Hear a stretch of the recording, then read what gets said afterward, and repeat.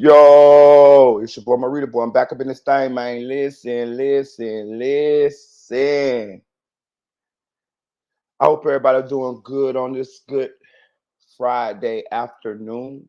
Or yes, afternoon, no matter where you at, unless you're in China. Um, hope everybody doing pretty good and hope you got a couple dollars in your pocket. I'm gonna go and put this claim up here. This the fair use disclaimer. Y'all see it right up here. Everything here is for entertainment purposes. And here's alleged. Everything here is educational purposes. It's right here. Just the fair use. I'm putting the fair use up here because I'm finna get in my bag today, y'all. I'm finna get in my bag. Uh Today on the docket we got Julio Foolio. We got a little more details came out in the Julio Foolio case. Shout out to Anonymous One. Shout out to the Chick's 1000, aka the Chick 1K. We got Young Miami did an interview.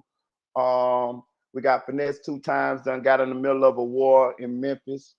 And we got a lot of other stuff too. We got a lady, man. I ain't gonna tell you no lie. Before we watch that movie right there, I'm definitely gonna have to put trigger warning up there because it's just crazy. It's just crazy. Um,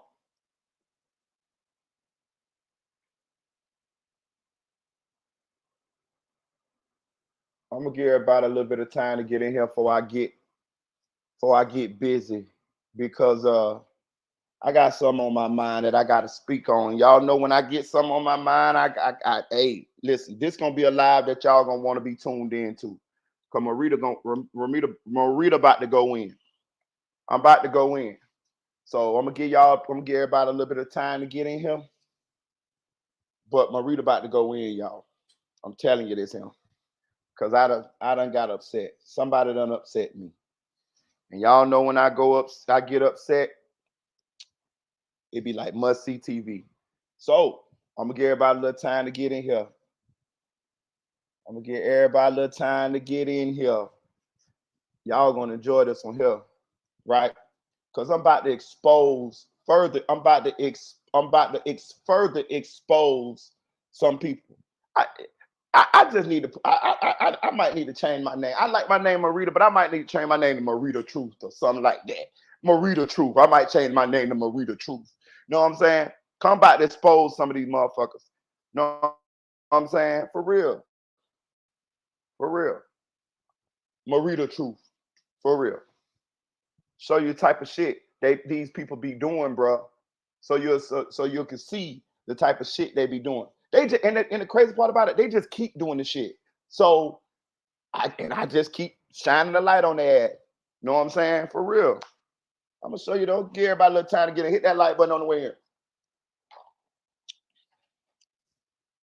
Give everybody a little time to get on in here.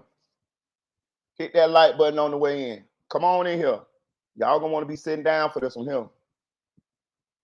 For sure. For sure.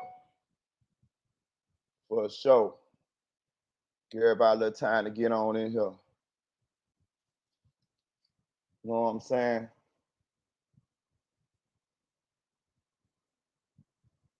Because I'm upset. Shout out to nephew for the cash out. Hey, check this out. Right? The other people might got to catch this on the replay game because I can't hold it no more, right? So I'm gonna show you how people be doing, but they be moving the same way and they full of shit, right? So I just got word that big back, silverback, Miss Truth has made a video criticizing one of AK-47's videos, right? King AK-47, excuse me. Excuse me. King AK-47, right? Now, this ain't got nothing to do with him. This is just me speaking here. this just me speaking here, right?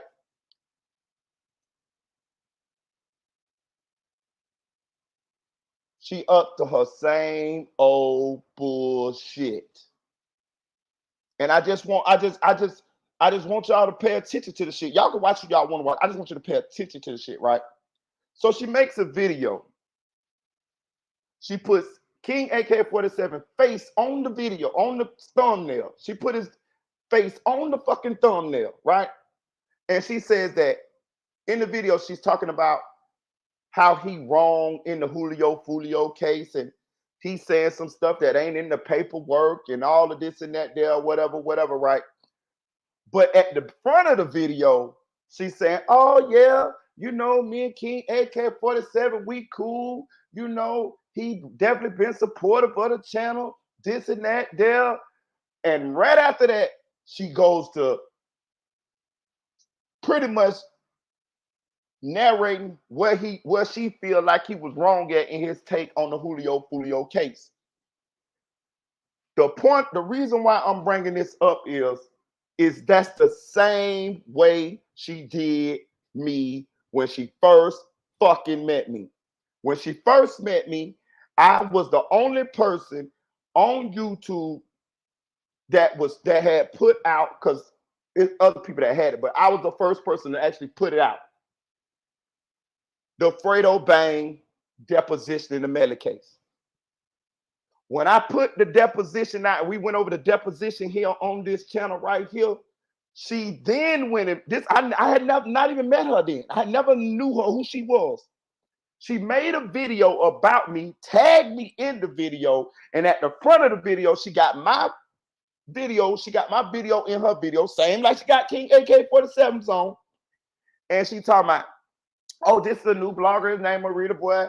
I like him. He entertaining, this and that there. And right after that, she went to talking about, oh, this paperwork fake. Shout out to the bloggers Purge. Oh, this paperwork fake. Oh, this paperwork fake. Hold on. One thing about Marita over here, I'm gonna tell the truth. Listen to watch me now. I'm always gonna come out on the side of right, because I always do what's right. And I wait for other motherfuckers to fuck me over. Now check this out. She did on the same video, I'm sure it's still up on her page. She did on the same video, went and called some lady that she said was Fredo Bang's attorney. And the lady said, oh no, he never gave a statement and this and that. Now I got the paperwork in my fucking hand, and I went over the paperwork with y'all on this channel. We read all the questions and answers that Fredo Bang gave them authorities in the Melly case. But she said that the paperwork was totally fake. Fredo Bang never gave a statement, but so she called some lady that she said was Fredo Bang lawyer. The lady got on the phone. I don't know who the fuck the lady was. She could have been somebody she made up. I don't know. But the lady's like, no, he never gave a statement, this and that. I'm gonna break this shit down. Check this out. He never gave a statement, this and that there. This is all in her video. The same video where she was just saying, oh yeah, I like Marita Boy, this and that, da. But then you go and try to say the paperwork fake, right? You say the paperwork fake. Okay. Then she, on the same video, she say, well, I know Fredo Bang. I done called Fredo Bang, and he said he ain't get no statement. So I'm like, hold on. Now, this is in her video. I don't even know her, never met her, never spoke to her, period, right? I never spoke to her. So I'm mad than a bitch, because I'm like, hold on now. This bitch trying to make it seem like I got fake paperwork, like I'm lying to my subscribers. She trying to make it like, she trying to discredit me. Listen, one thing about me, I'm gonna protect my brand, I'm gonna take my platform. This is a serious thing for somebody to do, especially for a bigger blogger to do that to somebody who's starting out. So I'm upset like a motherfucker. I still don't know her, I never talked to her. So I'm at work. So later on that night, just so happened, I'm on after I got out work, I get on YouTube. I'm just chilling on YouTube. Run up on fake Temu chain man. Y'all know who I'm talking about. I run up on his channel. I see she on the panel, and he on the panel, and a couple more people up there, and they fucked around and said my name. When they said my name, I hit the link. I came up there. When I told her I went off on her motherfucking ass up, put on that bitch, she told me something, but he never gave a statement. I say, listen, lady, I got the paperwork. I posted the paperwork. He did give Fredo Bang did give a statement. He did give a statement. I read it to you. I showed it to you. That paperwork ain't real. That paperwork ain't real. That paperwork fake. I say, listen, lady. I say, listen, lady. I don't even know who the fuck you is. I say, but for you to come at me like that and just try to make it seem like I'm putting out fake paperwork, this and that, there, whatever. You got me fucked up. You don't even know how to get paperwork. You don't even know how to pull paperwork.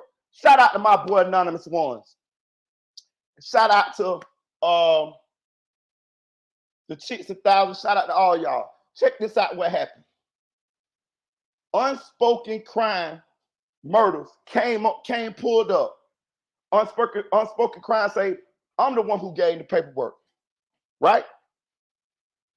She said, well, where you get this paperwork from? This and that. Now, they already had an issue with Unspoken because of some issue that Unspoken and 1090 Jake had. I don't know nothing about that. All I know is Unspoken been cool to me ever since I met him. He's a great guy as far as I'm concerned. I don't give a fuck what another motherfucker say.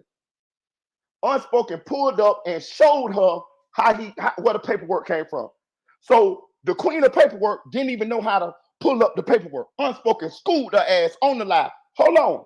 I'm gonna take it a little farther than that. When the shit was all over, I ended up running ass off the panel, and I stayed up there talking to fake Temu Chain and Iceberg for a little bit. And I told them, I'm like, listen, they're like, yeah, but she was getting your props. No, she wasn't. No, she wasn't. What she was doing, she was trying to give me a backhand compliment. Yeah, Marita boy, yeah, he got a nice little new channel. I like him, he entertaining, but this paperwork fake. That's what she did. And they thought I was slow. Like they thought I was slow, like just because she gave me a compliment in the middle and at the beginning of the video, and then come right by and she don't even know me, and then come right behind me and try to make it like I'm just putting out fake shit, like I'm a liar, all type of shit. Check this out though. How about when it came down to it, the paperwork was real? How about Fredo Bang pulled up on my motherfucking channel, nigga? Hold on. Hold on. Let's do this right here. Let's do this right here. Because I be tired of motherfuckers, bro. I tell y'all one thing about Marita, bro. I'm a real nigga, bro. Check this out. Fredo came pulled up on my motherfucking channel. Yeah, they be thinking you slow, bro. I'm telling you. Like, and if you ain't got no good sense, they'll get you with the shit. Bitch, I ain't slow, bitch. I'm from the street, bitch. You can't pull that bullshit on me, ho. But just bear with me here. You're gonna see where I'm going with this. You're gonna see why I'm bringing all this up, because it is relevant pertaining to what happened today. Not to me, but to one of my peers that I respect. Yeah, and it's the same play. It's the same play. The bitch running again. Check it out though. I'm finna pull this shit up for y'all so you can see. One thing about Marita keep receipts. I don't tell very many lies, dog. I lie to women, judges, and the police, and my lawyer. That's who I lie to. For real. Fredo Bang pulled up on my motherfucking channel, nigga. But she told me she talked to Fredo Bang. I'm just trying to show you how bitches be lying. You know what I'm saying? Fredo Bang pulled up on my motherfucking channel. And Fredo Bang said he had been watching my channel since I read his deposition. But she said that Fredo Bang said he didn't do no deposition. If I had to guess, she never even talked to this man. She never even talked to the nigga. If I had to guess, I don't know for sure. I ain't gonna tell no lie. But if I had to guess, she never even talked to the man. And the lady who she put on the phone probably was somebody, one of her homegirls or something. Because all it was a phone recording of somebody saying, oh yeah, I'm Fredo's attorney and he didn't make no statement. Bullshit, bitch. Yes, he did. So what really ended up happening was, what it really was the fact that I was the first person to put that paperwork out there on YouTube, because it kind of went viral a little bit. The fact that I was the first to put out that paperwork, she didn't like that. So she called herself trying to shit on me because I was a new blogger. That, you know what I'm saying? And then she tried to be nice, nasty. Oh yeah, Marita. Yeah, he got a nice channel and this and that. But at the same time, bitch, I ain't slow. What you really doing is you hurting my brand by saying that this fake paperwork and lying like a motherfucker. Okay, here we go. Here we go. Get work, Marita. Told y'all, bro. Your boy don't be lying, bro. These people be lying like a bitch. Scream. For real. Like you said, Yellow Diamond, nice, nasty. Exactly, sister. Yeah, bro. And, I'm gonna tell you, and I'm gonna my computer running slower than a bit. Okay, there we go. Yeah, they be trying to be nice, nasty. It's the same play. So what she tried to do was she tried to clout chase off of my motherfucking video and tried to discredit me.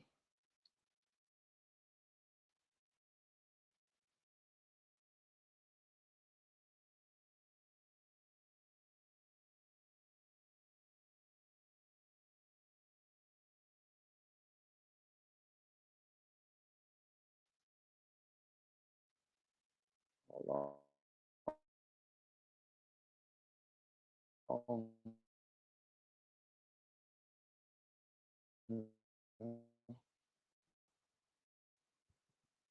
Let me break this shit down. They must don't want me to get this bitch.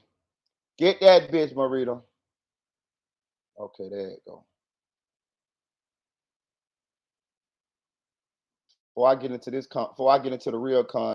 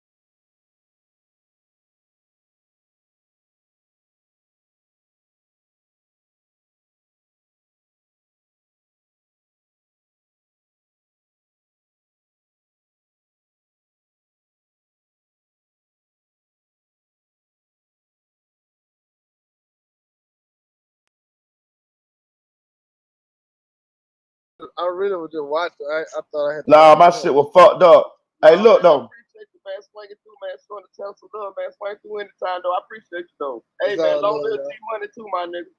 I appreciate it, nigga. Y'all Yeah, stay blessed. yeah, yeah. You too. Salute, man. Deposition. Oh, that's real. Appreciate you Yeah. swinging through, though. Cause, hey, look, I had it cleared up. They said I said you snitch, bro. I ain't say you snitch, bro. I watch it, Dad. I watch. I said, I Say know Fredo, so you be on gorilla body, boy. I be seeing you, boy. Huh? You be on gorilla body. I'm trying to knock her ass off. Hey, boy, my You really. What about them baby mamas you got? Gee, good. I love it. But look, I'm gonna head out of here. I really was just watching. I thought I had to watch on him. No, man, I appreciate you, man. Swinging through, man. Love, man. Swing through. I want y'all to hear what he say though. He say, I'm gonna play it again. My bad, my computer had froze up. He say, I've been watching since since you read my deposition. Listen, I'm gonna play it from the beginning. Check it out. Check it out. Though, I appreciate you, though. Hey, It's man, all long love, live y'all. G Money, too, my nigga. I appreciate it, nigga. Y'all stay blessed. Yeah, yeah. You too. Salute, man. Hold on.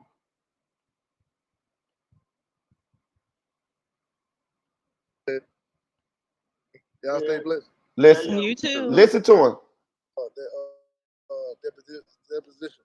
Oh, that's real. Appreciate you Yeah. swinging through, though. Cause, hey, look, I had it cleared up. They said I said you snitch, bro. I ain't say you snitch, bro. I watch it, Dad. I watch. I said, I Say know. Fredo, so you be on gorilla body, boy. I be seeing you, boy. Huh? You be on gorilla body. I'm trying to knock her ass off. Hey, boy, my You really. What about them baby mamas you got? Gee, good. I love it. But look, I'm gonna head out of here. I really was just watching. I thought I had to watch on him. No, man, I appreciate you, man. Swinging through, man. Showing the tell some love, man. Swing through anytime, though. I appreciate you, though. Hey, It's man, all long love, live G Money, too, my nigga. I appreciate it, nigga. Y'all stay blessed. Yeah, yeah. You too. Salute, man. Now, I did that for the people because I told y'all one thing about Marita, I don't tell no fucking lies. I have receipts. She said that she talked to Fredo attorney, and Fredo attorney said that Fredo didn't give a deposition. She said she talked to Fredo, and Fredo told her he didn't give a deposition. Well, what the fuck did Fredo just say when he was on there with me on my channel? I ain't never seen her talk to Fredo. I don't even know if Fredo know her. You just saw us talking to Fredo. That was me, my girl Tanel. That was shout out to Career Moore. And I think Dream Dog was on that one too. But that was here on this channel. Fredo pulled up on this channel, right? Let me bring this home. I'm finna land this plane real quick here, right? I'm just putting the backstory. I'm finna show you how these people operate, right?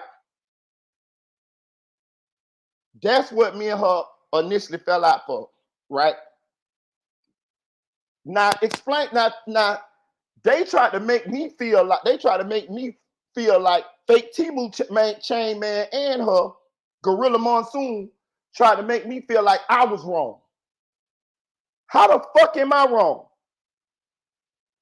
I don't even know this lady. She make a video about me discrediting my work, and she wrong. Loud and wrong.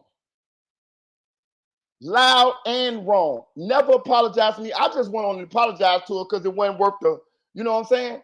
But that's what we initially fell out for. So I never felt like I was wrong. You came at me. You tried to attack my brand, and you was wronger than a bitch. Hold on, but let me tell. I'm finna land this plane, right?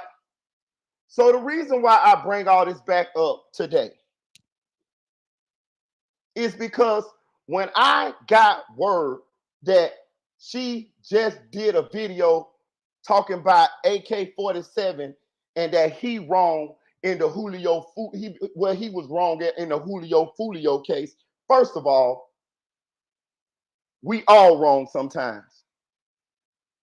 The difference is if you got people like Rat Shit TV who be leading people who be leading people wrong on purpose, and then you got people that make mistakes. What happens is when we make mistakes, because let me tell you how this shit work out. A lot of these cases be unfolding in real time. So say something happens in the entertainment world tonight, right? You only got the information that you have. You only got a limited amount of information. As the case unfolds, as more details come out, your opinion changes sometimes because you have more information. That's why I like to say, in my opinion, I throw that phrase around all the time. In my opinion, this is what I think. Know what I'm saying? Because a lot of times y'all come here to hear our opinions. This is a place where we can have a conversation about these events that happen in the entertainment industry or in the world. That's really what we do here. You know what I'm saying? Just like when you talking to your friend at work or your homeboy at work or at the salon or the barbershop. That's what we do here, really. We come here and we have a conversation about these situations and we all give our opinions. And then the shit just when the shit unfolds, just like the Julio Foolio. First, we were talking about what we think, who we think did this and that, there, and then voila, we got 5 fucking suspects. Okay. King AK-47 did a video the other day where he cleared up that he said, hey, I gotta straighten this. I was wrong about the girl. I thought this girl was this girl. He said that, right? He said that. The responsible bloggers do that. The responsible bloggers, when they're wrong, they come back and clean it up, right? Let me tell you what happened here, because the modus operandi looks very familiar to me. If you go, she got King AK-47 in the thumbnail. When you first click on the video, I only listen about the first 5 seconds of that shit. She said, "Oh, shout out to King AK-47. He's definitely been a supporter of the channel. We cool. Da da da. All of the same shit she did to me at the beginning of the video she made about me. Then after that, she goes to talking about where this man was wrong at, or what she think he was wrong at in the Julio Foolio case. Now, you tell me, what the fuck is that? First of all, he already cleared up the part that he thought that he found out that he was wrong at. He made a video on that. Bitch, you late. You out. You days late. So I asked myself, what is the point? Why is she making this video? The same fucking reason she did it to me. The same fucking reason she did it to me. Because she clout chasing. She trying to clout chase off that man's name and trying to elevate herself and at the same time lower him. What she's saying is, he's wrong, I'm right. Putting down others to elevate herself. That's what she's doing. That is what she's doing. I ain't no motherfucking fool. I ain't work. Listen, I might have born yesterday, but I stayed up all motherfucking night. If you look at the video, at the beginning of the video, she say, I don't even know if I'm agree with him. I don't know if I'm gonna disagree with him. Bitch, yes you do. Because you already done put him in the thumbnail. If you didn't know if you were gonna disagree or agree with him, you wouldn't even put him in the thumbnail. It's the same shit she did with Mama Duck. I'm just trying to show you these people character. You can watch who you want to watch. I'm just trying to show y'all people character, bro. And the point I'm trying to make you, one thing about Marita, boy, bro, I'm never gonna lie on nobody. They give me enough ammo to show you who they is anyways. I just be pointed out. What the fuck was that for her to make a video about that man? Why would she do that? Because he got a bigger name than her. So she gonna try to clout chase off of him and push herself up. You gave him compliments at the beginning of the video, but throughout the video, you pointing out where you saying you think he was wrong in this Julio Foolio case. Well, let me tell y'all something about the Julio Foolio case. Every motherfucker that blogged on the Julio Foolio case was wrong at some point. I think all of us bloggers acknowledge that. You know what I'm saying? We thought the girl was in the goddamn party. The girl never was in there. Everybody said that. Shit, I had the girl at the goddamn in the Ace video as the girl. That wasn't the girl. It's not no blogger on this earth case. The responsible bloggers came back and cleaned it up. Such as I did when I said, well, yeah, I don't think this I came back, I said, yeah, I gotta eat this one. That wasn't the girl. I said that in one of the videos. The point I'm trying to make is this the same motherfucking lady that said that Fredo Bang didn't do a deposition. Wrong. While you out here trying to point out other people wrongs. The same lady that said Bezu didn't snitch. Oh, Bezu didn't snitch. Wrong.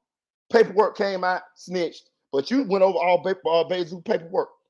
You see what I'm saying? Same lady told me that Young Thug got a beautician in the jail. That's who doing his hair. Wrong. They don't allow a motherfucker to have no damn beautician in jail, nigga. I've been to jail. You ain't never been to jail.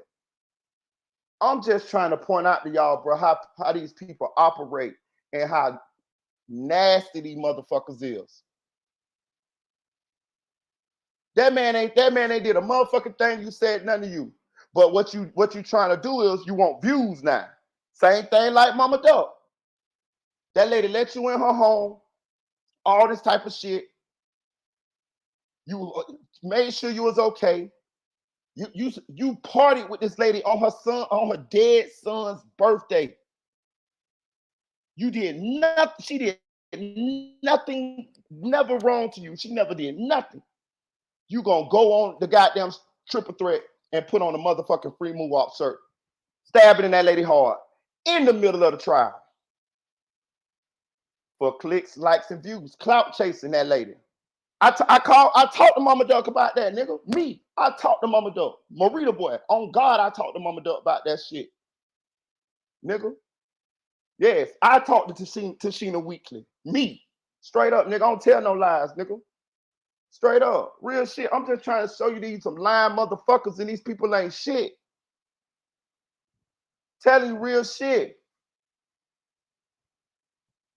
Bro, listen, bro. I'm only mad at myself because my first impression, I should have went with that. And I had people told me like, hey, you shouldn't go fuck with them because you already see who they is, and they right. I saw who they was. The point I'm trying to, and I ain't even bit over it, really. I'm past that. The point I'm trying to make is I just like to shine light on these cockroaches when they keep acting like when they keep doing the same shit. Like, for real. I want y'all to know who these people are. You know what I'm saying? Because a lot of people be fooled. If I say something about a motherfucker, I'm gonna have receipts. Ain't that Fredo Bang on the motherfucking screen right there talking to me about the deposition that she said was that he didn't have?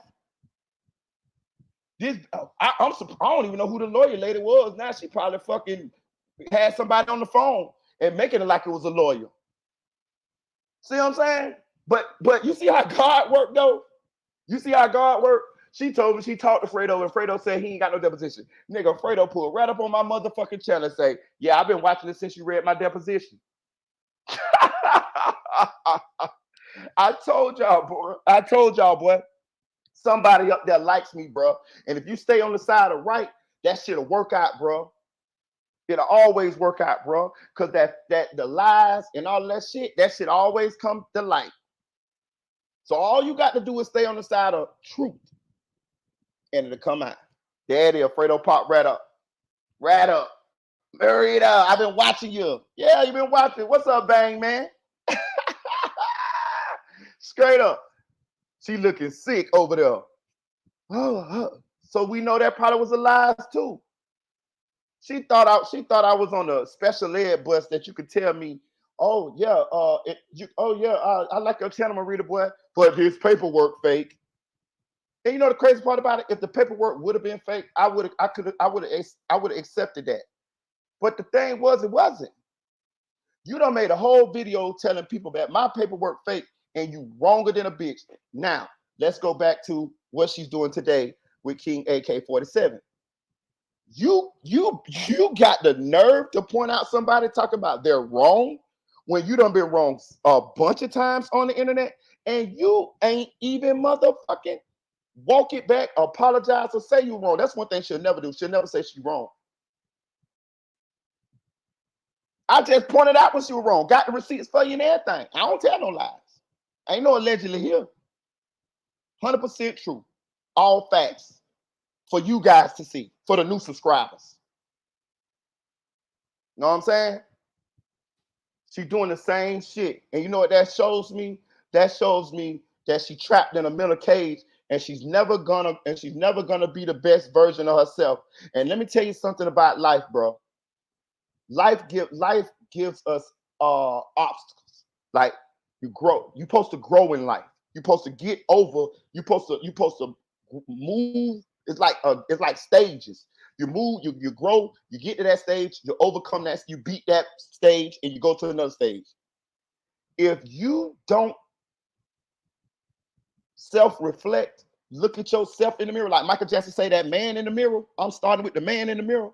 If you don't start with that man in the mirror and learn how to be the best version of yourself, which means all that fuck shit she doing, if she don't stop that shit, you know what's gonna happen in life, bro? I'm telling you this shit. Trust me. Trust me. I promise you, you can bank on this shit. You will never get past that stage right there, and you will die right motherfucking there. Trust me when I tell you this shit. Trust me when I tell you this shit. You will die right there in that stage. Right there, like let's say it's levels. Say you get to level 3. If you don't learn how to beat that bad guy in the mirror on level 3, you'll never get to level 4, and you'll be on level 3 for the rest of your life, and you'll die right there on level 3. Mark my words on that, nigga. And that's some of the realest shit I ever said. You always got to look at yourself and see what you got going on that is not righteous, and you got to try to fix that. Trust me, because it's a process. You just little bit by little bit. Ain't nobody perfect. You ain't gonna never be perfect. But that's how you elevate. That's how you become the best version of yourself. That's how you evolve. The person you hear speaking, the person that you hear speaking to you now was not the same person 20 years ago. The reason why I'm able to speak like this and tell you these things is because I worked on myself. I'm not the same person that I was to a girl when I was 20 is not the same person I am to a woman when I'm 40. You see? And you know how you can tell? By changed behavior. The things that I used to do, or some of the things that I used to do, I don't do no more. Some of the bad shit that I used to do, I don't do no more. And that's how we all should be. You ain't gonna never get it all out. You gonna always do little bad shit. Everybody got their character issues, but you're supposed to work at it. The point I'm trying to make is I don't see her working at shit. She's doing the same shit to different people. It's almost juvenile. Real shit. It's almost juvenile when you really like think about it. Like, what are we doing here?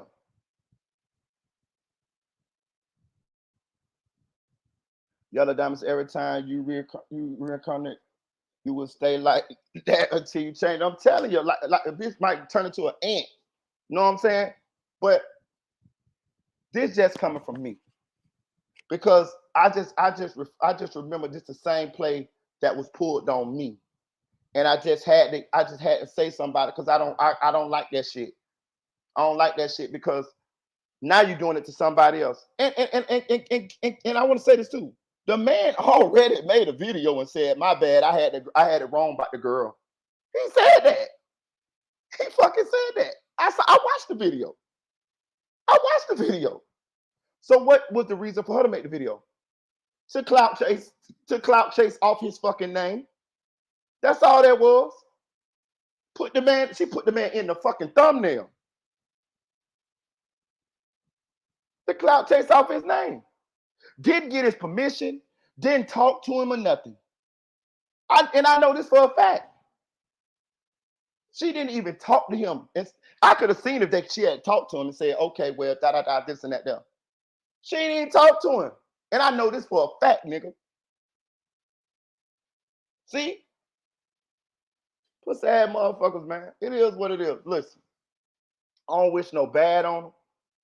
You know what I'm saying? Because I ain't that type of motherfucker. It ain't that serious with me. You know what I'm saying? I'm using this as a lesson. Like we at school. Just like how we watch Bloodhound Lil Jeff and we watch all of these people crash out and we watch the negative shit they do come back on them. This is the same thing that's gonna happen, bro. I gave her money that I didn't have so she could go to her DJU interview, and lo and behold, when she fucked me over, and lo and behold, when she got to the DJU interview and got on that motherfucking couch, them people rotisserie her ass in that motherfucking live chat, nigga. Go look at it. It's on DJU channel. Shout out to DJU for pulling through and stopping through, showing the channel some love the other night. Yeah. Go look at that interview, nigga. Them people, go look at the comments. I have never, on my soul, nigga, I did not expect that.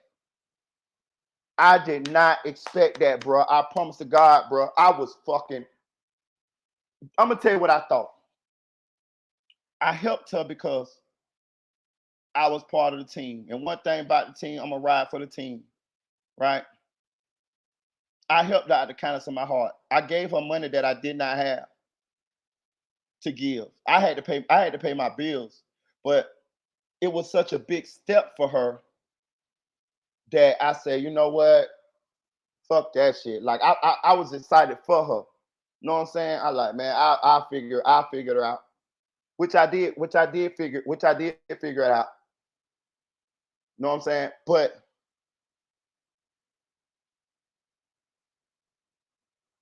I'm expecting when she get on that interview, and I'm gonna tell you another thing too. You know who jinxed her? Fake Temu Chain, man. He jinxed her. When me and him had the little falling out, he put in the comment section on my Instagram. Yeah, that's why when we doing tours and shit, you gonna be home by yourself. Pretty much saying, oh yeah, I ain't going with them. Now I never did nothing to none of them. Like this always was a plan, y'all. This always was like, you know what I'm saying? So he was banking on her blowing up and taking him with her because he felt like she got the personality, she got the bigger name as far as like her name. That's what he using her for. Contraire, mon frere. Look how God worked. That motherfucker hit that goddamn couch on DJU. Nigga, them people in that comment, go just do me a favor. I don't want to just be, I don't want y'all to think I'm lying or something like that. Or do me a favor, just go to DJU channel and pull up her interview and scroll and read the motherfucking comments. They were brutal. I never seen nothing like it. I never seen an interview that bad. And to be honest with you, I didn't think the interview was that bad. I thought the people just didn't like her. Or maybe it was karma. I don't know. But the point I'm trying to make is his DJU's audience did not like that interview. Period. The views is low. Bro, when I take it every comment, DJU, what are you doing? Why do you have her up here? Who the fuck is this? Man, you tripping, DJU. Man, I seen one person say, ooh, I bet that cow stain. Who that is? She look like a milk dud. Why she sweating? They was brutal to her in that motherfucking comment section. And then when I thought about it, because I didn't expect that. I'm be honest, I didn't expect that. Nor did I really wish that on her. When I thought about it, I said, oh, bitch, that's that karma. That's that motherfucking negative karma. You see? Well, let me tell you something, bro. Take the high road, y'all. Maria boy gonna give you some good advice. When a motherfucker fuck you over, take the high road. Take the high road. You know why? Because that karma gonna go to them. If you don't take the high road and you do it back to them, now you kind of making yourself the same as them. You ain't no better. You ain't no better than them then. And so now you bitch, you might get some karma for that too. Know what I'm saying? Okay, case in point. Example. Somebody bust your window and throw a rock and bust your window in the house. One of your neighbors, right? So you go and you get a rock and bust their window, right? Well, when the police come, guess who's going to jail? Both y'all. Whereas you would have just let them bust your window, they would have went to jail. Good example. I'm gonna move on from this.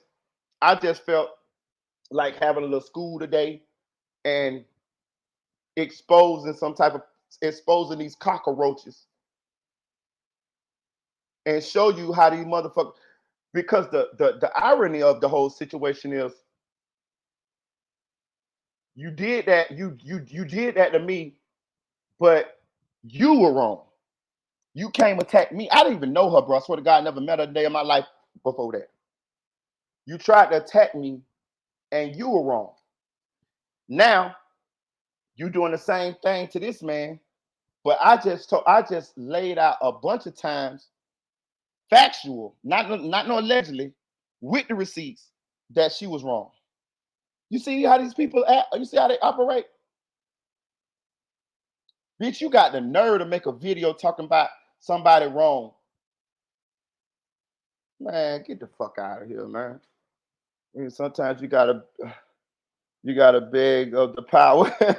You gotta beg of the power. Sometimes you right. Listen, you know Yellow Diamond. Sometimes I just be trying to lead people right. I be trying to make sure they do what they do.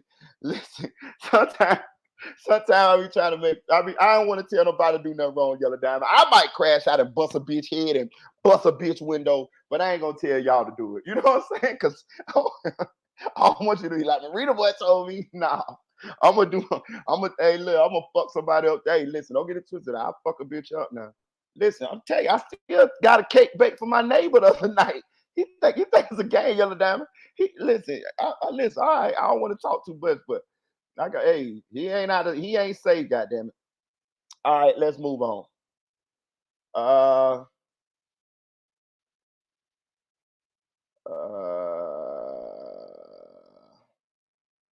What's that one? So Young Miami. It's Young Miami, yummy, yummy. That's how every time Young Miami rap, she say, it's Young Miami, yummy, yummy. Hey, so Young Miami dropped the interview yesterday. I watched that whole interview, man. That shit, listen, bro.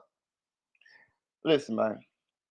I don't even know where to begin on that motherfucker, dog. I ain't gonna even tell you no goddamn lie. So Young Miami finally speaks out after the allegations of what Diddy been doing to these people, and allegedly she done broke up with Diddy and this and that. So she finally spoke out last night on her podcast, Carisha Please. I was gonna go through I was gonna play her video, and I was gonna narrate it and give my opinion on it. But cold demonstration for real. Shout out to Hood Educated. Shout out to Nate Said It. Hey, look, but I ain't gonna do that. I'm gonna play DJ Academic song, and not because y'all know DJ Academic. He kind of hard on females, dog. Hit that like button. He kind of hard on females, but not because of that. It's because of he knows about the record label side of why her and JT had issues. So I'm gonna play DJ. Plus, he don't like Young Miami anyway. So, and he funny as fuck. So, and I'm gonna say this too. Hey, YouTube, hell motherfucking yeah, I'm motherfucking finna play a DJ Academic video, and I'm finna react to it. You ain't say a motherfucking thing when DJ Academic played my interview with Juvie Father on his channel. and motherfucking narrated through that. So kiss my ass, and I put fair use up before I got here, before I started. It's happening. It's happening. Carisha has finally thrown Diddy under the bus. Yes, people. Yes, yes. No association. Act like she is innocent. Also, inadvertently acted like she's the victim. I didn't know he was doing all that. Now, keep in mind, this is the same woman who said, bitch, she was talking shit to another girl. Bitch, if I wanted you, you would be eating my pussy. You a munch. I have Diddy force you to do it. She was talking all that sex trafficking shit until she sees sex trafficking charges or potential charges. She want nothing to do with it. Okay? Now, the timing is obviously going to be very real. I told Young Miami got a lawyer. I believe Young Miami got a lawyer, and her lawyer was to guide her through this process of being interviewed by the feds, who are probably trying to ascertain information about Diddy and sex trafficking. When you see someone speak up like this, that means they're not charged, but they're probably also not a witness. Okay? However, we also have to realize this is the thing about the whole thing with sex trafficking, right? Especially how they're looking at Diddy. It's not only Diddy that might get charges. It, like, you know, especially they're saying Rico. When you hear Rico racket. Okay, right here. Hey, look, check this out. On Twitter for a while now, and he been waiting on this. He been waiting on this. He petted in a month. Man, I don't know the fuck. Listen, I'm from Florida, dog. I'm in Florida and I'm from Florida. I don't know the fuck Miami thinks she fooling, dog. One thing I know is Florida women. She got with Diddy because Diddy had that bag. And if you listen to her on her interview, she say, when he got with me, I was like, hey, listen, what you like, what's up? Like, what you trying to do? Like, you know, I'm on this city girl shit now. So what she's saying is, you know, a city girl, they're like, you know, we just fucking niggas and trying to get bags out of them now. Like, you know, I'm gonna fuck me some niggas. That's pretty much what a city girl do. City, you know, city boys up, city girls. You know, city girls like female players. You know what I mean? Like they fucking niggas, multiple niggas, and they trying to get money out of them, right? She said this in her interview. She told it like, "What's up now?" I'm saying now, you know, I'm on this city girl shit now. Like, what's happening? Like, what you like? Don't play. Like, hey, you know what I'm saying? So I'm telling you this one. Listen, in my opinion, I'm gonna use that term a lot, bro. She got with that man because that man is Diddy, and she do what a lot of these girls from around my way do. If you got a bag, they like you, and they trying to get to lock you in. They're gonna suck on you. They're gonna fuck on you. They're gonna tell you all the sweet shit that you ever want to hear. Yeah, daddy. They're gonna let you do every nasty thing in your mind that you want to do to them. That's how they're gonna get you. Listen, Florida girls, if you got a bag, them is the nastiest women in the bedroom you ever want to see. I'm telling you, especially, and she from Miami, and she from South Florida, from the hood. Shit. Man, shit. Listen, they gonna eat pussy. Excuse my French. They gonna suck dick. They gonna do it all, bro. They gonna bring their friend girls for you to fuck on if the bag big enough. Trust me when I tell you this shit here now. Anything you want, you can get if the bag big enough from these type of women. And let's be real, Diddy was a billionaire. I don't know if he's still a billionaire, but he was a billionaire at that time. And like she say, a mogul. She had her eyes on that bag. Trust me. Remember she said she let him pee on her, right? Okay, prove my point. Situation. That means an organization. It's very rare you see a organized crime happen with only one person doing the crime. Unless everybody else is cooperating and that only one person is charged. So anytime we're thinking about racketeering, the feds are thinking about who else knew about this, who else was involved, who else pretty much set all this shit up. Now, this is the thing that a lot of people don't understand. when you see Cassie's lawyer keep putting out these statements, Cassie, even though we look at her as a victim, obviously, definitely look at her as a victim after we saw that video of Diddy like clobbering over the head. Potentially, initially, she was possibly looked at as a suspect, just like Ghislaine Maxwell with Diddy. Oh, not Diddy, Jeffrey Epstein. Now, I have to explain. Most of these sex trafficking. I'm not gonna say 100%. Excuse me, y'all, but I'm gonna say 99%. Young Miami was bringing them hoes for Diddy to fuck on, and she probably brought Salsa Santana too, cause you know he like. You heard he like the men's too. You know what I'm saying? Real shit. 99%. I bet on that, bro. Did you hear what Young Miami told Diddy other chick? She said she was beef with her on Twitter. She say, "Bitch, I have Diddy make you eat my pussy if I want you to. You a munch." What that's telling you? What that's telling you? Listen, let me tell y'all something here. When you got to listen to what that statement was. Young Miami said this on Twitter. She's saying that, listen, I'm telling you something. Listen, that shit deep, bro. What she's saying is, bitch, I hate you. I hate you.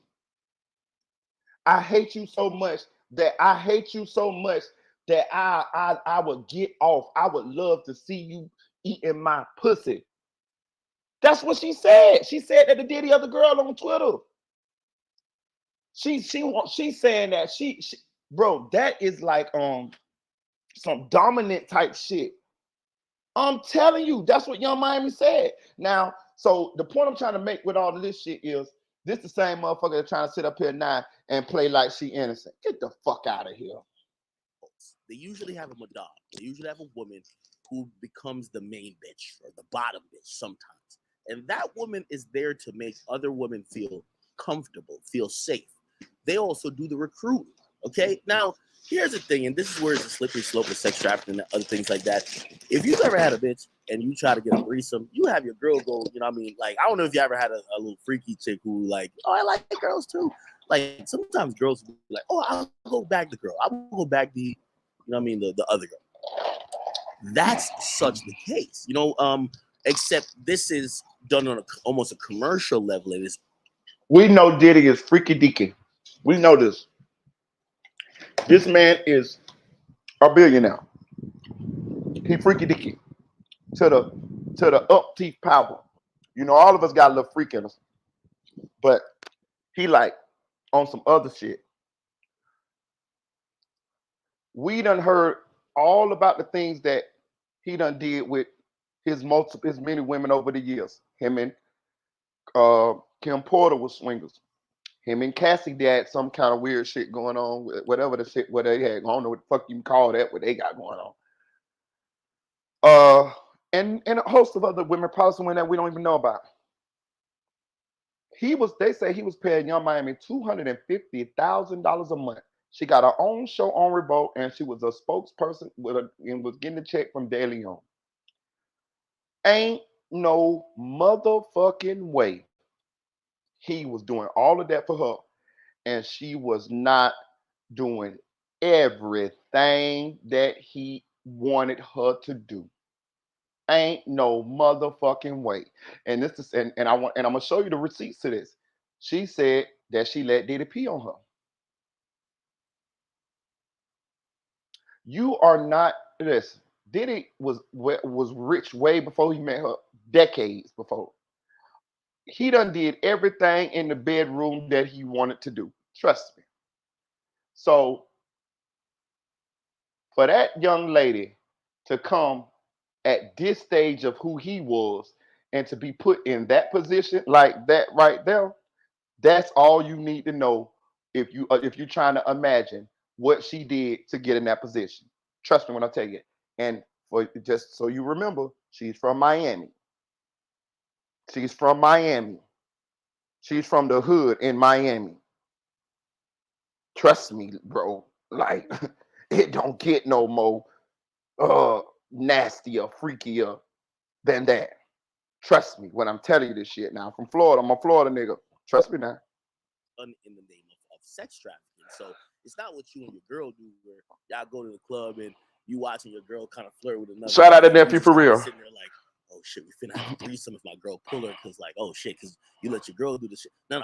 This is, yo, y'all bitches got to get down with the program, and usually it's one familiar person. Now, when in the case of Cassie, she's popular. At least everybody else who's coming in, she's the familiar person, making the other girls feel like, oh, I guess we should be doing this. Cassie's here, she's doing this, and she's famous, and she's his girlfriend.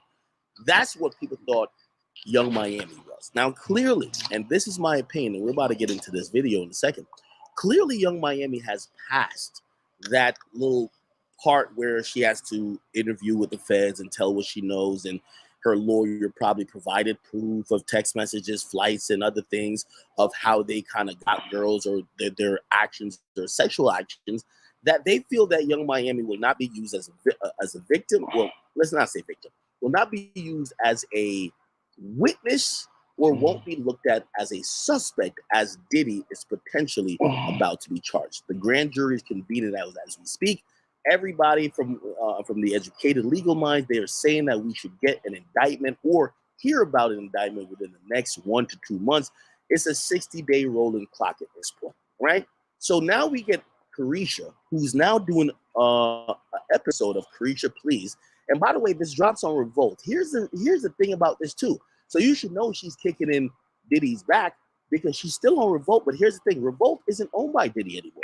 Revolt is owned by supposedly the employees of the company, but it was really bought out from Diddy because Diddy sold. So Diddy sold, and then they took the shares, or they made shares of the company, and then they gave it to the employees that the employees there, could feel like they're valued this and third. So Carisha Please supposedly staying with Revolt, but they're almost anti-Diddy at this point, and they have to be that advertisers could rock with them.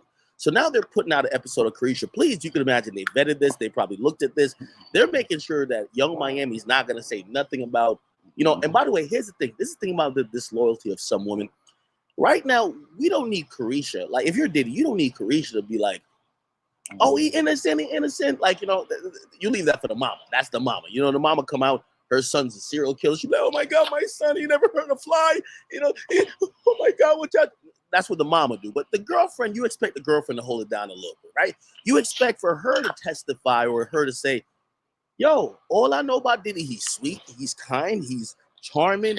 Like, he isn't what y'all are saying. I can't speak about nothing in the past, but ever since I met him, none of that happened. That goes a long way. It kind of goes to show that maybe the pattern of behavior maybe stopped. Let's go into this, which is now Young Miami, who is opening up with Saucy Santana on Carisha Please. Let's get into this real quick, chat. Season 2 of Carisha Please, but this.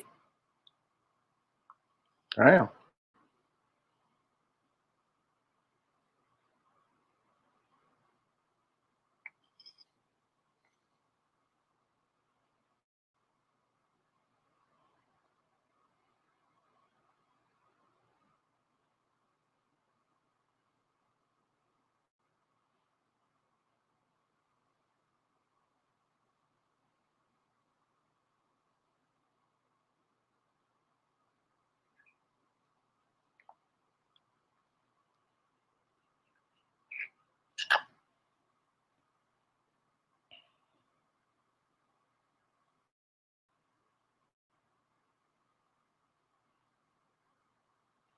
My shit lagging.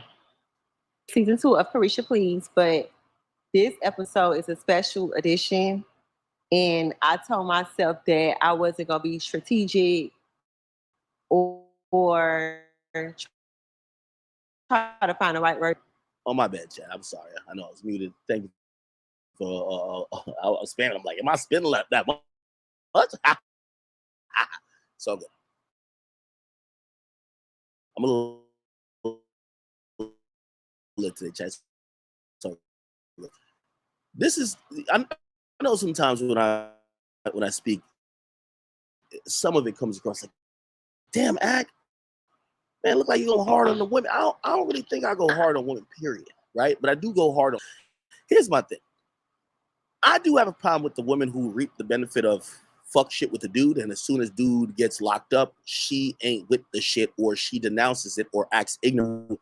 Come on now, like when Gunna's thrown up, actually he's a Crip, so it's cool. But as soon as he gets locked up, you're like, oh my god, like I'm just like I'm just like a innocent cherry. I'm a berry. I don't know what's going on. Like get me out of here. I hate women like scammers. I'm not a scammer, but like I understand and identify. There's a bunch of women who will date a nigga who's clearly scamming. He buys you bags. He's always cash rich. He's buying you bags. He's bringing you on vacation, this and third. You're all with the shits. You're into it. As soon as he gets caught, you now turn to a victim. Oh my God, he fucked up my credit. Bitch, you were enjoying driving around in his luxury cars. You were going on vacations. You're on private. Like, how do you mean like you're some type of... Listen, Young Miami, 1000% was right with Diddy in them rooms with them women and them men's together. Listen, everything I say is alleged. I already put the fair use up at the beginning of the video. Listen, man. Diddy allegedly swang both ways, right? Young Miami's best friend is a gay man. Like, I'm just saying, like, I don't think it's a far stretch to assume that some kind of soiree and now our powers combined might have went down with Diddy, Salsa Santana, and Young Miami. I mean, like we know how Diddy roll. We done heard it. You know what I'm saying? Like, listen, bro. If you had a bag big enough, you could do that to Young Miami, bro. I'm telling you this shit. Like what the type of female that Young Miami is, they all around here in Florida. I'm telling you, they everywhere.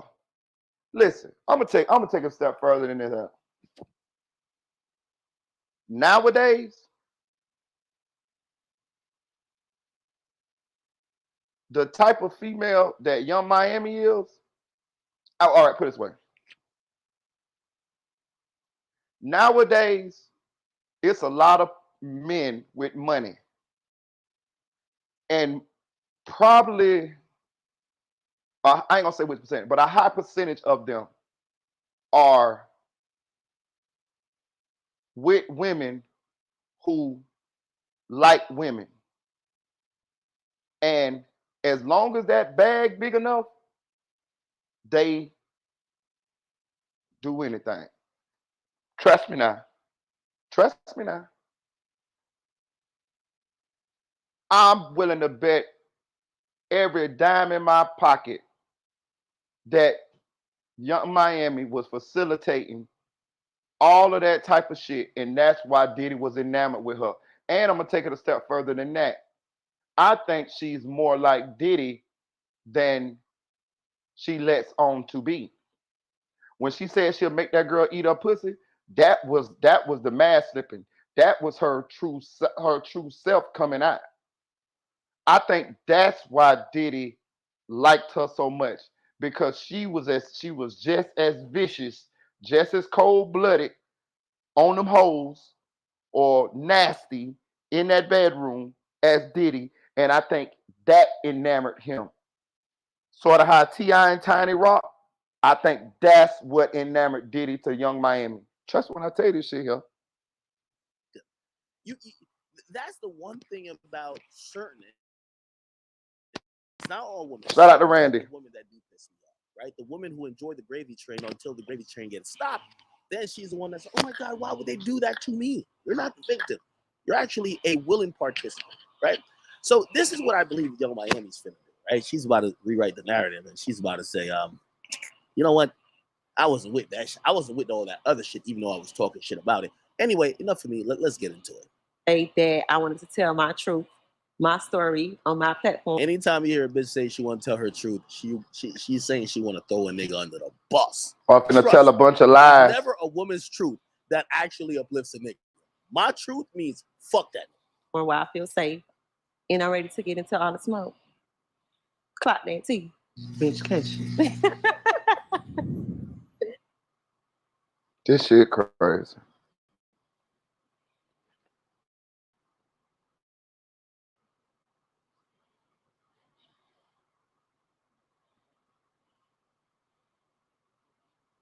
All these goddamn commercials.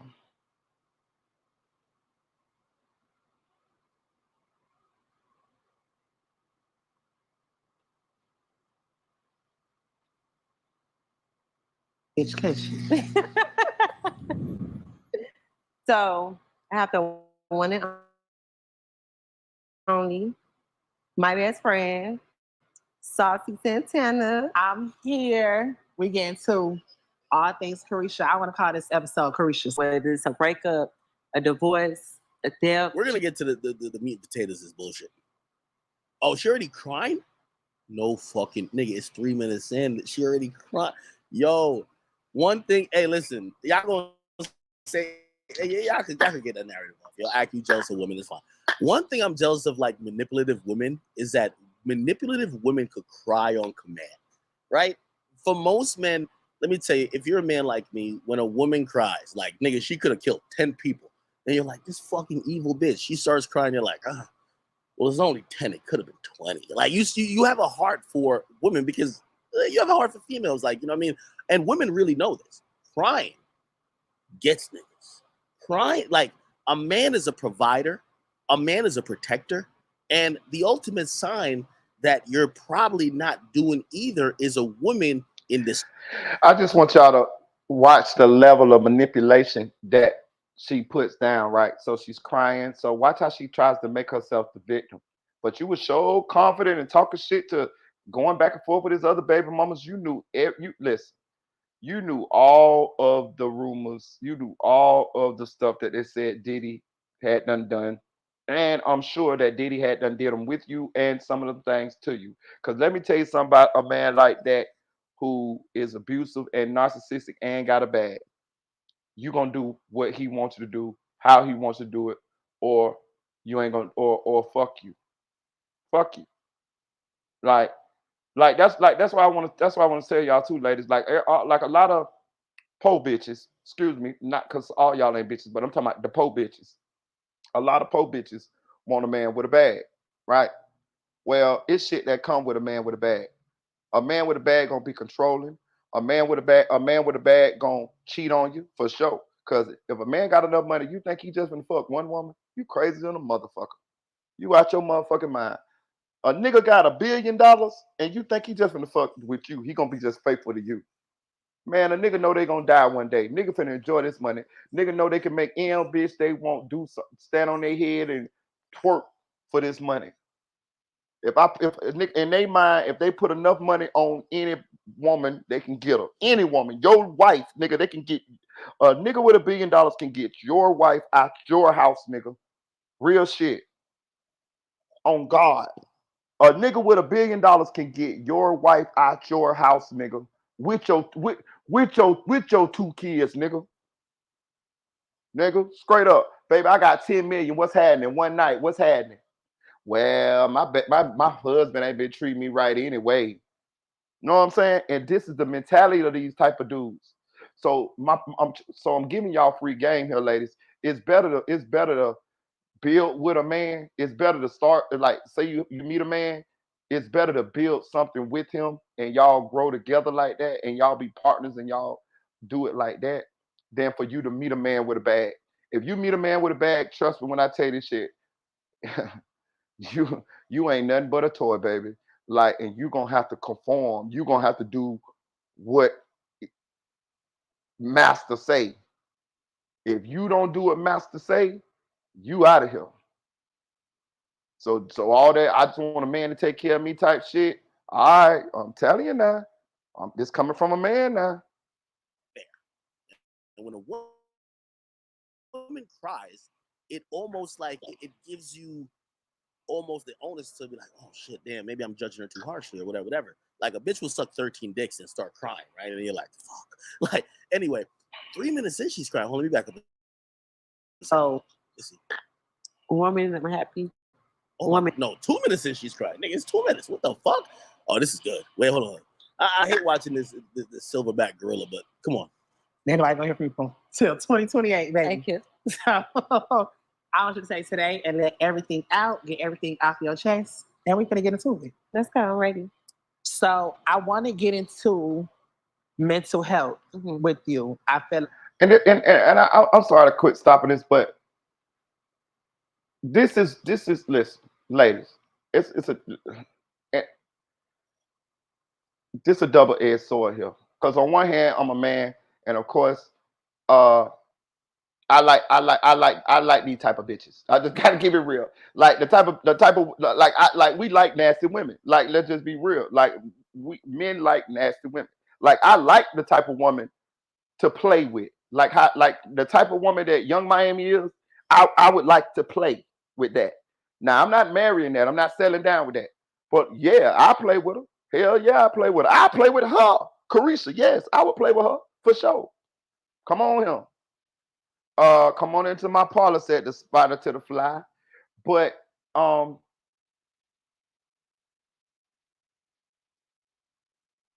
it's a double-edged sword. The man in me is telling you, yeah, I like that. I like that. I like this type of woman to hang out with and have fun with. But flip side to that is,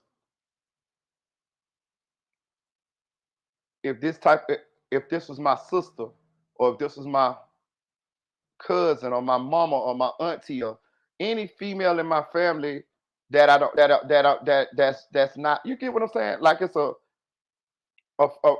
friend, like somebody that's not a intimate type of relationship, then I would advise them different. Let me tell you why. We gonna tell you what I'm getting y'all game here, ladies. We gonna tell you what you want to hear, right? We gonna gas you up.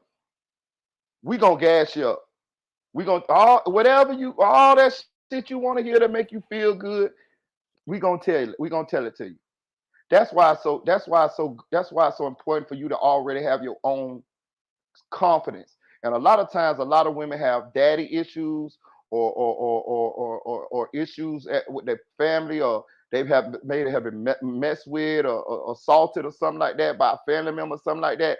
So it makes them vulnerable for a man to come along and who shows them uh, uh, affection or love. But all men charming at first. All of them gonna be nice and tell you everything you want to hear at first, cause they just trying to fuck, right? So, and I ain't gonna say all of them.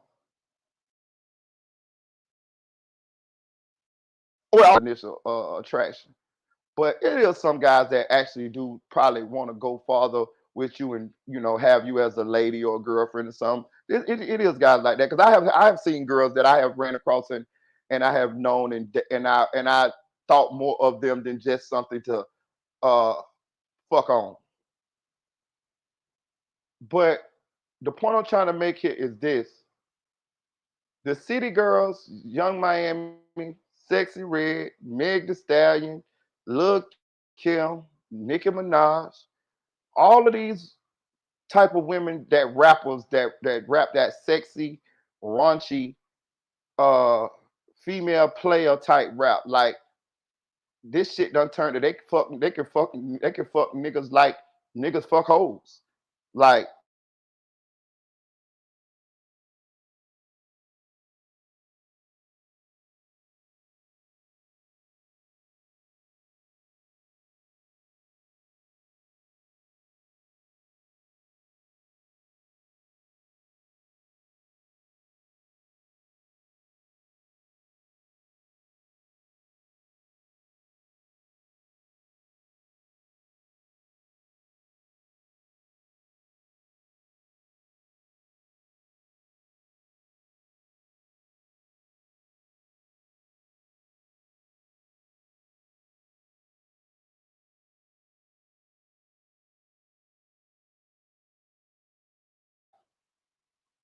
doesn't diminish in the eyes of female suitors. Actually, women like men who a lot of women like. Women don't want the man that no other women want. If a woman if no woman if women if a woman see that a lot of other women like you, they want to know what it is about you, and they'll fool themselves into liking you because all the other women like you. That's why when I listen, I'm gonna give you some game here. That's why when I used to move around or go around or hang out, I always had pretty women around me. Always, always. Even if I wasn't fucking on them, even if they were just like my friend girls or my home girls, if they was bad, I would go out with them. Like I wouldn't like in my car, I'm gonna have 3 of my home girls. Like I ain't fuck now one of them, but I'm gonna have 3 of them. They gonna be bad. I'm talking about the thick, nice, thick ass, dressed nice, hair done, everything. You know why? Because when the other women see me with them, they gonna wonder what's going on. So I go to the script club with them 3. I got the money. I give them the money. They throwing the money. I'm gonna get hoes like that, and I'm gonna get bad ones. I don't want the ugly ones. I want the bad ones, the thick ones, the nice ones. It's a game. Women like to see you. Women like to see men with pretty women. If pretty women like you, other pretty women gonna like you for sure. So the point I'm trying to make here is that lifestyle, that trend doesn't doesn't end well for women because once you done played around a lot, your reputation gets bad and men devalue you. Also, you get older. Once you get older and you done been around, of course you're gonna always be able to find a man, but you ain't gonna be able to get that man that you wanted. You know what I'm saying? Or that you desire. You ever heard about the wall? It's a wall. Like it's these young girls out here.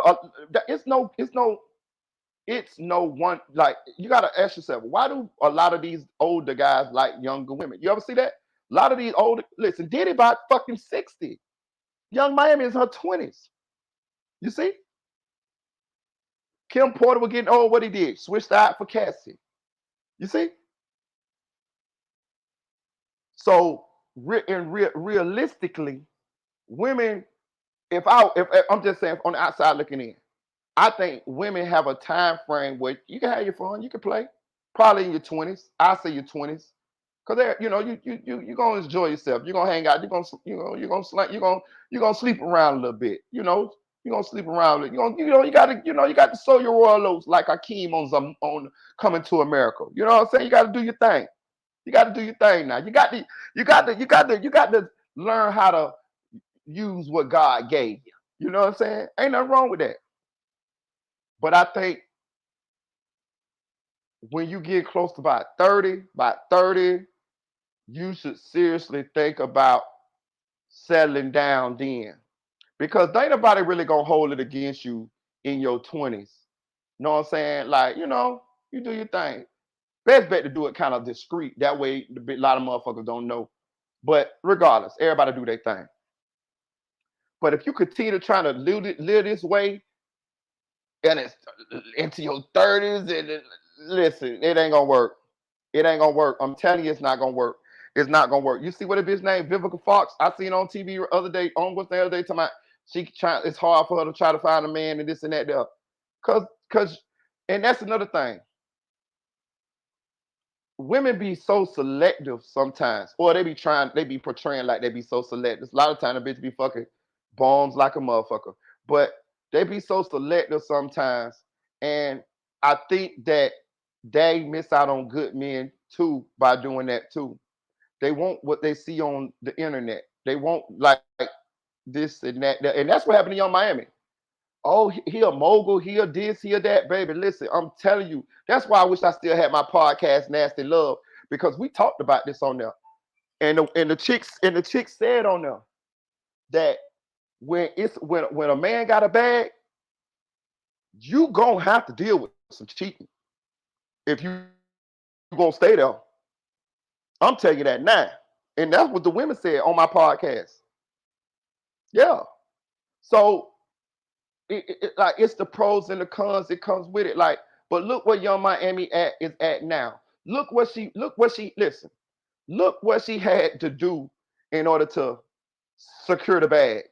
And look what all the trouble that came with what she was doing and securing the bag. It's not worth it. It's not worth it, guys. I'm just telling y'all, this young ladies, it's not worth it. A lot of these niggas weirdos. A lot of these niggas be, you know what I'm talking about, like real shit, like doing all kind of weird shit. I'm telling you now. Cause they got a little bit of money and they got a little body on them and little buff and shit. You think, oh, this nigga perfect. Man, that nigga like boys. Know what I'm saying? But he rich though. Know what I'm saying? I'm telling you this shit. I'm telling you. I'm telling you. Now, she was rubbing that shit in people's faces. That's what she was doing. She thought she had done made it. She thought she had done made it. But now when this shit done blowed up, now she wanna, oh, people turned their back against me, all this and all that there, and I gotta do what's best for me. No, bitch. You know what you really doing? You doing just what a bitch like you do. Fuck with a nigga while a nigga up, and then when a nigga fall down, go to jail or run on or his money low, you gone with the wind. Cause let me break this down to you. What has Diddy ever done to her negatively? What has he done to her to make her leave him? We ain't heard about him beating on you. Everything you said, everything you said y'all had going on, you was down with it. It was cool. Even in the interview, she gonna say he was just the nicest person in the world to her. So why did you leave? Cause a nigga on hard times. Nigga fell on hard times. Nigga fell into some bad luck. So that's why you gone. You see the ship sinking. You see? But let me tell you the flip side to that. That's why niggas with money or niggas like Diddy, they make bitches do that type of shit that Diddy had her doing. Because they always feel like if the women are only there because they got the money. So what they do is they get what they can get out them hoes while they there. They'll make that bitch do this, make her do that, make her do this, make her do that, because they feel like first it's a periodic thing, but they feel like they can do it, but they also feel like the only reason she here is because of the money. That's why you can't never let nobody buy you. That's why you got to have your dignity. That's why you got to have your dignity.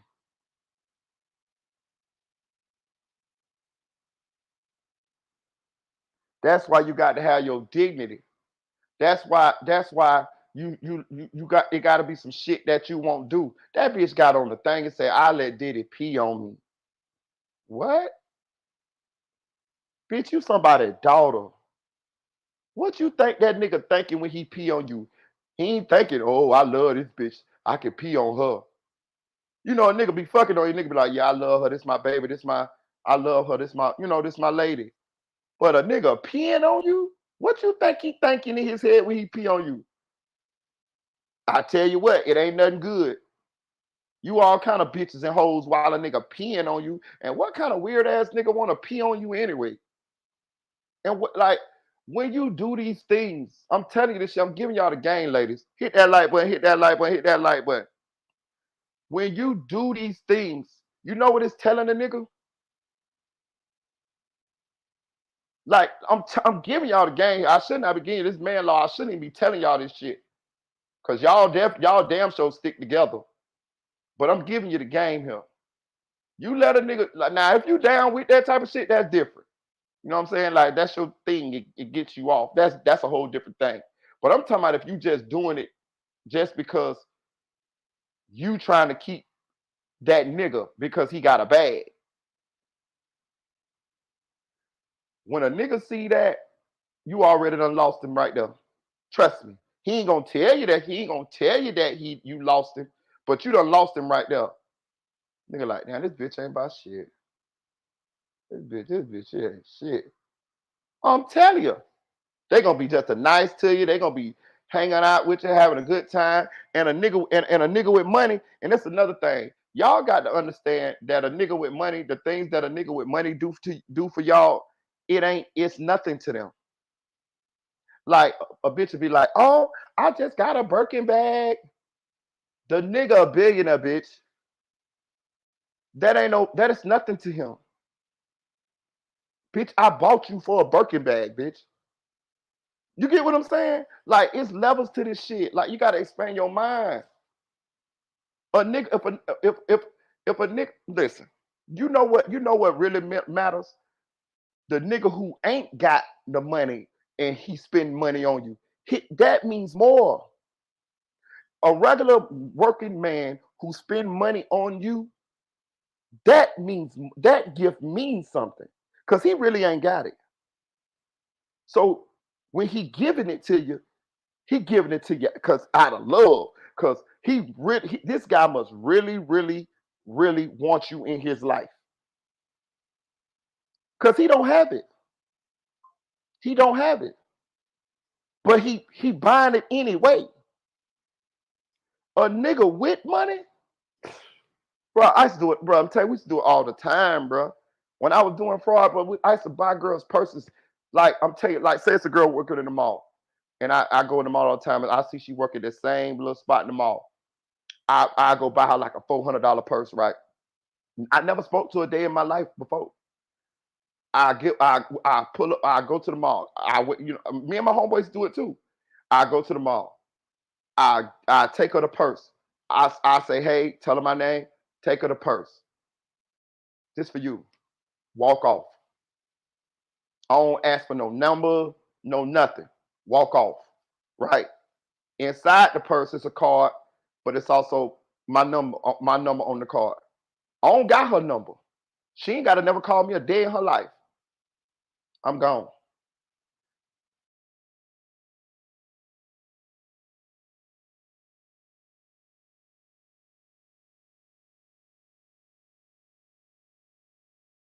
I did that.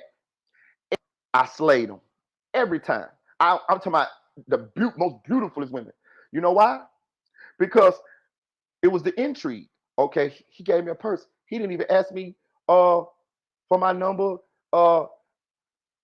They want to see what more they can get. If he just gave me this purse and he walked off, I wonder what else I can get. You see?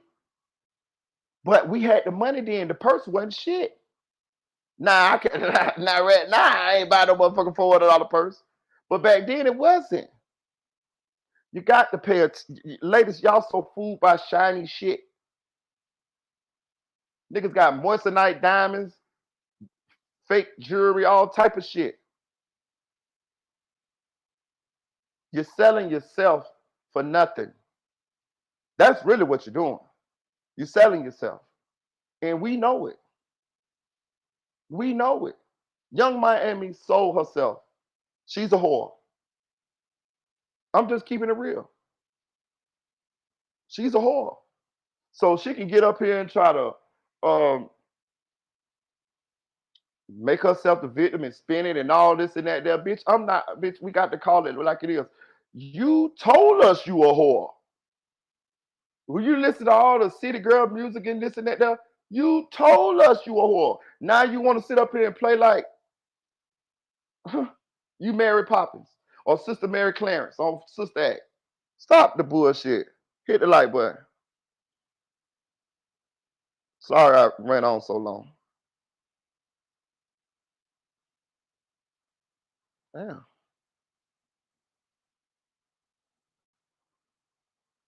What's going on here? I don't talk so goddamn. I just want to check on, and I feel like everybody wants to know just these days, how are you? Just in general with life, your kids, family, and just with your career. Like, where are you at mentally?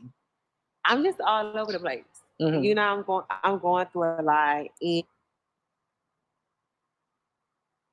and some days I just be like, everybody go through this in their career and in life. I feel like in life, everybody go through something, whether it's a breakup, a divorce, a death, just like whatever it is. And I feel like let it out. This is a safe space. This is your space to be vulnerable and just really, let out how you feel. So mentally, like, Yo, what type of world we live in, bro? For real, We bro. got niggas showing cleavage. Like, this shit crazy, gang. what's your career? Like, where are you at mentally? I'm just all over the place. This nigga shaved his chest hair, and it's trying to show off cleavage, nigga. You know, I'm going through a lot, and oh my God, I'm going through a lot. What do y'all think she's going through compared to Diddy? some days I just be like, everybody go through this in their career and in their life. I feel like in life, everybody go through something, whether it's a breakup, a divorce, a death, just like whatever it is. And I feel like let it out. This is a safe space. This is your space to be vulnerable and just really, let out how you feel. So mentally, like, one minute I'm happy, one minute I'm sad, one minute I'm kind of like, fuck this shit. And then, Bro, I can't help but to fucking laugh, dog. I can't help but to, bro. Listen, bro.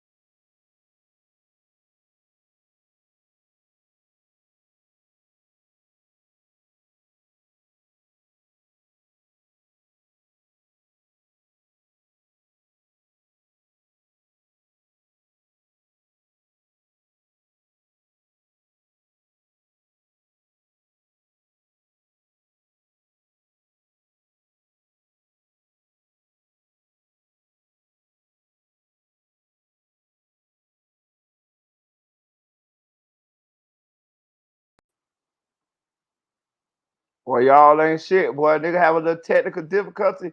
Y'all just haul ass on your boy, huh? Hit that like button, hit that like button. Boy, I tell you. Y'all can hear me now, goddammit. Boy, y'all ain't shit. Nigga have a little technical difficulty. Y'all just leave on the nigga, huh? It's all good. Hey, look, check it out, though. I'm sorry, y'all. Listen, I love women. I think women are the best thing God made. I ain't gonna tell you no lie.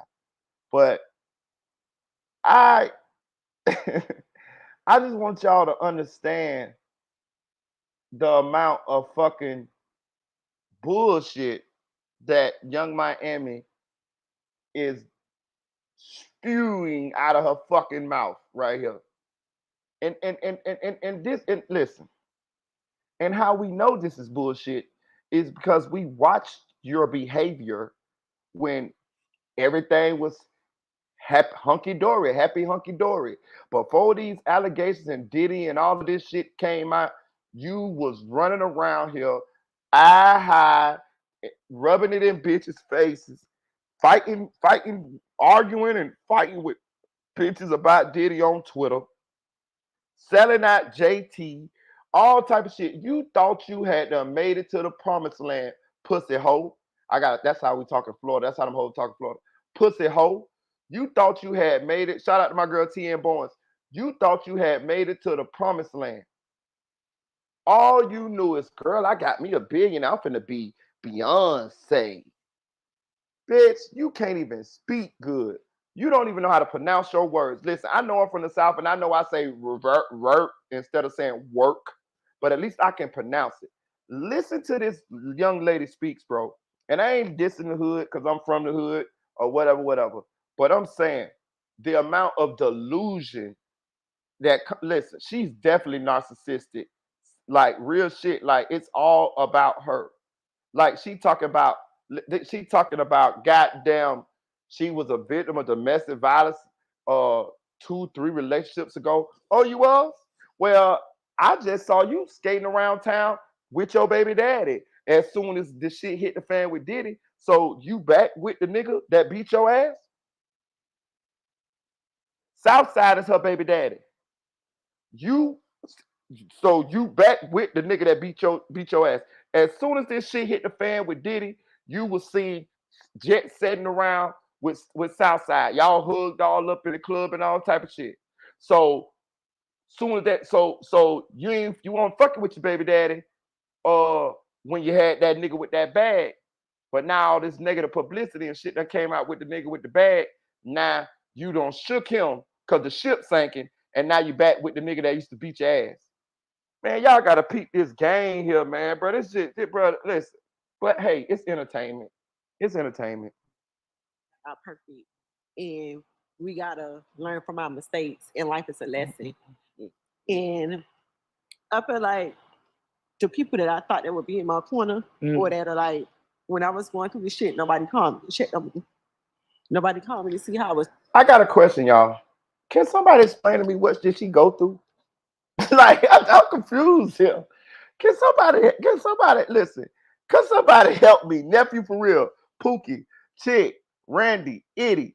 Can somebody help me explain to me?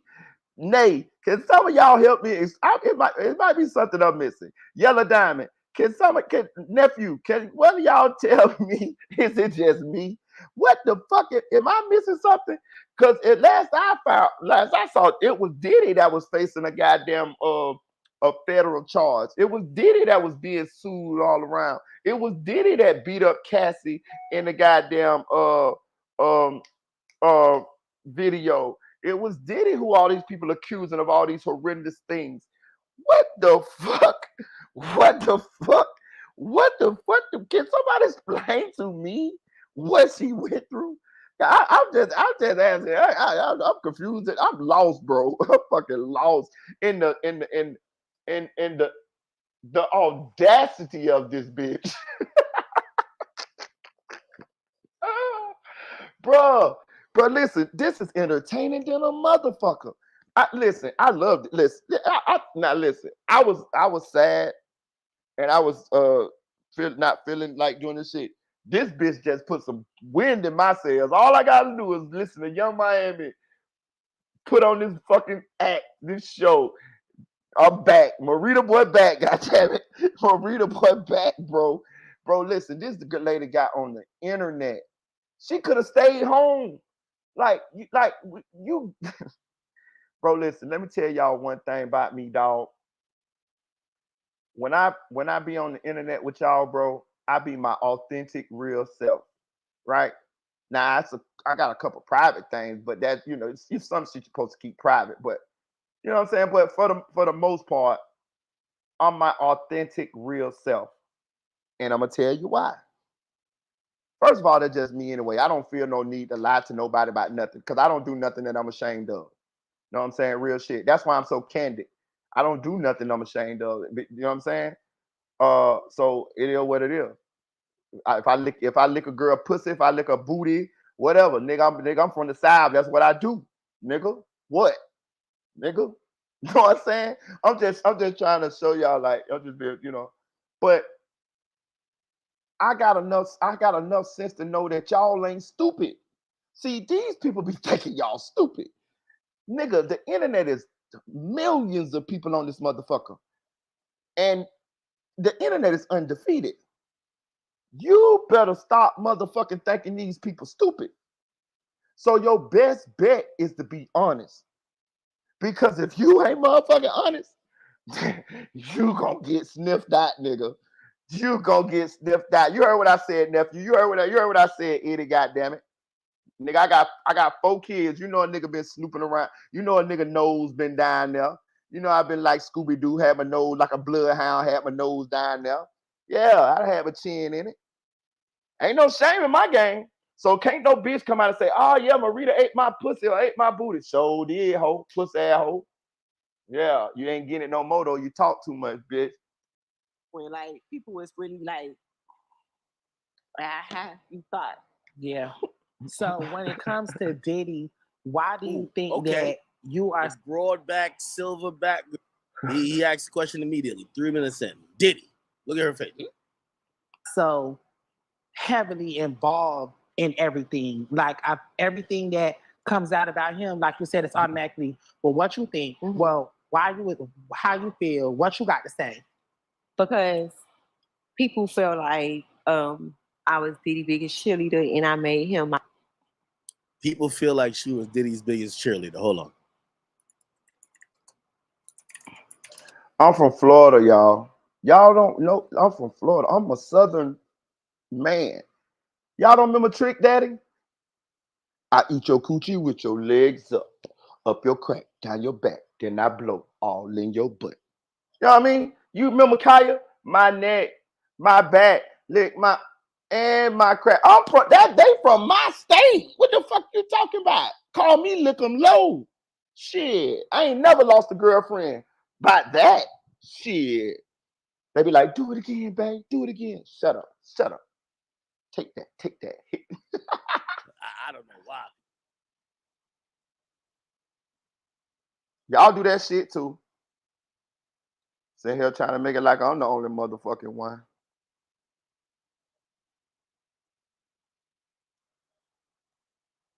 Goddamn right, eat a booty gang. And y'all just stop that shit trying to say like act like I'm the only one. I have zero fucking idea. I'm gonna tell you like this here, and excuse my French. If you're eating pussy right, you're gonna slip up and eat a little ass. I'm just telling you, if you eat pussy right, if you ain't, you're gonna slip up and eat a little ass. It ain't nothing but a little rim that's separated, a little Pacific rim that's separated, nigga. I'm telling you now, you won't lose your woman. I tell you what. Show me a woman who pussy you don't eat or who ass you don't eat, and I'll show you a woman that I can take from you. I bet you that. I bet you motherfucking that, nigga. Who the fuck you think you is? DJ Khaled? You better put this, you better, like my daddy said, if you shuffle, you gonna deal. You better put that goddamn bill bone and serve that lady. Other than that, you really don't love her. Ladies, I'm gonna tell you right now, if that nigga ain't motherfucking licking you low, that nigga don't love you. Leave that nigga. Telling you right motherfucking now. Shit. Goddamn right. He don't love you, baby. Not how he should.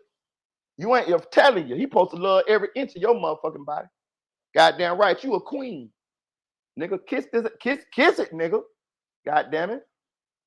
You want me to be your, you supposed to be saying, you want me to be your queen? You want this to be all yours? Show me, nigga. Get down now. Down said, right? Why people would think that Carisha was Diddy's #1 cheerleader. I have no idea. Why could they think such a blasphemous thing? Why? Why would people even think that she was cheerleading Diddy?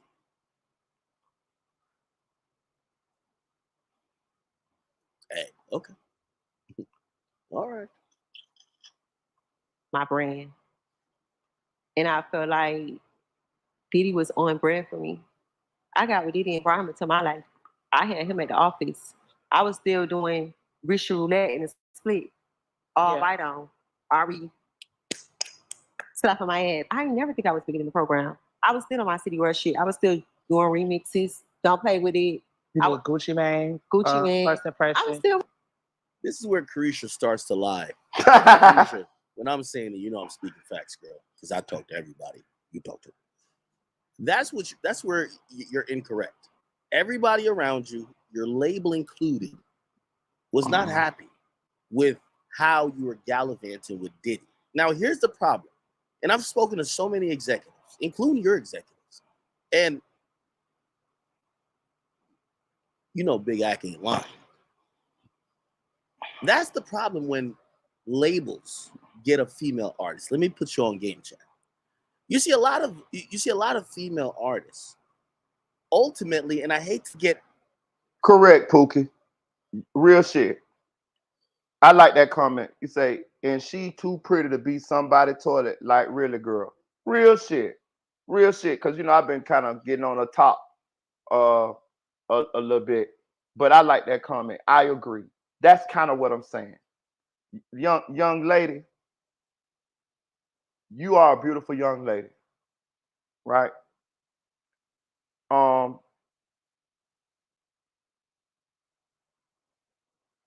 What the problem is it's her morals, it's her principles, it's her character.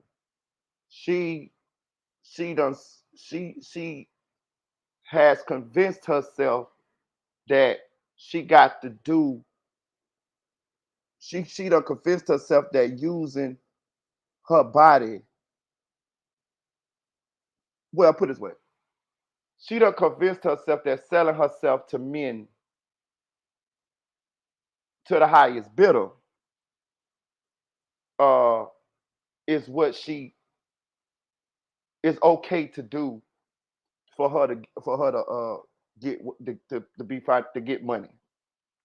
I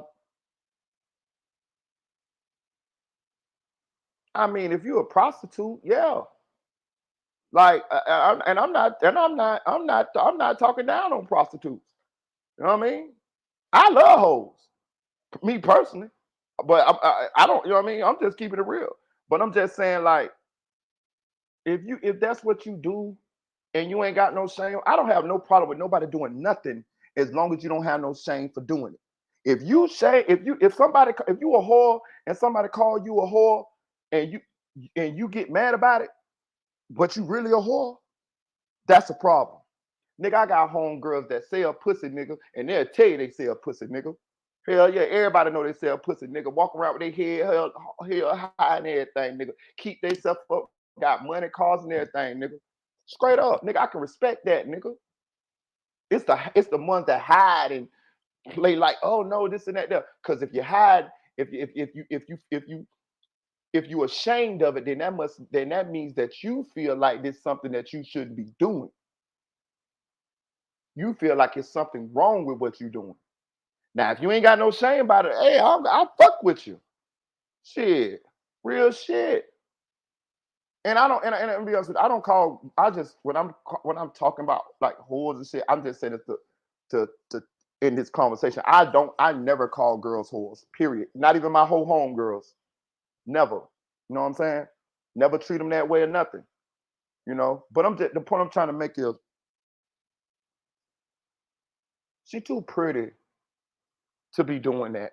Like, but what's done happened is the next guy. Listen, she always gonna be able to get a guy because niggas will fuck anything, ladies. I'm gonna tell you that too. Niggas will fuck a rattlesnake if you hold a head. Trust me. But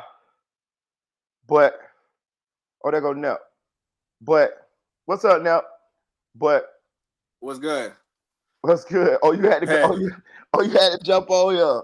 Hell, boy, you're going crazy up here, I tell you. It's Friday. It's Friday. I gotta give. It's Friday. I gotta give something to talk about. It's entertainment. It's only entertainment. Yeah, but ladies like, with Young Miami, like she done. The next guy that come along is going to know that this is what the guy previous to him did to you.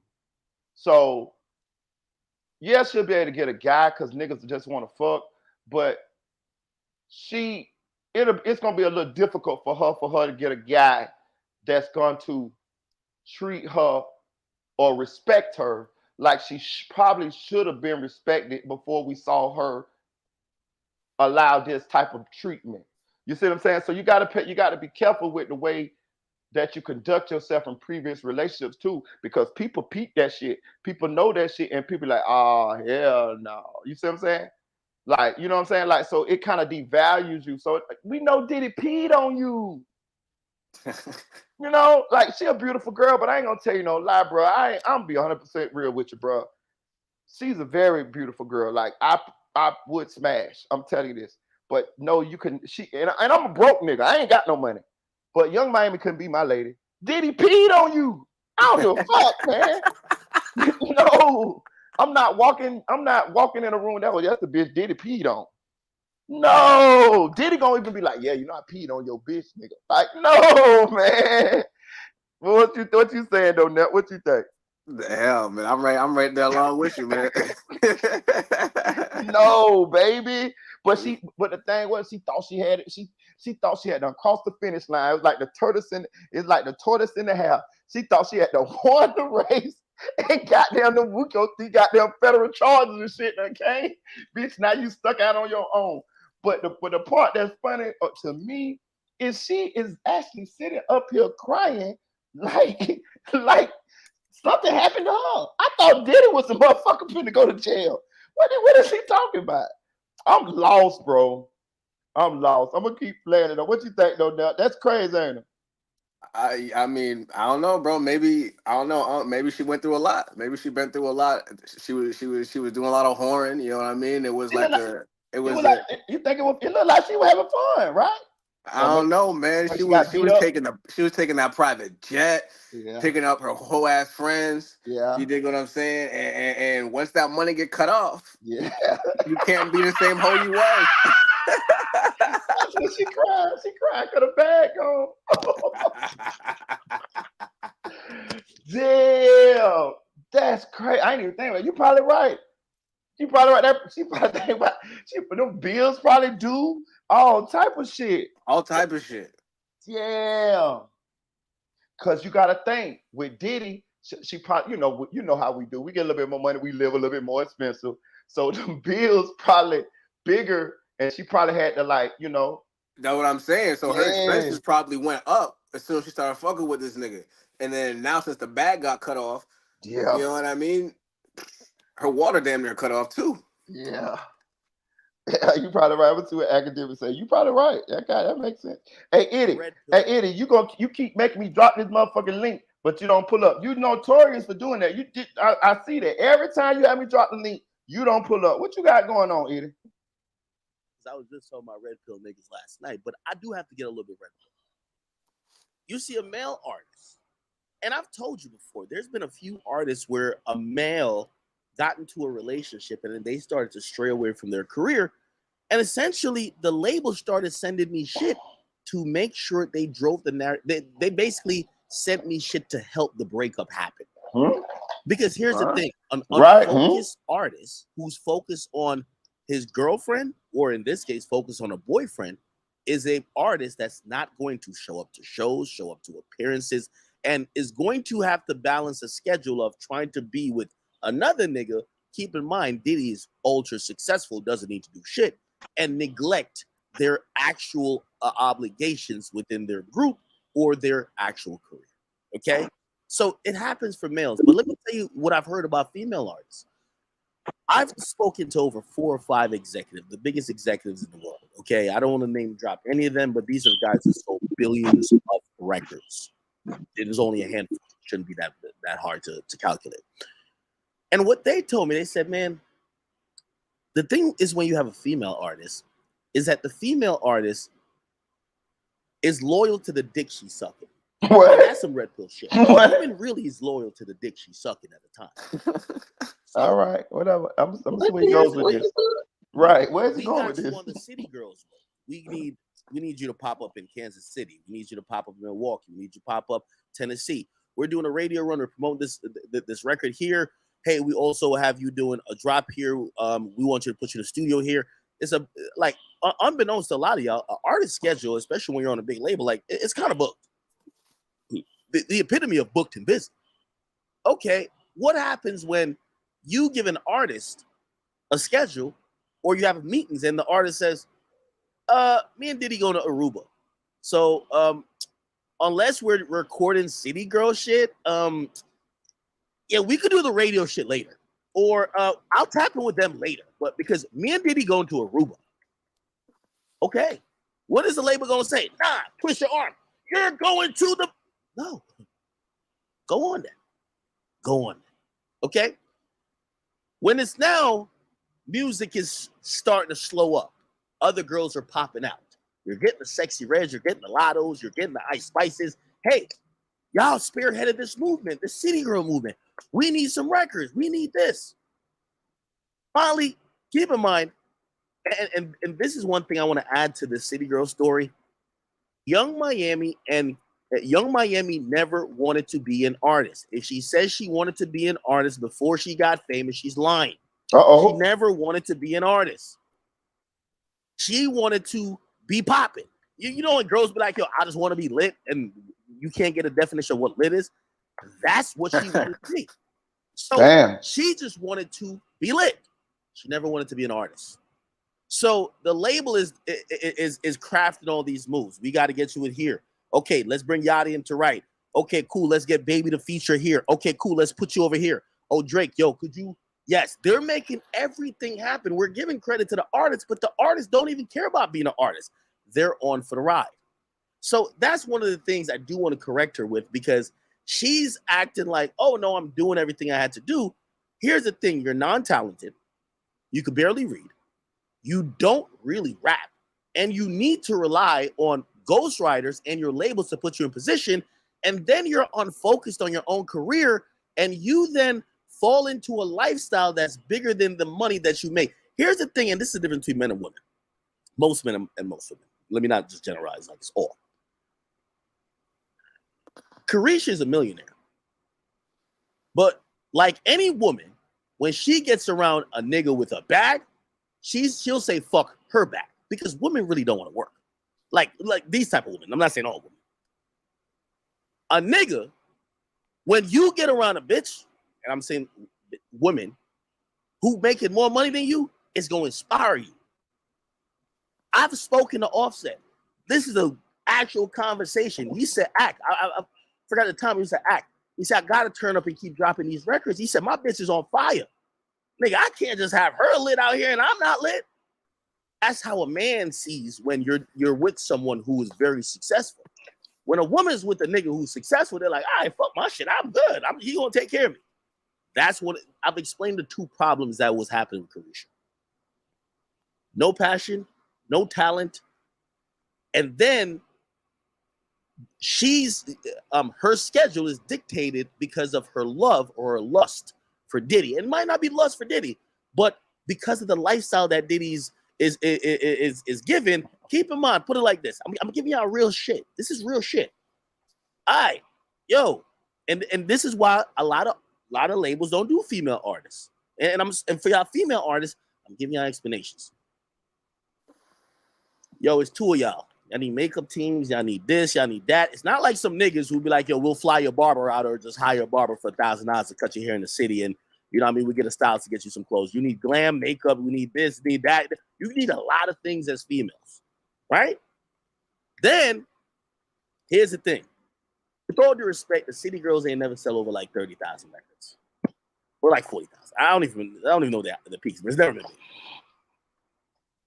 big. To put that into terms, I just want to let y'all know, that's not, we're flying everywhere private money. You're going to be first class, but you're going to be on JetBlue, girl. Damn. Okay? That's where you're at. JetBlue? So that's what the label will fund. Now, maybe during your album release, where now we need to get you from Kansas to LA to Texas to Miami. For those 2-3 days, we're going to get you a private jet. Both of y'all are going to be on it, get both y'all makeup artists. Everybody travels as a team.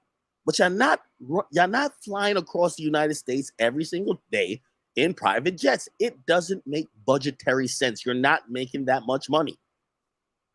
Okay, cool. So now imagine this. You get the itinerary for your label. Hey, we got you and your 2 girls and your assistant, y'all first class, but y'all flying to here.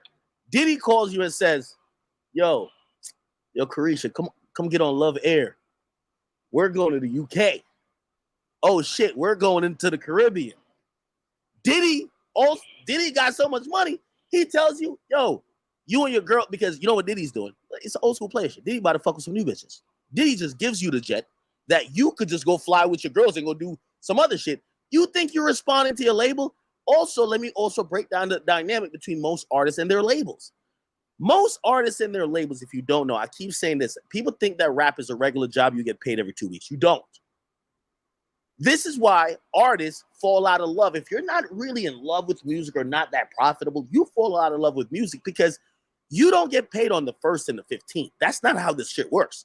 They give you an advance up front, and you got to turn in an album to get the next. Usually artists are in debt, so we're talking about residuals, or we're talking about, like, you know what I mean, anything that would come off the profit of the project.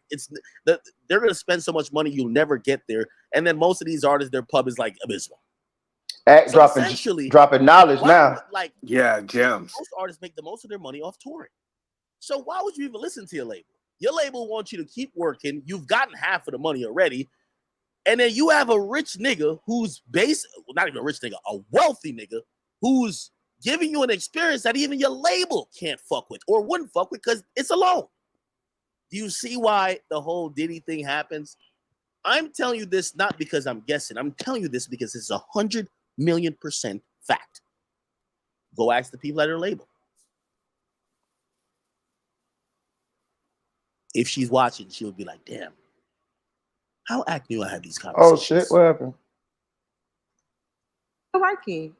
City Girls was on tour with Jack Harlow. We had Act Bad. You know, Diddy came to me with the song, told JT let's get on this record. Like, I was still doing City Girls shit. I was heavily involved in it. Act Bad is a basic ripoff of Act Up that you dropped 3 years ago. I lacked the promo that was really for mostly Diddy's campaign. What she's getting incorrect is that you stopped your music career, girl. You stopped it to be a mistress or to be in that cult.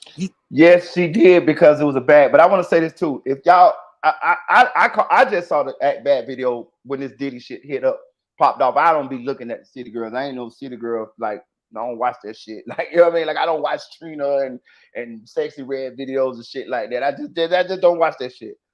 I'm a man. But I watched the video. Listen, I'm gonna tell you, go watch the video, bro. The video, they is slow. Diddy was grooming them in the video. What video? It's called Act Bad. It's City Girls with Puff Daddy.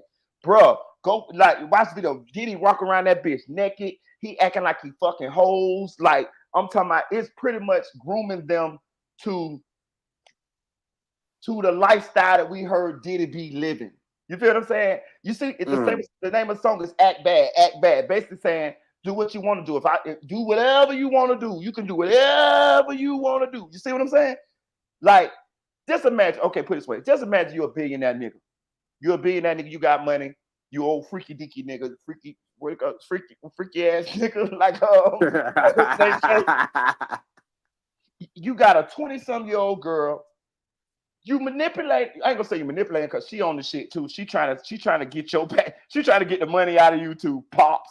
And but she with all the shits. Yeah, she with all the shits too. Yeah. So in the video, he like, yeah, act bad, act bad, act bad. He walking around naked, his hoes everywhere. I'm talking about Diddy naked in the video.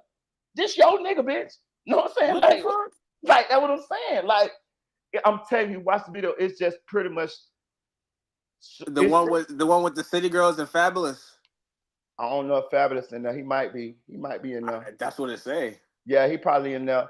But I'm telling you, it's pretty much. I've seen the grooming. It's like Diddy saying, "If you with me, this is what we gonna be living like. We're gonna be fucking hoes. We're gonna be flying around, act bad. We do what we want to do over here. Yeah, take that, take that, take that. I'm telling you, bro. I'm telling you, it's some freaky dicky shit going on. It's not like you were working and Diddy just fit around your schedule. You stopped it. That's the problem. Your label was frustrated with you.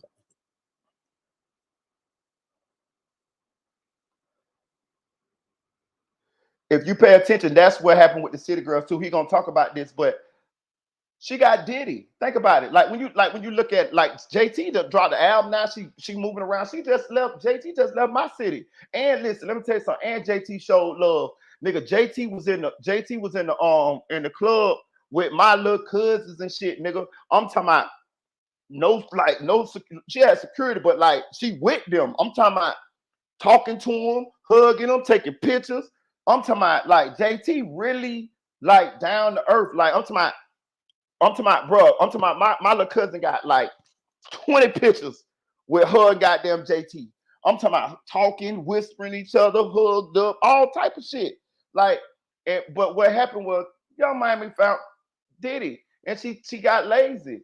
You know, she got the Revolt show. She got the De Leon sponsorship. Plus, she got the allowance that she got with Diddy. Then you got to think about this too. And I'll be honest with you, it's actually not hard for this to happen. You got a nigga that's got $1 billion and he is in the music industry just like you in the music industry. Yeah, you signed to a label, but at the same time, you don't give a fuck about that label because your nigga got a label. So and the money that you making being a city girl is less. It's not a lot of it's not a lot of money because you got to split it with JT, this and that, there, whatever. You feel like you done made it now. I don't need a record deal really. I don't have to work for my career because my nigga got it. I'm locked in. I'm locked in with Diddy. She didn't think that fairy tale was gonna end, and that's what happened with the City Girls. That's why JT kept on working and JT kept on doing songs. That's why JT got a song with Cardi and she don't, because JT kept working. JT ain't, even though JT go with Uzi, JT still working to make her own career. Yeah, shout out to JT. Yeah, you know what I'm saying? But I'm gonna keep going though. I never thought I was speaking in the program. So with Diddy, what was your experience with dating him? Because I feel like in the headlines, it's a lot of just chaos and it's a lot of allegations. And so I think that's what makes people feel like, well, since you were so heavily involved, you were a part of these things or you were around these things. So what was your experience like, dating him? Well, I met Diddy at Peak Party, and I met him when he was in a love era. And I met Diddy when the world was celebrating him and giving him his flowers while he was alive. Mm-hmm. Like he did. He was alive. This nigga ain't dead. Award, like Tommy Jr. Award, the Key to the City. He had a new album that was coming out. So I was celebrating him with the world. And I just feel like everybody trying to crucify me for it. Like, you was his biggest advocate. You was his cheerleader, but I was just celebrating when the world was celebrating him. Mm-hmm. So why am I being crucified or why am I being separated? Hey, listen, I don't mean to keep stopping it, but I just want y'all to pay attention to when she be trying to pronounce words. That shit be funny to the motherfucker to me, dog. Like she can't pronounce shit, boy. Got the nerve to be having a podcast. Yeah. When I was dating him, it was love, love, love. The frequency is how we used to laugh. That's like, you know what I'm saying? It's always, what's up, queen? Yes. So I just felt like I met him in a whole new era, and that wasn't my experience. Like when I met him, it was just like I told y'all on season 1. I even asked him like, "Why you fucking with me? Why you fucking with a city girl? Yeah. Why you coming into my world? Because I'm on some whole other shit. Like you know my lyrics and stuff, and it's just like."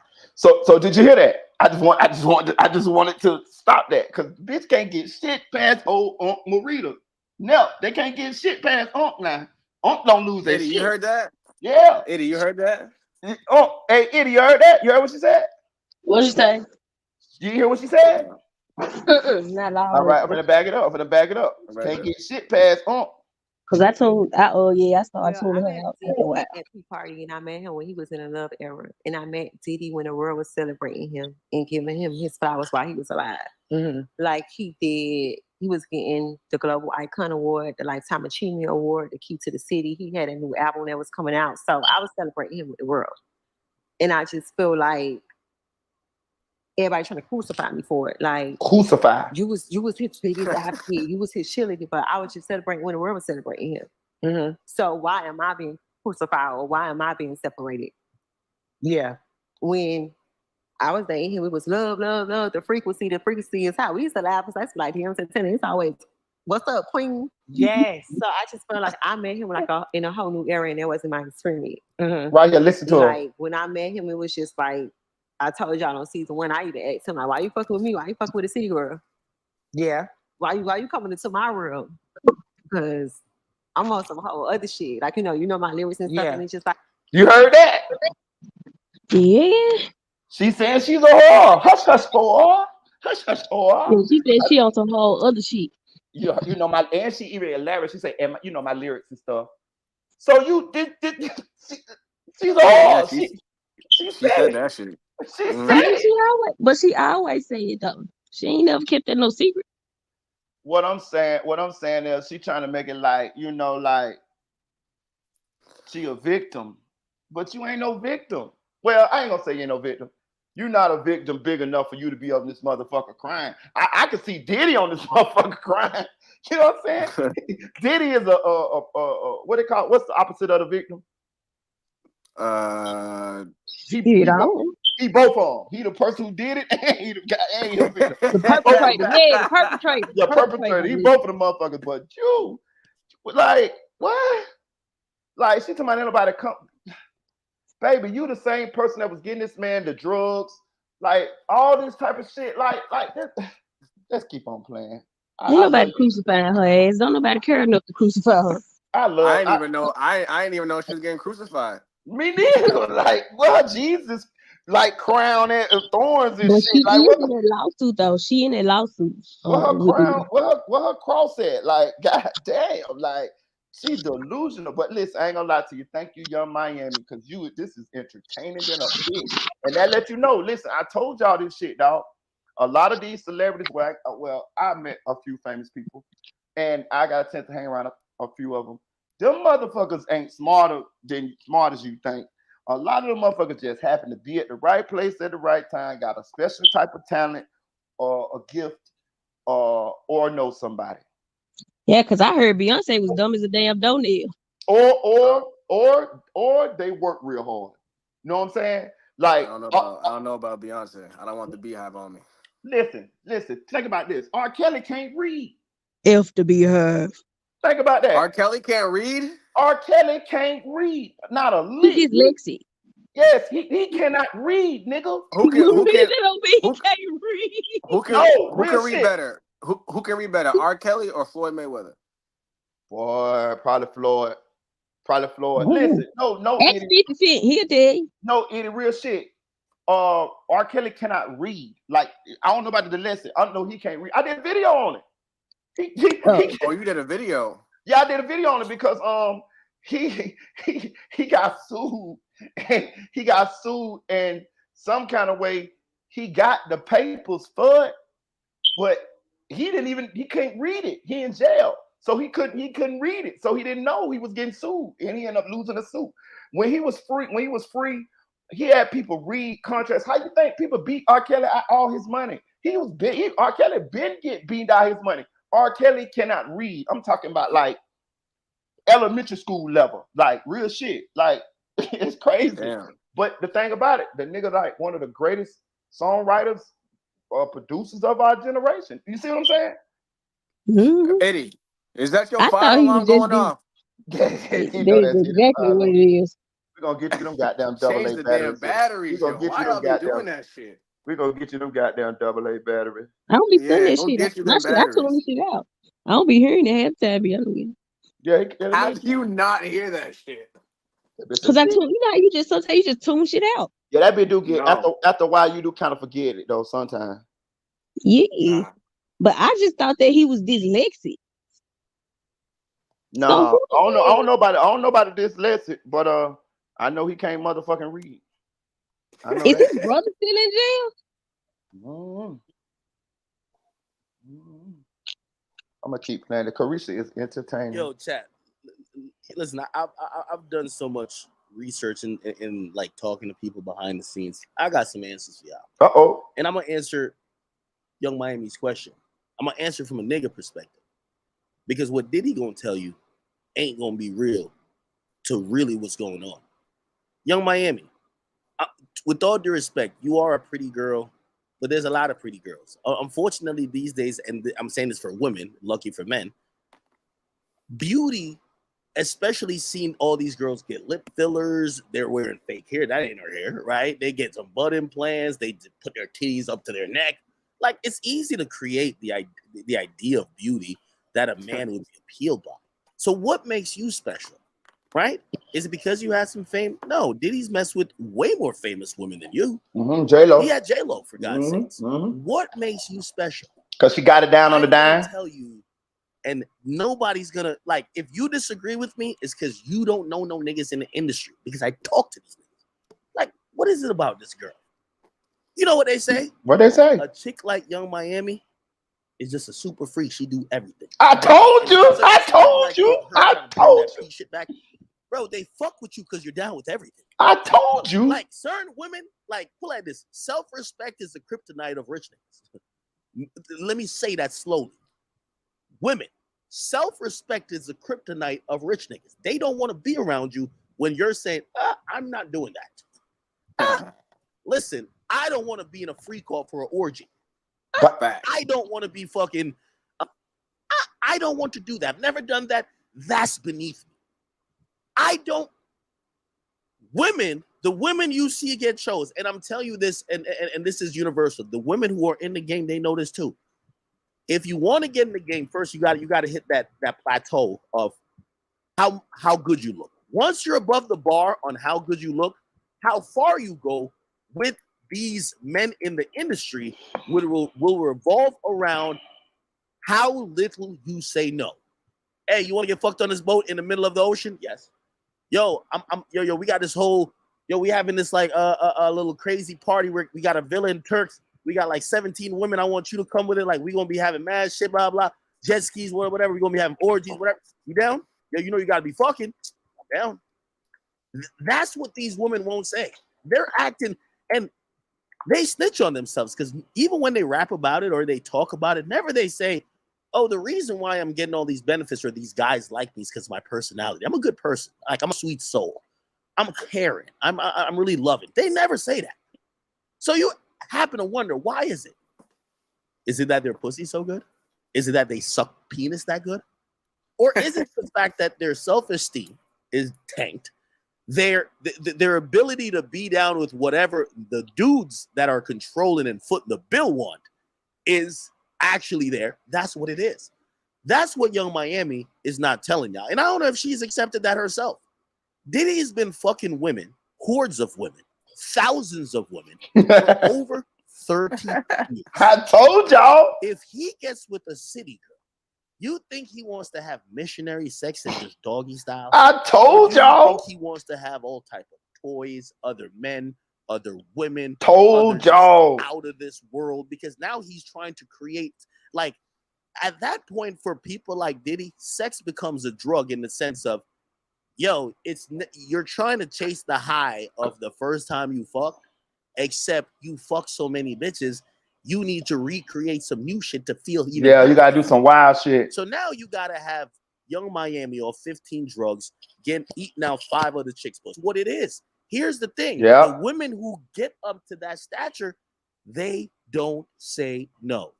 I always say to women, ain't that's everything Aunt Marita told y'all. I told y'all as we go forward in this thing, I'm gonna be more right than wrong because I'm not gonna lie to you and I'm not gonna tell you nothing wrong.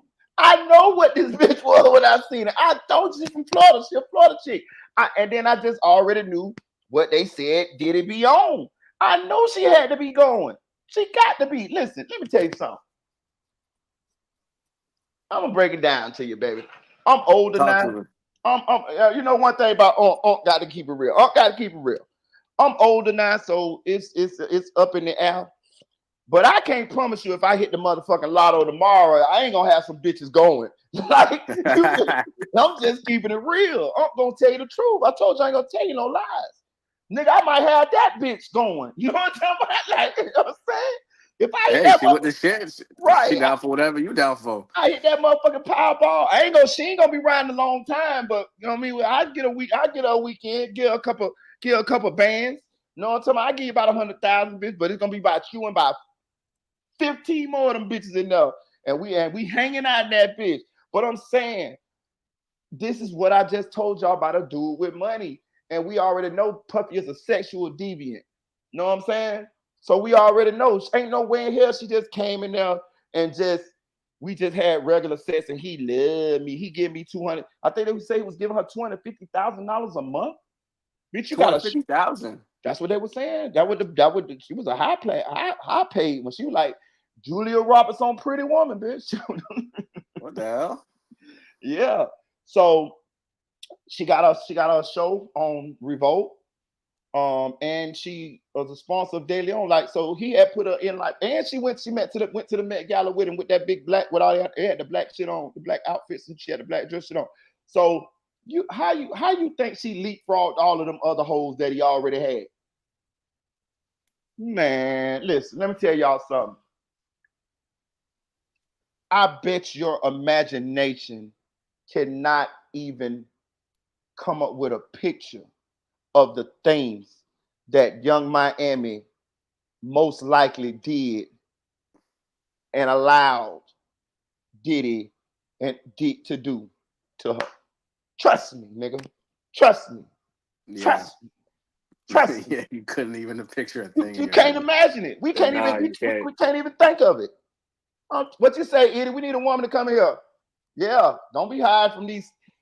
I wonder if he started whooping her ass yet though. Nah, fuck all that. You ain't gonna change the subject. What did she do in that bedroom? We need a woman's perspective. What do you think she did in that goddamn bedroom? Everything he wanted Cassie to do and more. You think she did it? Yeah, she ain't no choice. At least she kept it real. Yeah. Like he's not I mean, it's obvious he's not the type to take no for an answer. Yeah. Look what happened to Cassie. And if she don't do it, he just gonna leave her. Like if I'm just saying, like, you know, once you his girlfriend, then he go to beating your ass. But I'm saying, like, initially, when they just get to know each other, if she don't go that distance, he just not gonna fuck with her. You know what I'm saying? Or either he's gonna make her, because you know he always be spiking these women drinks and stuff. Yeah, he tripping on that. I ain't gonna be honest with you. I listen, I'm never making a woman do a motherfucking thing. That don't turn me on. I don't even understand what them niggas, what kind of fetish that shit is. I like a willing participant in this nasty shit with me. I need to know you like this shit too. Like I've never had sex with a woman who was asleep or none of that shit. Like, you know what I mean? None of that shit. Like I'm not with that. Like, no, bitch. No, I'm not doing it. But I don't understand I don't understand that, because he got money, so he could just make the money make her do it. Like, I got this for you. Do you? But he's a weird ass nigga though. He's a weird ass nigga, so it's just like, yeah. That's crazy. I mean, I don't know. I can't understand doing some shit like that. Yeah, I can't. Yeah, I understand. You know what I mean? If the money don't make a dance, right? Fuck it. I don't. You know what I'm saying? I won't get it. I'm good. I'm rich. I can find somebody else. Like, it's like, but Diddy doesn't take no for an answer. You gotta tell him no. Right, like Cat Williams. Like Cat Williams. Like You Cat got Williams. to tell. He said, "Go support. You got to tell Tell him no. Hey, bro, I'm gonna tell y'all this, dog. Let me tell you some real shit, though. Diddy a fucked up dude, bro. Listen, bro. Listen, let me tell you something. I'm a grown person. I'm pretty much every woman that I ever been with in my life in the bedroom was nasty. Like, I think that's a grown people thing, right? I think, like, it's a private thing, but it's a grown people thing. That's one of the privileges of being grown. You know what I'm saying? You get to do grown people shit. You know what I'm saying? Now,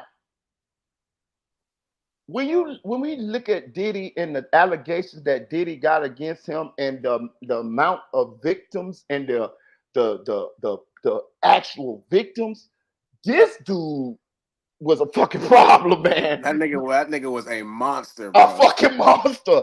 If you think about the men and the fucking women, man, that man blew that man car up. I was like, God damn. Man, like car he blew up.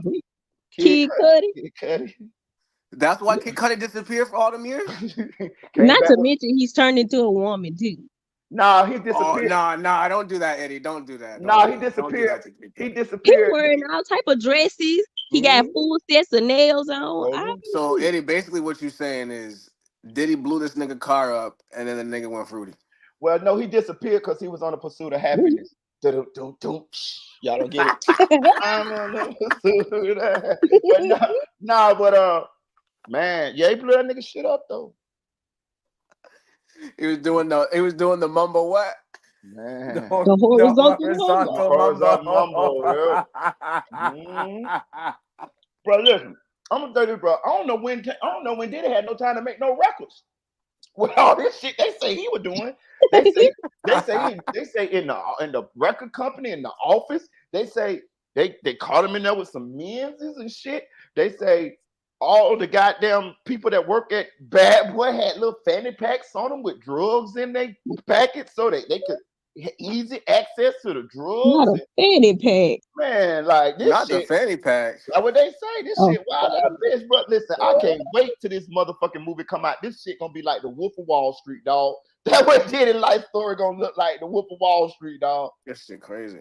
But like, I want to see 50 Cent movie because I know his shit gonna be funny. Bro, listen, he ain't gonna hold no bars on these ass. Bro, listen, I'm gonna tell you something. I'm a man, bro. Real shit. I don't be wanting to like have sex all the time. You get what I'm saying? Like everybody don't turn me on. Every woman don't turn me on. Diddy, Justin Bieber, Usher, Carisha, Cassie, J-Lo, goddamn Misa, Kim Porter, goddamn whatever men that you done like. What? Bro, he don't got no type. He don't got no. He like TD Jakes. What? Swallowed up. Have you ever been swallowed? Swallowed. Nephew, where you been at? Yeah, I must have been under a rock. I don't know nothing about that. You don't know about TD Jakes? Nah. What? He was with it. He was in it. Not TD Jakes. Yeah, he was. Oh gosh, bro. Man, it's over. They say TD Jakes something. They say TD Jakes is a rare animal called a power bottom. What kind of species is that? Yeah, I never heard of no shit like that. I was like, what the fuck is that? Matter of fact, I don't even want to know. I don't even want to know. I heard he be getting tossed too. Man, like I don't even know. Eddie, what are we doing? I was at TD Jakes that he doing. Hold on, let me see it out. Let me see. Swallow. What the fuck? Hold on, let me see. Swallow and toss. Hold on, I did a video on it. Hold on, let me see if I pull it up. Mm-hmm. I edited a video. That video got a lot of views on Instagram fucking around with that shit. Hey. But yeah, he be going to Diddy parties too. So can somebody explain to me what a pastor's doing at a fucking Diddy party with drugs? Yeah, nigga, with drugs and shit. Yeah, Diddy party. Stop it. No, he wasn't. Oh God. Oh God. On God. With his hands in the air partying and shit. Yeah. Well, okay, how about blessing this? If he was there, he was probably saying prayers and blessings and making sure Mm-mm. every. the Mm-mm. plate of powder, the plate Mm-mm. of butter. That's what he was blessing. Oh, he was You know what I'm walking around with saying? the communion powder. Mm-hmm. Now, I What? don't know about all that part in that. He putting I'm just 10 on saying 20. what. I ain't know about that I'm just part. saying what is TD Jakes doing at a Diddy party? Can somebody explain that to me? This Maybe he's man trying to. said, Maybe the pastor's trying to cast demons out. what?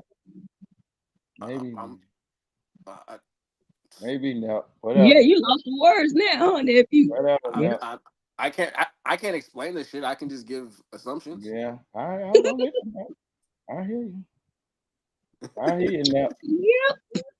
Mm-hmm. I don't know. I just try to use my imagination to think why would he be there? I don't want to use mine because I already know what it is. Oh, what happened? What? That's the wrong one.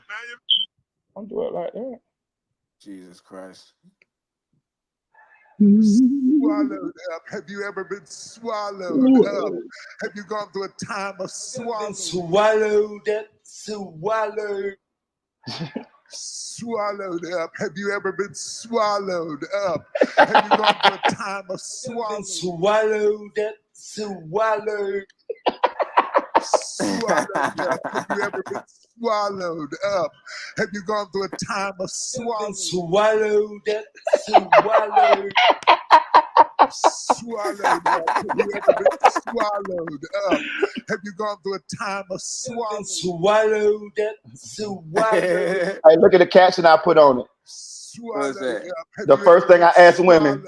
Up? Have you gone through a time of swallowed? Swallowed up, swallowed.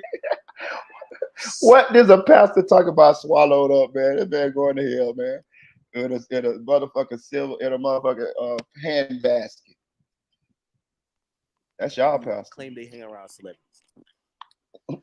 I say you got that big ass chipmunk ain't my pastor. Yes, don't say right. And let me explain what I mean. Don't start to be like, oh yeah, I'll do this, but I won't do that. You know what I mean? What I mean by let me explain it more because that might sound crazy. Oh, I'm down to threesome in the orgy, but nah. Listen, it's either you're going for the top, or you're gonna just have your self-respect and say no, I'm good. Unless you want to fuck with me in a one-on-one or you want to fuck with me in this type of capacity, I'm good. But a lot of women, they'll suck a nigga off at a party, suck a nigga off at a B&B kickback, suck a nigga off at a damn, he going hard on him, ain't he? You know what a nigga gonna say? All right, it's time for the threesome. Nah, I thought it was just me. No. You're in the life now. That's just what it is. That's just now. I'm being very like lewd, and I know people are gonna be like, "Yo, whoa!" Like I'm telling you the truth. I'm telling you the truth. The women you see that are at the top, they do everything. Damn. That's why when some of these topics of peeing comes around, when they say, "Oh, I don't do that," I'm like, "Stop lying." They all get beat up. Damn. They all do threesomes. They all get fucked. And if the nigga be on some freaky shit and want his man to come in, they all do that too. I promise you. I'm telling you, 90% of the women you see, I gotta stipulate with successful men. They're basically bouncing from successful nigga to successful nigga, and you're like, what is it about them? Is it their personality? Are they that funny? Maybe they're just a good time. No, they're just the girl that does anything. It's let me use a Kwame Brown saying, the go along, get along gang. Okay? Whatever freak shit a nigga got in mind, they'll do. Listen, bro. Listen. I just said this before I played this video. He's not. I don't know about his percentages. He came with them on his own.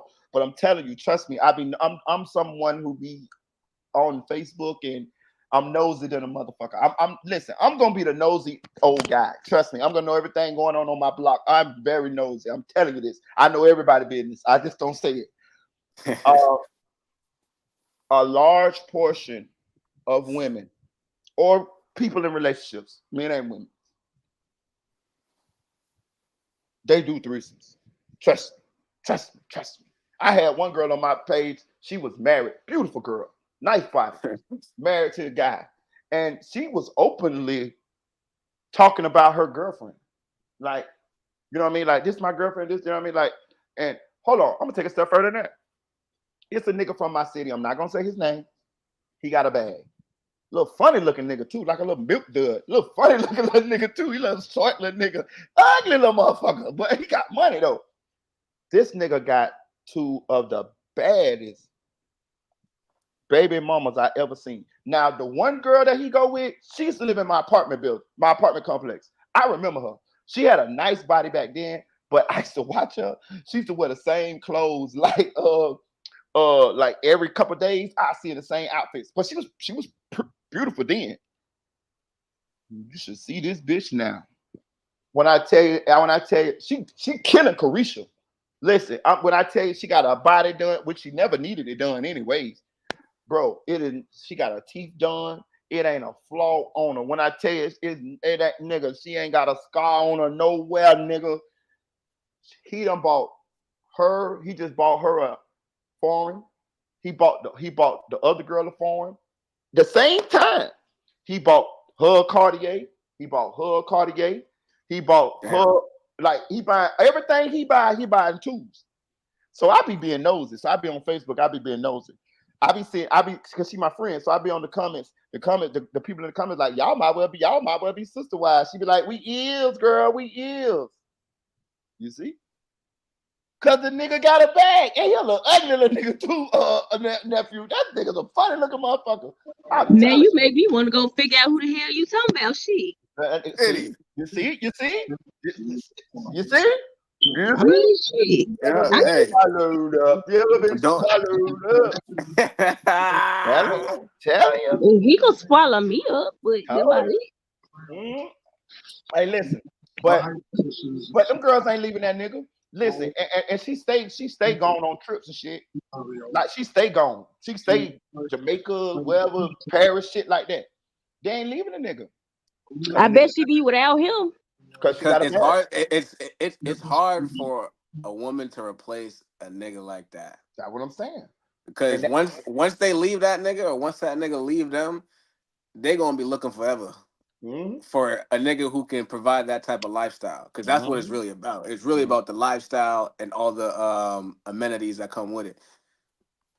Bro, that dude, I promise you, nephew, if that dude didn't, I'm looking at this little motherfucker, this little oompa looking motherfucker.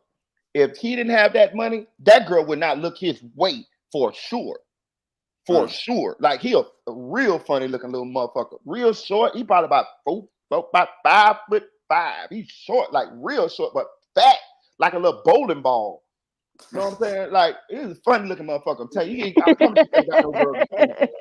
Nigga said a bowling ball. But he got that bag though. So that's just the point I'm trying to make. Like, and the girl know he go with the other girl. You know what I'm saying? Like they all got the same shit, but ain't nobody going away. See, sharing is caring. And if you gotta think about this, if she knows she leave, what's gonna happen? Some of her homegirls gonna get right there in that same spot. The same bitches that she hanging around, and that's my bestie. Nigga, bestie trying to slide up on that dick. Trust me. You see what I'm saying? Hopefully she'll have enough sense that with all the money he giving her ass, she'll have enough sense to go save some of this shit just in case they break up. Bro, She's not gonna save nothing. They don't save shit. Bro, I got a homeboy. The same homeboy I told you he used to buy the chicks purse and shit. He would get money together. We both doing fraud. He had a girlfriend. I'm gonna see if I can get to come on the podcast talk about it. He had a girlfriend. She's pretty. I grew up with her or whatever. But she liked girls. And my homeboy, he real free hearted. Like he know how to, he'll take care of bitch. Like, he'll take care of bitch. And he would get money at the time like that. Do you know she used to bring home whichever one of her friends that he liked it, that she liked too, she would bring them home periodically. She'll ask, he told me, he'll be like, bro, she asked me, do I like such and such? I'm like, hell yeah. So he was like, you gonna get her for me? She's like, yeah, I'm gonna get her for her, babe. I'm gonna get her for her. And they would get her together. Nigga, I remember this vividly. He had never did a threesome before. I had did several of the motherfuckers by then, and he older than me. So he did this is the first time he did one with that girl with his girlfriend. The next time they charged him. His girlfriend charged him. Yes, his girlfriend charged him. I was at the studio recording song. He said, bro, where you at? I said, I'm at the studio. He said, bro, let me borrow $200. I say, what you need $200 for? He said, I really need more than $200. He said, it's really $5. He said, I ain't got to pay my girl, but I've got to pay the other girl. I'm gonna pay her $5. We had money then. He said, I said, I already got $200. Pull up. So he pulled up to the studio. He like, bro, we finna go do it again. All right, go ahead, do it, homeboy. You know what I'm saying? Like, we finna go do it again, bro. Go ahead, homeboy. You know what I'm saying? Enjoy yourself. You know what I'm saying? I gave him $200. Hell yeah, I was happy for him. Go ahead, bro. Enjoy yourself, my nigga. But I say all that to say this.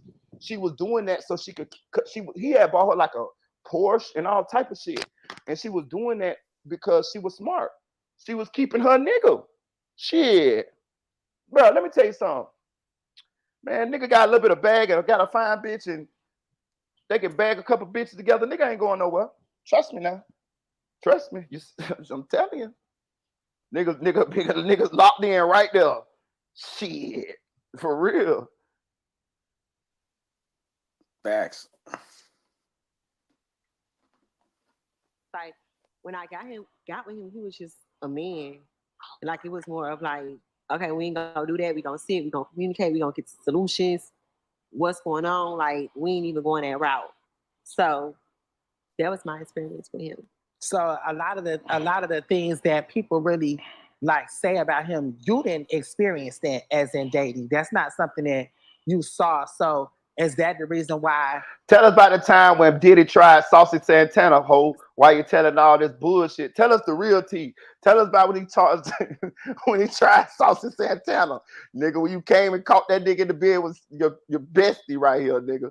You never said anything. Is that the reason why when all of these allegations and lawsuits came apart, like why didn't you speak? Because I can't speak on something that wasn't my experience. Man. And I can't speak on something that I don't know. I can't speak on these allegations because I wasn't around at the time. I don't know that person, and that wasn't my experience.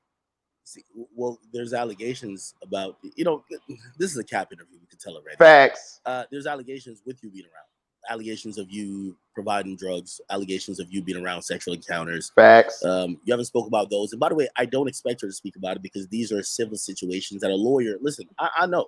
When you get sued, you don't want to be speaking about these things.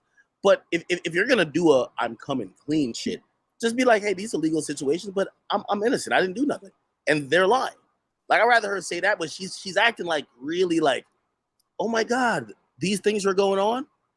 Come on, like. So with you being, I feel like, a survivor of domestic violence, he never hit you in a relationship. He was never violent. Was that something that you had to tolerate, or that wasn't a part of this? The look she just did is the look every woman does to say, should I hold this bitch ass nigga down now? Backhanded this whole, like, come on. That look she did was like, should I hold this fuck nigga down now? Because I'm gonna be honest with you, a real bitch gonna be like, no, he never hit me, even though she got a bruise. You know what I mean? Like, when a woman really finished with you, she gonna be like, of course he beat my ass. You know what I mean? Like, and also she got to think about it. You know, if I say no now, I could never file a lawsuit. He never hit you in a relationship. He was never violent. Was that something that you had to tolerate, or? I believe Diddy slapped every chick, maybe. Diddy from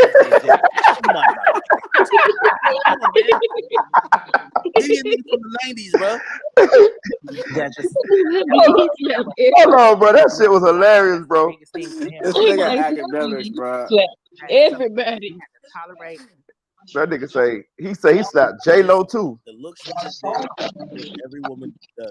Should I hold this bitch ass nigga down now? Bitch ass nigga. Of course, Diddy backhanded this whole. Like, that look she did was like, should I hold this fuck nigga down now?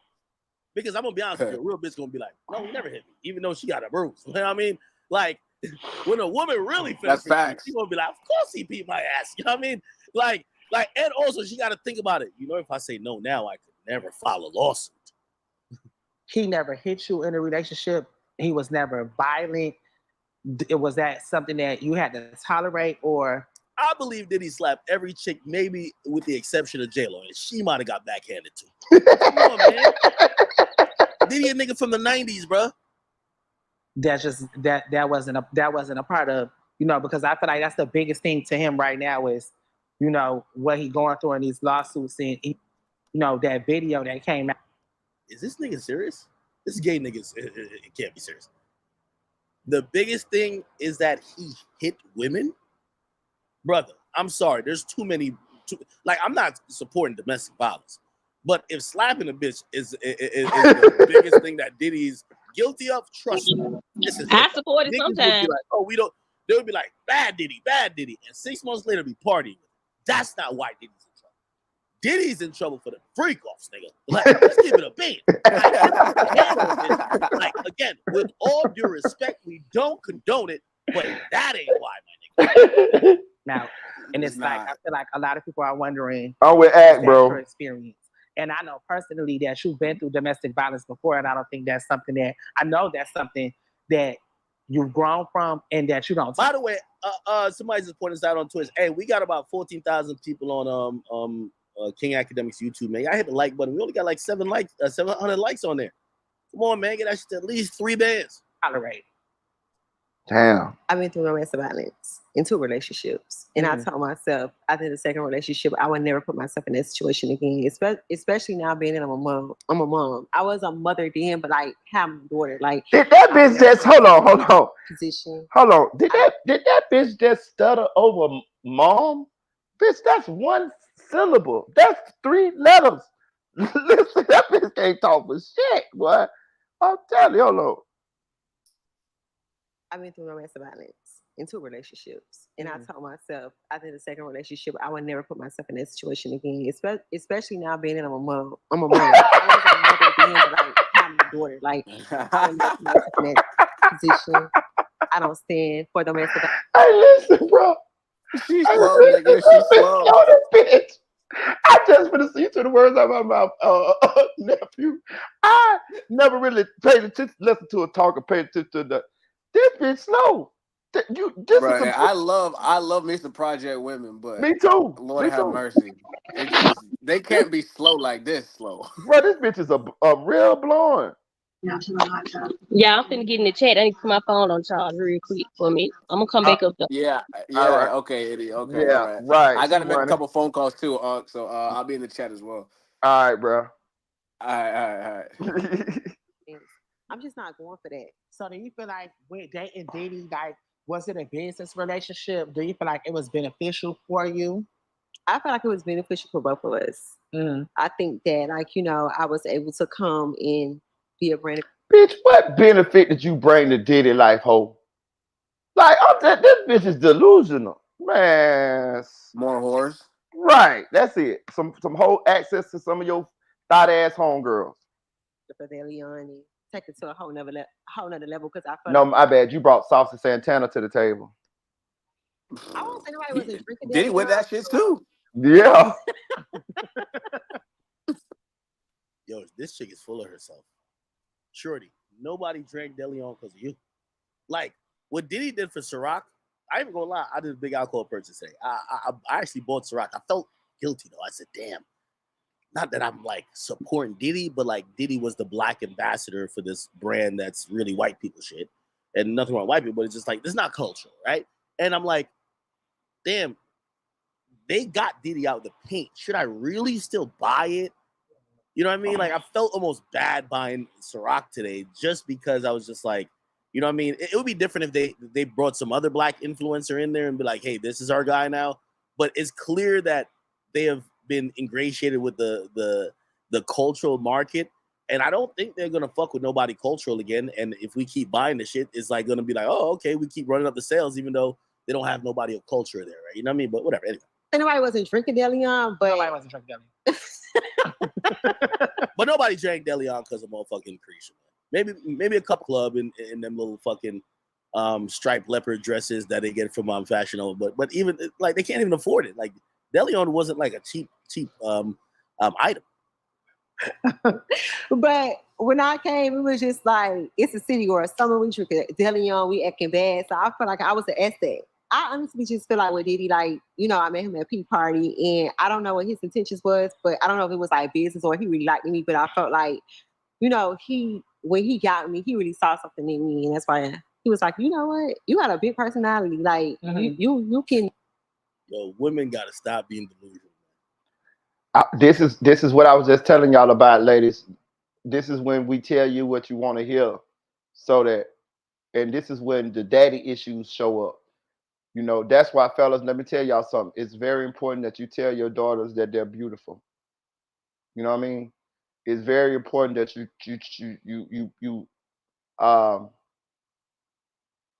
treat your daughters like princesses. I'm gonna tell you why.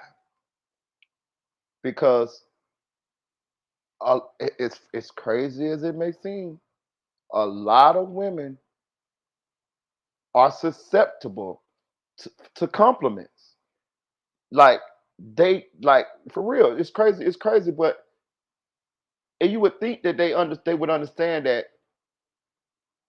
And some do, that when a man come up to you, he give you a compliment, talking to you. He's attracted. He's it's because he likes you, right? But they still fall for it sometimes. You know what I mean? Not all of them, but they still fall for it. The ones that really fall for it, and that alone or that a lot, it's because they wasn't told these things. You know, they have low self-esteem, and it could be some of the most beautiful women in the world. Let me tell you something. How a woman looks does not determine how high or low her self-esteem is. It could be some Lizzo looking motherfuckers with some high self-esteem, and it could be some goddamn Beyonce looking motherfuckers with low self-esteem. Fun fact, most strippers have low self-esteem. They'll tell you if you talk to them. And a lot of them beautiful. So if you listen to her speak, she's gonna tell you how Diddy said this and Diddy said that and this that. Now, for us on the outside looking in, this sound like, what? He's told you what, bitch? Bitch, what? What? Put what? Like, listen to this shit. Listen to this shit. Oh, a nigga fuck with me because I got a nice personality. Bro, like, You should do a podcast. Like you know how to engage in conversations. Like you know how to ask good questions. So I felt like, you know, I came into his world and I was able to like turn everything he had going on up a notch. Like, you know, he had Deleon. I was able to have the whole world drinking Deleon, putting in his songs. Like I made it popular, you know? Yeah. And then wait, what? One in the chat if you bought Deleon before, two in the chat if you never bought that shit a day in your life. I was able to come and make it in the I have never bought Deleon, never drunk Deleon a day in my life. On podcast on Revolt. Yeah. So I felt like, you know, and then with him. Now, here's my analysis of this. And I'm sorry I keep pausing it, but, you know, shit, you know, we got to add some context to shit. I believe that, you know, Diddy's intentions with her was 100% sexual. Fact. This is like a woman who is like seen as sexy in pop culture.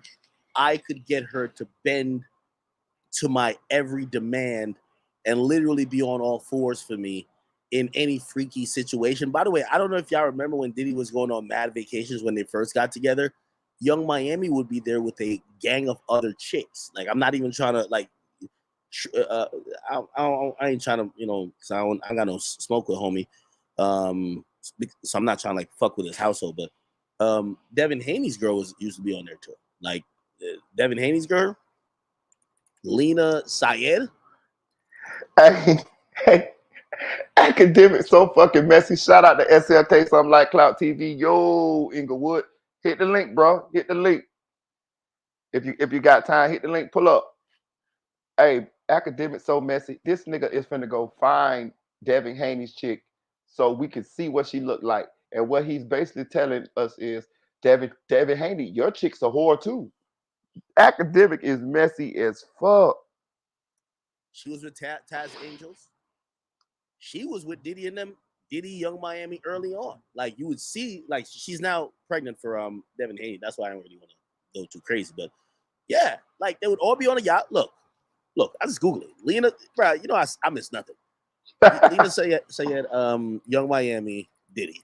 All you gotta do is do a fucking look. They're all on vacation, my nigga. Look, they're all on vacation. Like they were all like, bro, this was orgy time, bro. Like, you know what I mean? Diddy get them all on the 100-foot yacht and was going from room to room to fuck them all, just slanging dick like it was going out of style. You know what I'm saying? So I think he definitely had her around for sexual reasons and maybe fun reasons. She probably knew how to pop off a party, get good vibes. Like, you know what I mean? Like a lot of women ain't good vibes. Like some women, they get drunk and they fuck up the shit. She might be the good vibes that like encourages like, yo, y'all girls get turned. Like, let's get lit. Like, so I definitely think that was the intention. I think the Carisha please, which I'll be honest with you, I think Diddy, that was a good business move by him. I think that was finally the payout, right? The payoff for Diddy was that he, he gave her a podcast and it worked. Like, I'm not gonna lie, Carisha please does work. So I think that was a payoff for him, but I don't think he started bringing her on these vacations because she was going to do a podcast. I believe that he wanted to do some freak shit with her.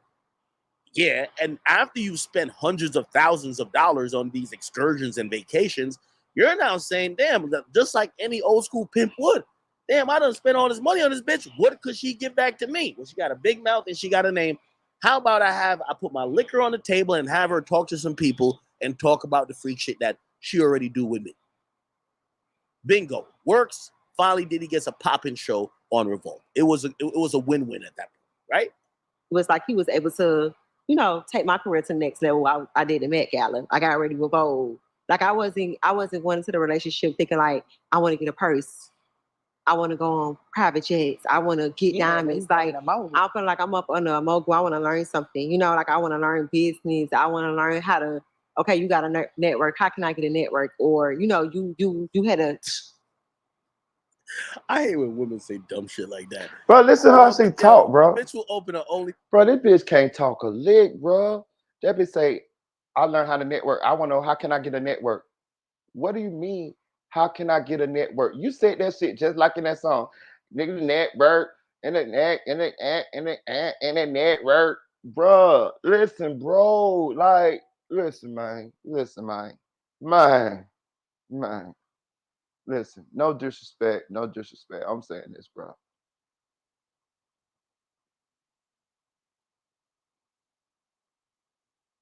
She does not even know how to put proper sentences together. She does not even know how to pronounce certain words. She, like, bro, she one of them bitches that you have with you, and you go into like a party with like a banquet or something with like rich people, and you tell her don't speak. Bitch, just don't speak. Just look good. Do not speak, motherfucker. Don't say nothing. In space and start talking about owning like a skyscraper. Like, shut up. Shut the fuck up. How do I own a network? Bitch. Sold 30,000 first week. You know what Diddy? Diddy had to get a couple niggas killed. Diddy had to rob everybody of their publishing. Diddy had to sell clothes, perfume. That nigga had to do all type of shit to get the money to buy a network. All you good at is shaking ass, sucking cock, and motherfucking, you're not even good at reading, but just performing the lyrics. And all of a sudden, you think you about to get the same shit as Diddy. Diddy, how I get a network? Shut up, man. Come here. Shut up with this date, man. What the fuck is you talking about? Sean John, how can I make Carisha please the next Sean John? So I went into that relationship like on a like more of like I want to become a mogul and I want to learn up under.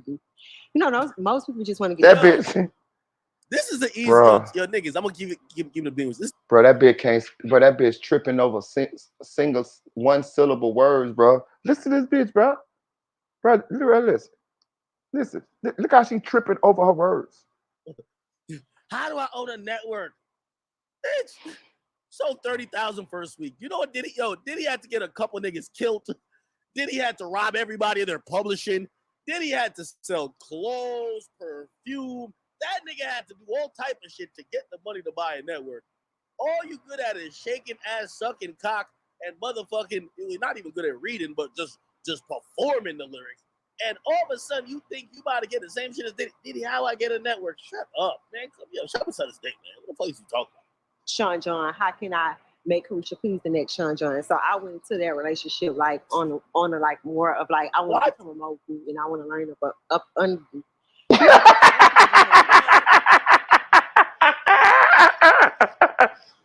I gotta do it again, y'all. That bitch say, hey, listen, bro. I'm gonna tell you this. I'm gonna say this right here. I bet she got some good ass pussy. I'm gonna tell you how I know. Cause she too dumb. She dumb. It got to be good. The head got to be dumb. I'm telling you. I'm telling you. She wouldn't have made it this far. She got to have some good pussy.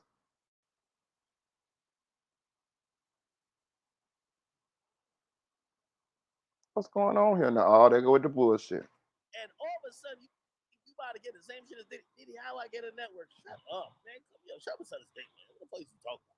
Sean John, how can I make Carisha please the next Sean John? So I went into that relationship like on a like more of like I want to become a mogul and I want to learn up under. I gotta do it again, dog. I gotta make that bitch up one more time. Did y'all see that whole trip up over that one syllable word? And all of a sudden, you think you about to get the same shit as Diddy. Diddy, how I get a network? Shut up, man. Come here. Shut up inside this thing, man. What the fuck is you talking about?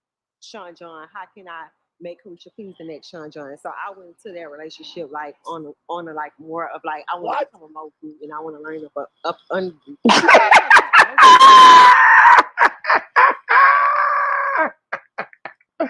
Bitch, shut up, go ahead and something did. Like, just shut up and be beautiful, baby. God damn, I gotta do it one more time, dog. I gotta do it one more time. Bro, that bitch, bro, I seen a vein pop out that bitch head. She got stuck on that goddamn one syllable word. That bitch got stuck on cat.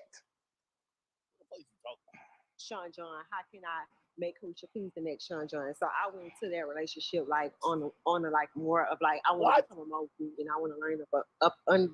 Yo, this is the easiest way, niggas. I'm gonna keep it this is the easiest way to fuck a girl. Just tell like whatever delusional dream. Bro, I don't think you're gonna be no mogul, baby. You can't get over them goddamn. You can't get over the goddamn cat and the words out the cat and out the Dr. Seuss book, baby. I don't think it's in the cards for you, baby. Just stay here and look beautiful, dog. You know what I mean? Like a bitch will see me and she'll see the cars and be like, yeah, I just want to be around here to learn how I could own a Maybach. Bitch, you gotta get $300,000. That's what you gotta do. Ain't nothing more to it. Bitch, you ain't gonna get it. Like they just be making up delusional shit. You just be like, all right, okay, I'm gonna just gaslight you into thinking you finna get one. What the fuck, man? Bitch, you got no talent. You got nothing going on. Like, what the fuck? Body done. You want to get a trip. You want to just do that video. No, I wasn't one of them. And that's what I respect about you. Because yo, Young Miami was a professional vacation. These chicks be capping too much, bro. You a professional vacationer, bro. Because even though you a city girl, meeting your best friend and knowing you very womanly. I always say that, and like just a grown woman. And so I even seen the elevation in your production, and your team that you started hiring business managers. Hello. And I think that like when you get around people, you see certain things. Like you able to you should be able to learn something from somebody. And I felt like I was able to see like how should my business be operating. Like I should have a chief of staff. Yeah. I should have a business manager. You know, I should have all these things in place. And that's what I was learning. Like I took that more of like a learning experience as far as like trying to become a mogul. That's why I'm like, I'm a mogul. I'm a businesswoman.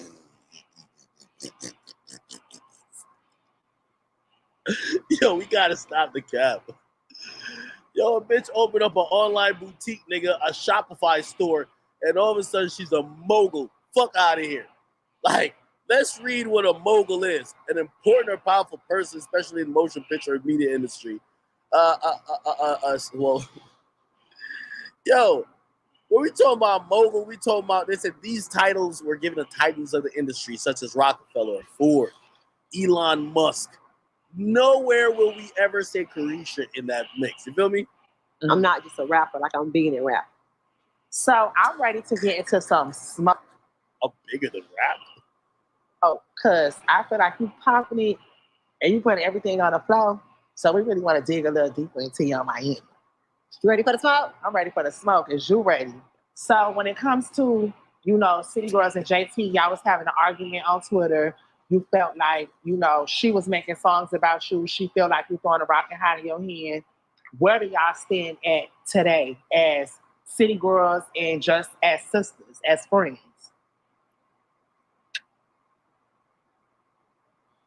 Goddamn commercial.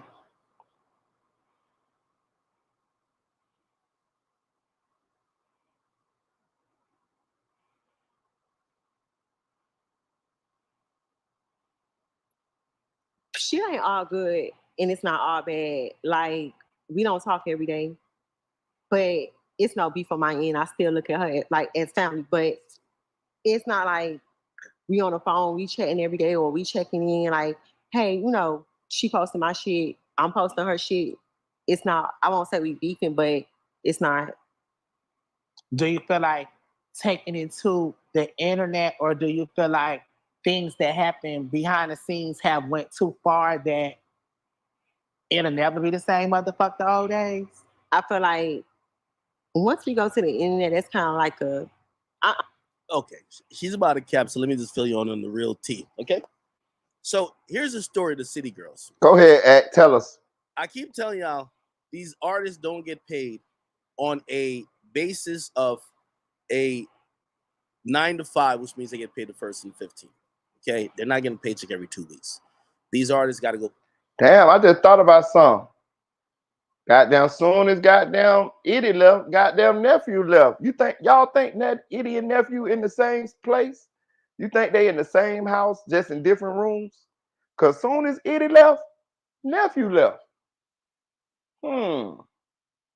Things to make you go, Jump in the chat. Put a one if y'all think Itty and nephew for real is in the same house. Cause soon as she left, he left. But I don't see nobody posting in the chat. They said they were going to the chat, but they ain't posting in the chat. Look, you can't get shit past Marita boy. I'm nosy. I told you I'm nosy. Edie left the panel, said she finna jump down in the chat. Not 2 seconds after that, nephew for real. Hey, Uncle, I'm finna go down in the chat. I'm finna go too. But neither one of them in the chat. I think Edie and nephew for real in the same motherfucking house. That's what I motherfucker think. I think all this goddamn Carisha talk done got their goddamn blood boiling. That's what I motherfucking think. Shows. If you go back to the City Girls, there was a problem at first with them going on tour. I think they had tried to put them either with Yachty or something like that, and it just didn't work. And, they've never really gone on a really huge successful tour, right? So they've done shows, but they haven't gone on a real successful tour. Also, keep in mind, when you have a group, money gets split in the middle. Also, with a female group, let's say they're getting paid $70,000 for the show, management's taking 20%, booking agents taking 15 or 5%. And by the time you bust it down with glam, makeup, travel, this and third, both of them are showing up in different sprinters. Again, the idea that, in a group where like people really are friends is different. But once you get to a certain level, y'all both got your own entourages. So she's showing up with her own sprinter. This girl's showing up with her own sprinter. They all, like, both of them have their own entourages. So if they're flying somewhere, you're booking 5 or 8 first-class flights for this person, 8 first-class flights for that person. Travel and accommodations for a hotel, it starts to eat up what you're getting paid.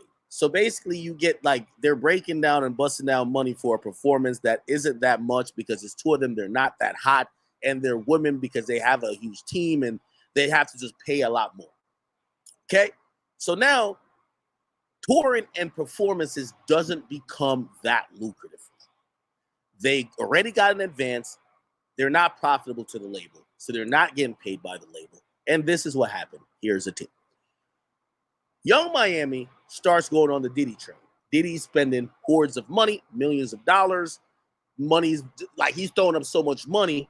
Money's just falling to her, hundreds of thousands, opportunities. You know what I mean? The best way to, I've learned this and I might have to adopt this. The best way to keep a chick in check, you just kind of, like, especially as a boss, you just got to give her like some job that don't even matter. Like, you know what I mean? Like, yo, your job is to iron my shoes or something, like just some bullshit.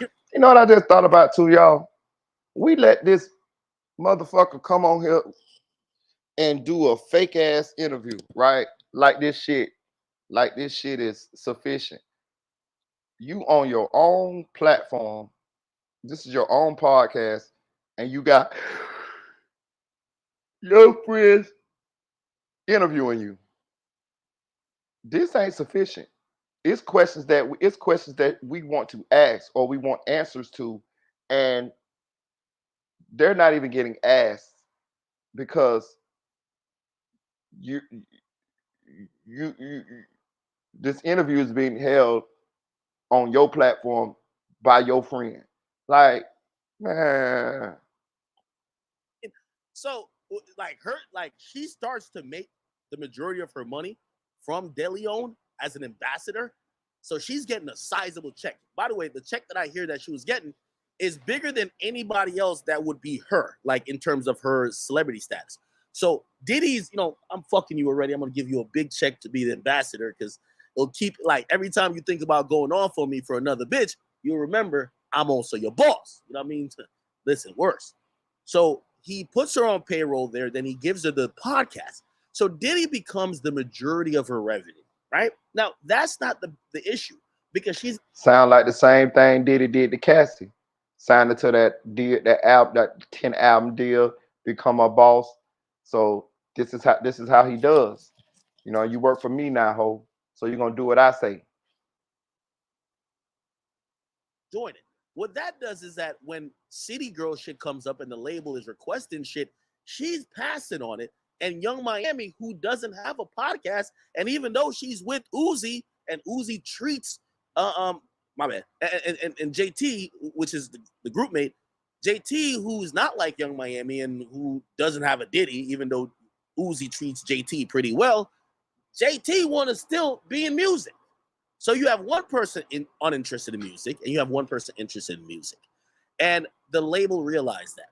And the label basically realized that, hey, listen, first of all, we're going to have to make a choice. We're going to have to drop you out completely, or potentially we're going to see who has the passion. Unfortunately for Young Miami, she doesn't have the passion and she doesn't have the talent. JT has some talent and she does have the passion. And I think when JT realized that she was... Go back to that Breakfast Club interview. Breakfast Club City Girls.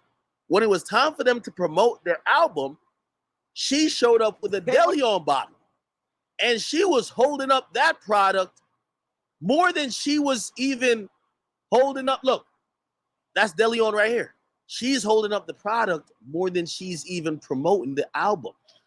JT realized at this moment, hey, listen, and this is why I do respect JT, because even though I was making some jokes and I say, yo, she's performing at local bodegas and, at Olive Gardens, because she was performing at some restaurants, you know what I mean? But she realizes she doesn't want to sell her ass for money. She doesn't want to be doing some OnlyFans shit for money, okay? She wants to make money off music. She likes music enough for that. She doesn't also want to be some concubine for Uzi that just gets fucked and Uzi just gives her like an allowance. I ain't gonna lie to y'all, dog. I don't know JT or nothing about her really personal life, but she come across to me as more the one that I could see growing into like a businesswoman.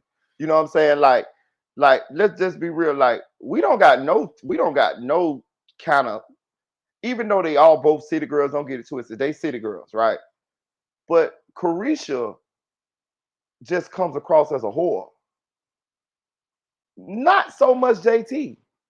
And the crazy part about it is they both city girls. They both rap about the same shit and all, which means she probably with some of the fuck shit.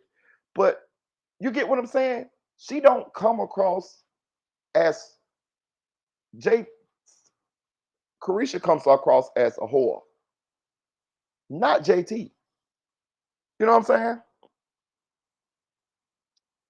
She wants to make it, like, not make it on her own, but just like she wants to be in this shit. Right, a Kim Cat Kardashian in a way. Let me tell you this, the kryptonite, or not kryptonite, if you are chasing a goal, and just clip this right here, for anybody in life, if you're chasing a goal and your best friend is right next to you and he's lazy as fuck, I promise you, if you want that goal bad enough, you end up hating your friend. Because a hard worker can't fuck with a lazy nigga. It doesn't work. You can't be friends or you can't be really locked in when you're working hard passionately and the other person doesn't give a fuck. You will always fall out. And maybe not fall out like you hate each other, but you'll realize it becomes abundantly clear, I got to separate myself from them. You know why? It's going to become moments. Oh, Carisha says she don't want to go do this because she want to go hang with Diddy. But you know you need to go do this because you might run into so-and-so and y'all might could get locked in the studio and make a song. You're trying to convince Carisha, let's do it. She like, nah, Diddy already got the jet gas stuff. I got to go. Like, yo, you know, city girl shit. Like, we got to, at some point, you stop hitting the other girl to come with you. Yo, all right, I'm going to just go by myself. Because I know what she's on. She don't want to do that. This is not her passion. Her passion is sucking dick and getting fucked on a Gulf Street. She just want to be in Turks, like in a train. Like, that's what she wants. She doesn't want this. That's where it really goes in. Now, obviously, there's some other things, to be honest, with the city girls thing. Like, for example, there's this whole thing that, you know, essentially, when one of them gets in trouble, the other one don't come on Instagram or Twitter to defend each other. And, like, they're like, oh, Santana will come to defend Carisha, but they never do. Well, that's some little petty girl shit. But they grew apart because when one girl is comfortable being on her back and getting it, when you want to be in the booth to get it, you're not going to agree with that. Your friend is cool with just laying on her back like a starfish to get that bread. You don't want to do that, even though you got a lit nigga. Y'all can't be friends. This is why they say birds of a feather flock together. This is why if you see 7 hoes and you see the 8th, if the 8th one is always with the 7 and she claims she not a hoe, something's up. So you're telling me the 7 chicks, all they do is hoe shit. They're doing hoe shit all the time. And you don't indulge in hoe shit. But y'all still find some synergy? How? How? You tell me how. So you're hanging with all the hoes. They only do hoe shit. You're not into hoe shit, but yet y'all still have mass synergy. Something don't add up. Again, usually when you have, you know how many people, yo, I felt like I had so many friends right before I got successful.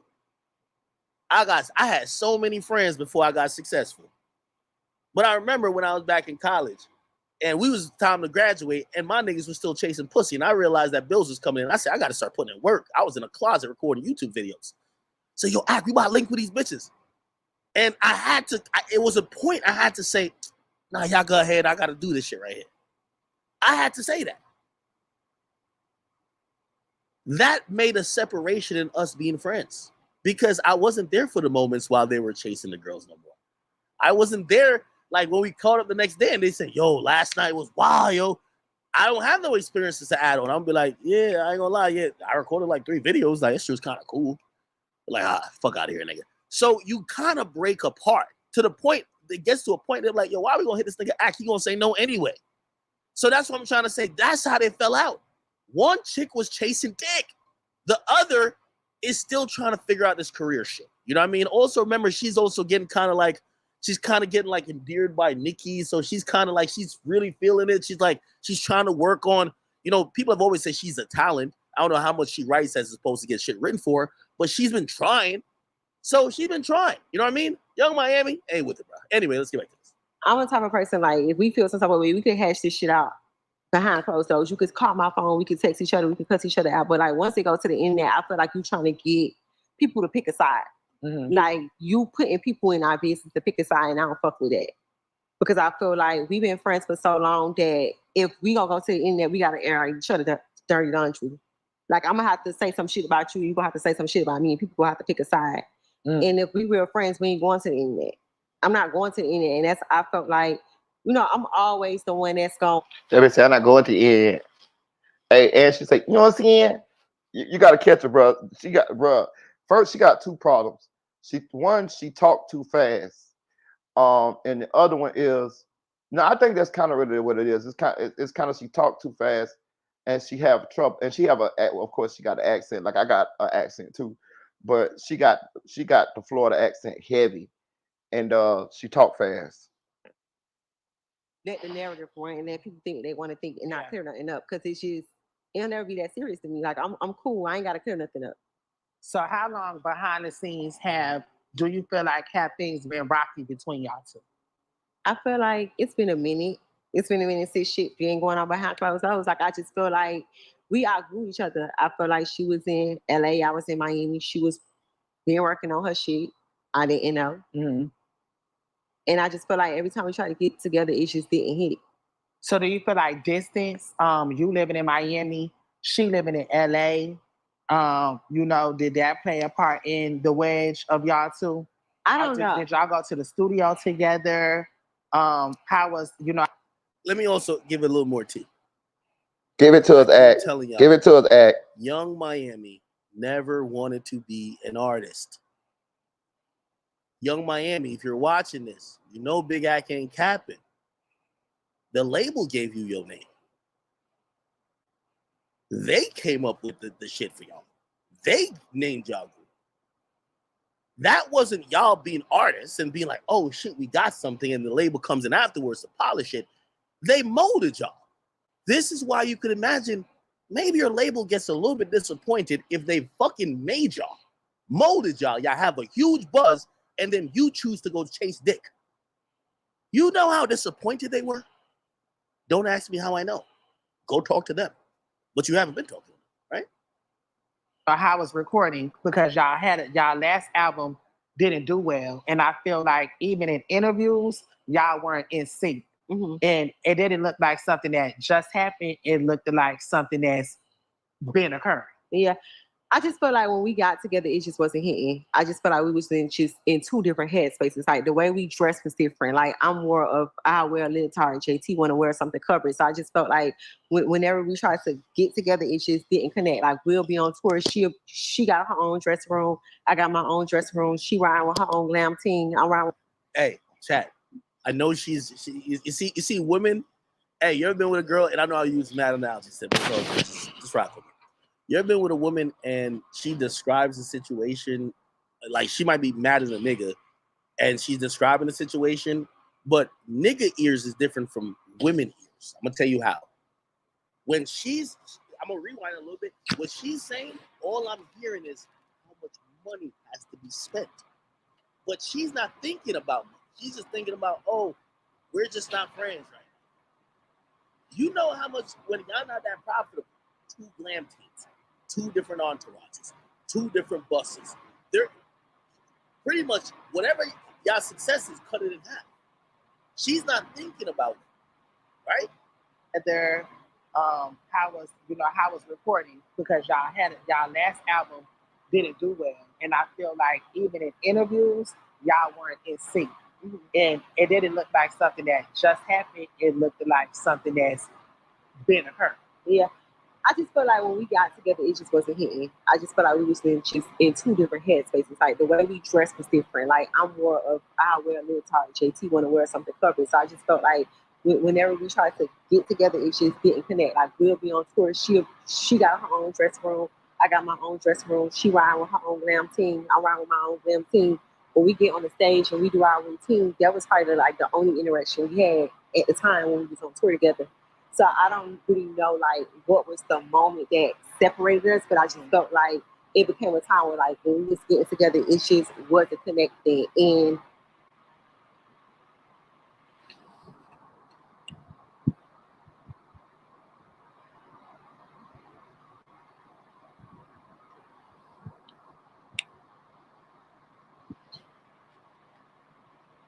I was just like, ain't no money in the group.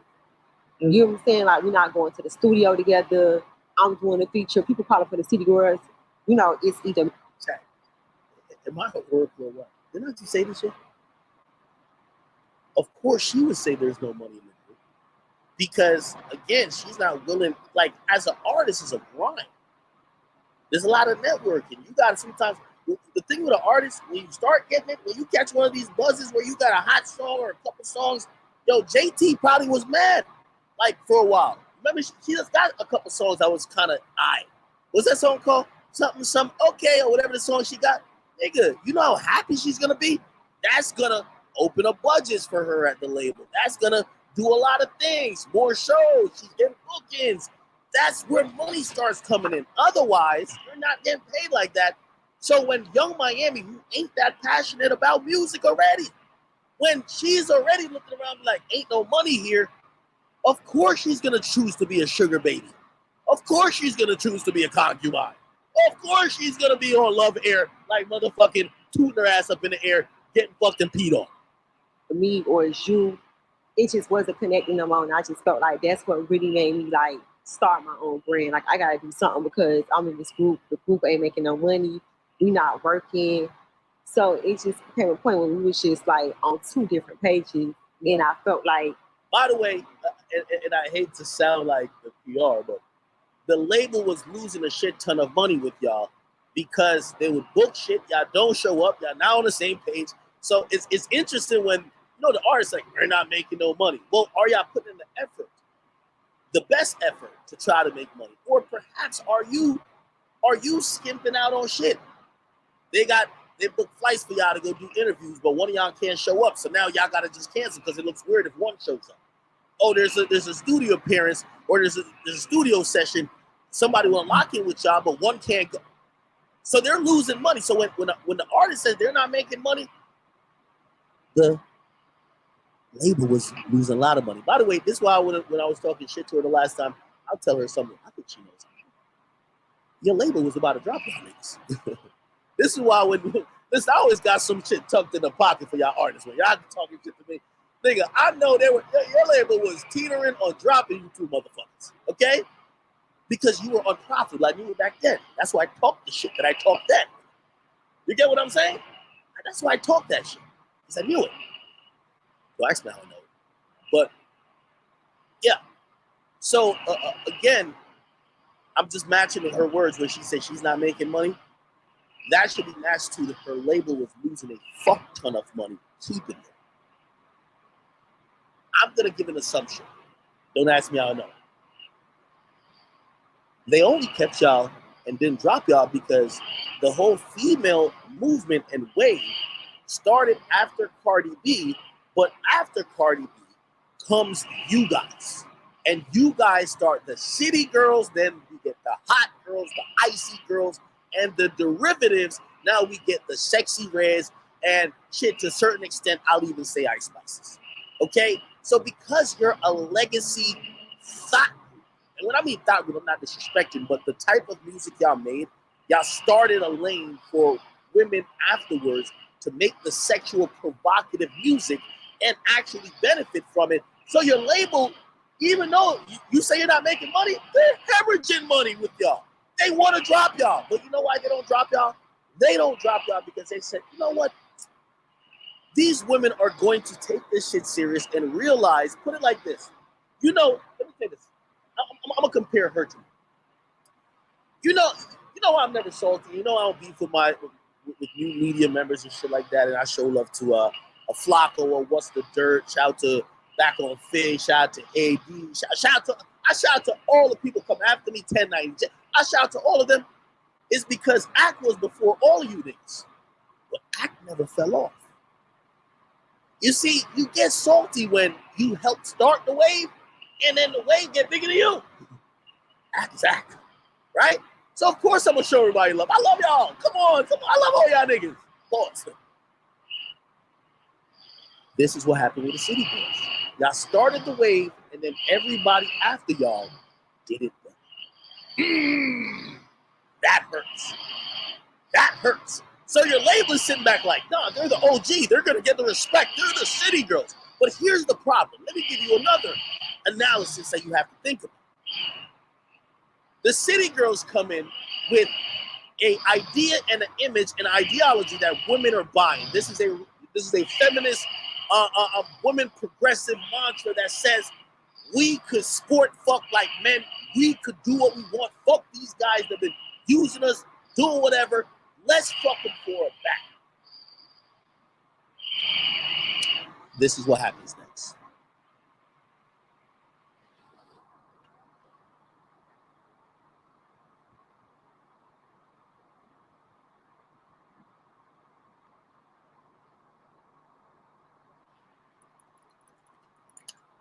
What you don't know is that Young Miami at that time was pushing 30. These were women closer to their 30s than they were to their 20s or early 20s. Now, I'm not age shaming, and age doesn't matter that much. But the reason why I mentioned that is that the idea that they were pushing, they were frauds. It's like, imagine if let's bring in red pill people into it. Imagine if you're watching a red pill creator, and a red pill creator been telling you, don't marry single moms, and don't do this, and don't do that, and if that person's been telling you like these list of rules of how to be a high value man. You've been watching this motherfucker. You think he's a high valued man. All of a sudden, you see the girl he wife. It's the exact opposite.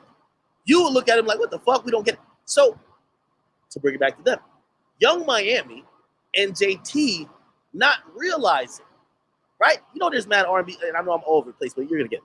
There's mad R&B artists that realize that what they're pushing is sex appeal, and the idea to women or to men that they're available. So when they get in relationships, they hide it.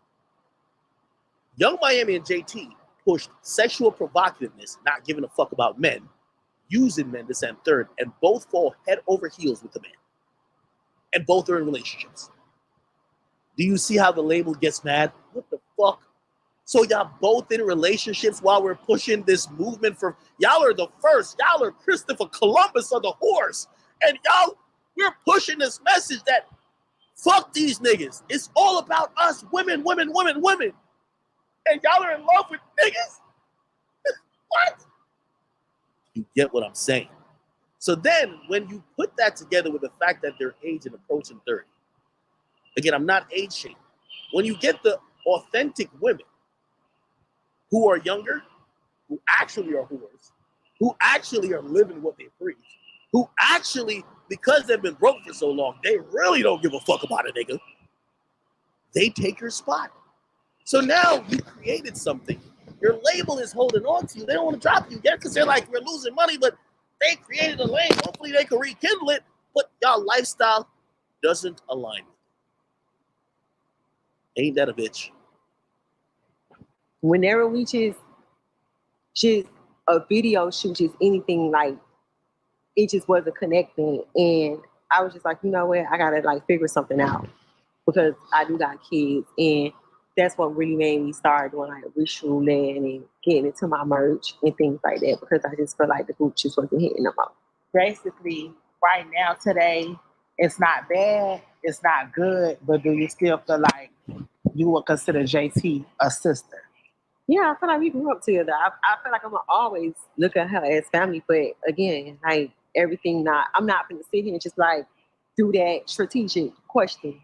How are you? Yeah, you know, that's my sister. We go, no, she ain't all good, but it's not all bad either. Mm. And I just want to move forward from that. I don't want to have to keep answering that question. It's just what it is. It's nothing going on. We not in the group no more. She went her own way, I was my own way, and that's just where we at. Okay. JT kicked her ass out the whip, and JT, let me tell you this, girl, that's the best thing you could have ever did. That's the best thing you could have ever did. And I want to answer it no more, so don't ask me.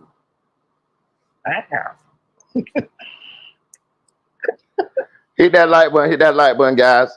Hey, y'all, please donate to the channel. The Cash App is pinned into the top of the chat. I ain't said that today. I was too busy talking right in my damn mouth. But hit the like button also.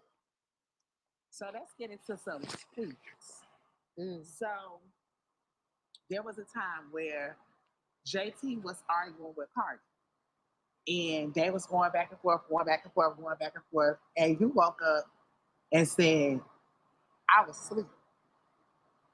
I said I just woke up. I just woke up. And while you woke up, did I say I was asleep or I just woke up? You said I just woke up. Mm-hmm. And after you just woke up, there were no more following tweets. Just with everything that's transpiring. I just want to see the shit. In order for you to, I could see that.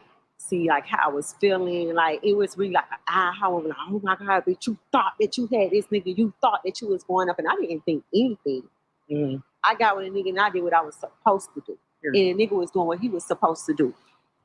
You know what I'm saying? Like, why would I get with this nigga and just go to Chanel? Mm-hmm. You know what I'm saying? Like, I was able to get the podcast, and I still got my podcast with and without him. Yeah.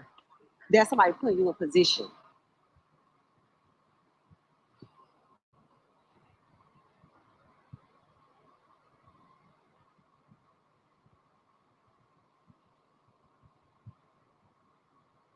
You know what I'm saying? Yeah.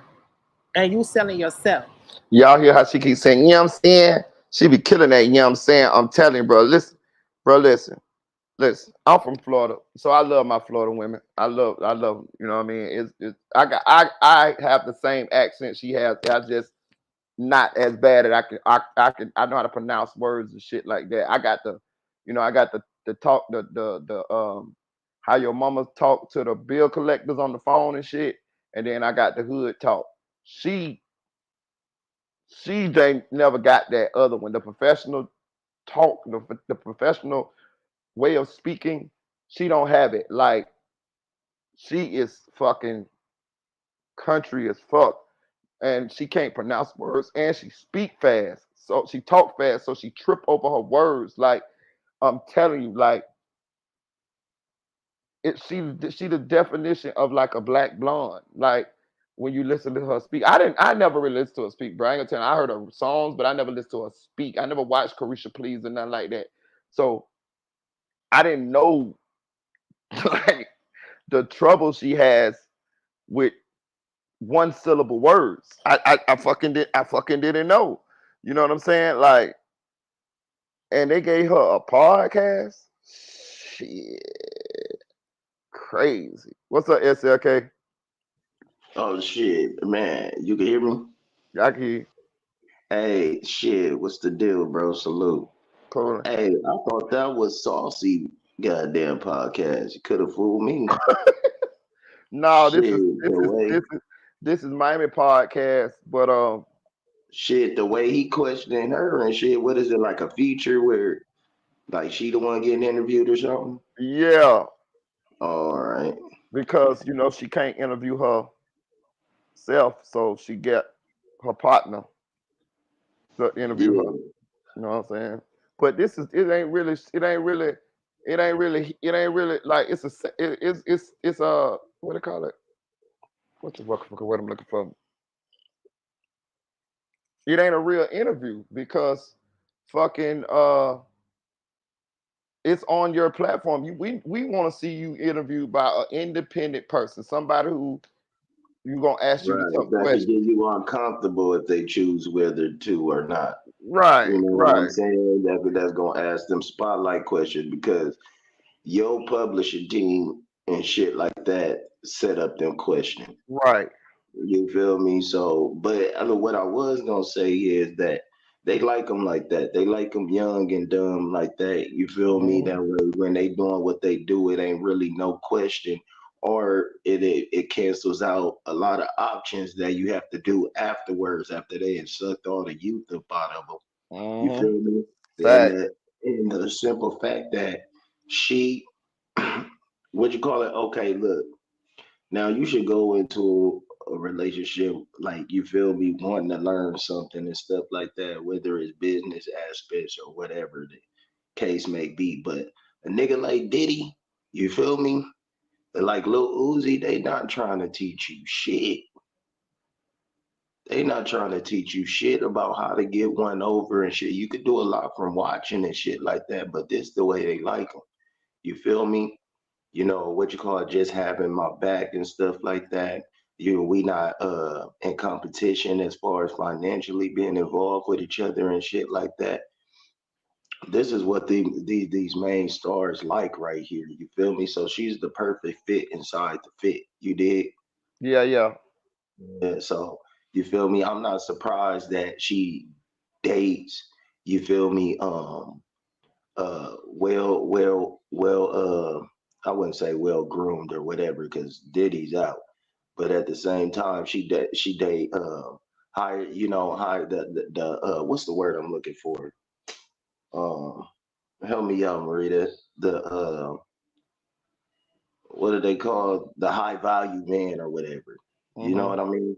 Yeah, so it's not unusual to see her with the high value men, but she do kind of remind me of a Kim Kardashian, like, you know what I'm saying? The slut that that falls into politics type shit. You know what I mean? What? So like, that's what she come on. But I don't even know JT. You know what I mean? Whatever. I don't even know them too well to like, they only what they show us and stuff. And every time they show us something, there's some ratchet shit. So like, this is the first time I ever really been able to hear them sit down and actually talk, which is not going well. Might I add, but Yeah. hey. Yeah. I'm gonna play it. I said I just woke up. I just woke up. And while I woke up, did I say I was asleep or I just woke up? You said I just woke up. Mm-hmm. And after you just woke up, there were no more following tweets. Just with everything that's transpiring. I just want to see you did it. In order for you to, I could see it. See, like how I was feeling, like it was really like an aha. Like, oh my God, but you thought that you had this nigga, you thought that you was going up, and I didn't think anything. Yes, you did, bitch. I got with a nigga and I did what I was supposed to do. Yeah. And the nigga was doing what he was supposed to do. You know what I'm saying? Like, why would I get with this nigga? I want y'all to go ahead. I want y'all to pay attention. She from Florida, so I know this lingo very well. She say I got with a nigga and I did what I was supposed to do. She was only there for the opportunity, bro.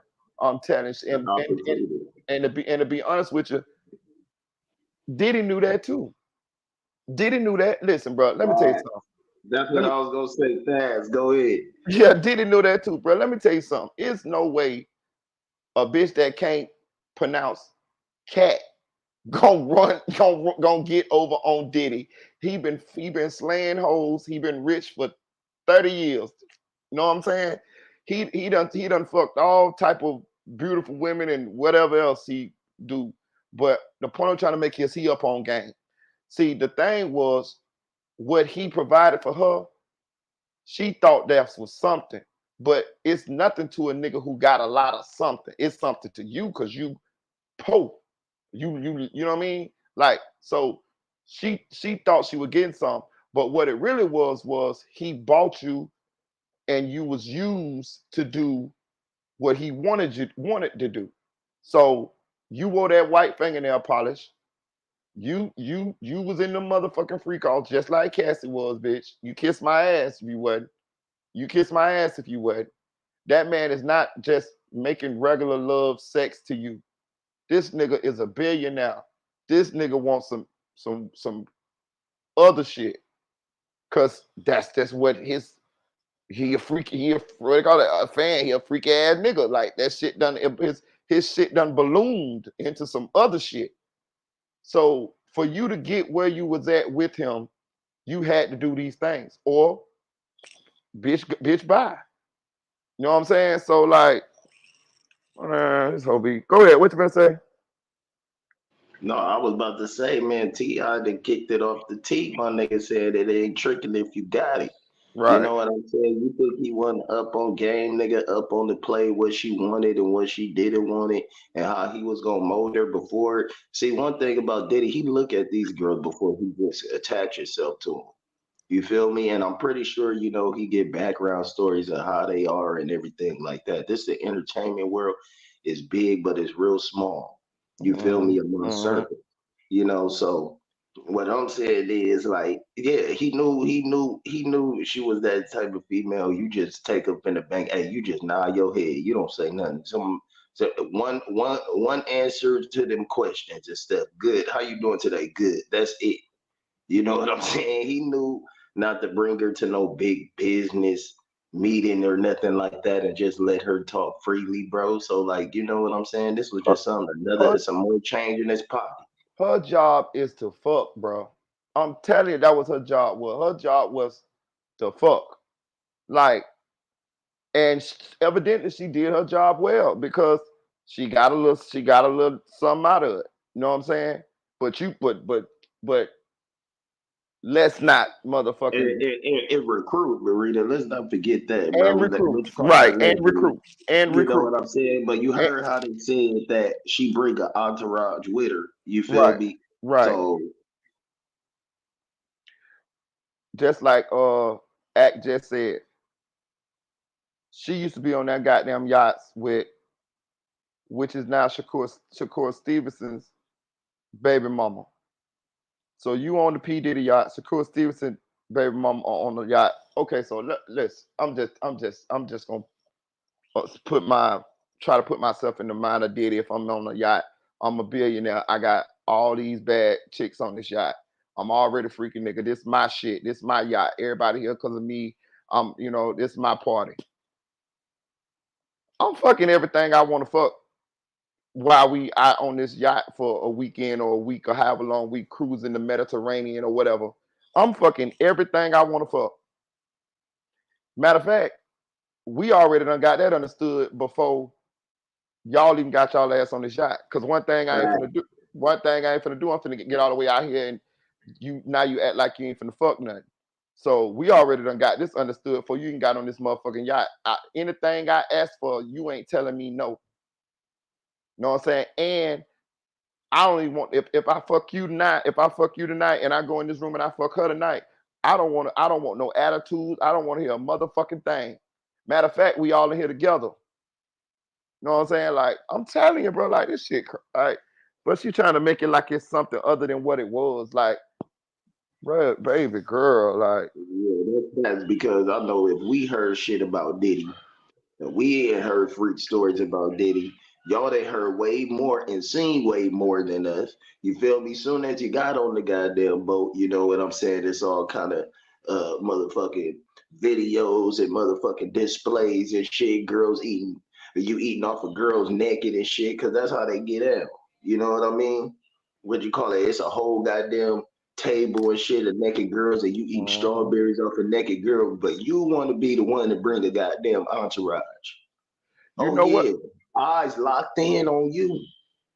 Eyes locked in on you. You bring the party, which is what Diddy like. You know what I'm saying? So you're not gonna sit here and tell me y'all had like a full-blown relationship and y'all just fucking each other and shit like that. No, you with the shits too. You know what I'm saying?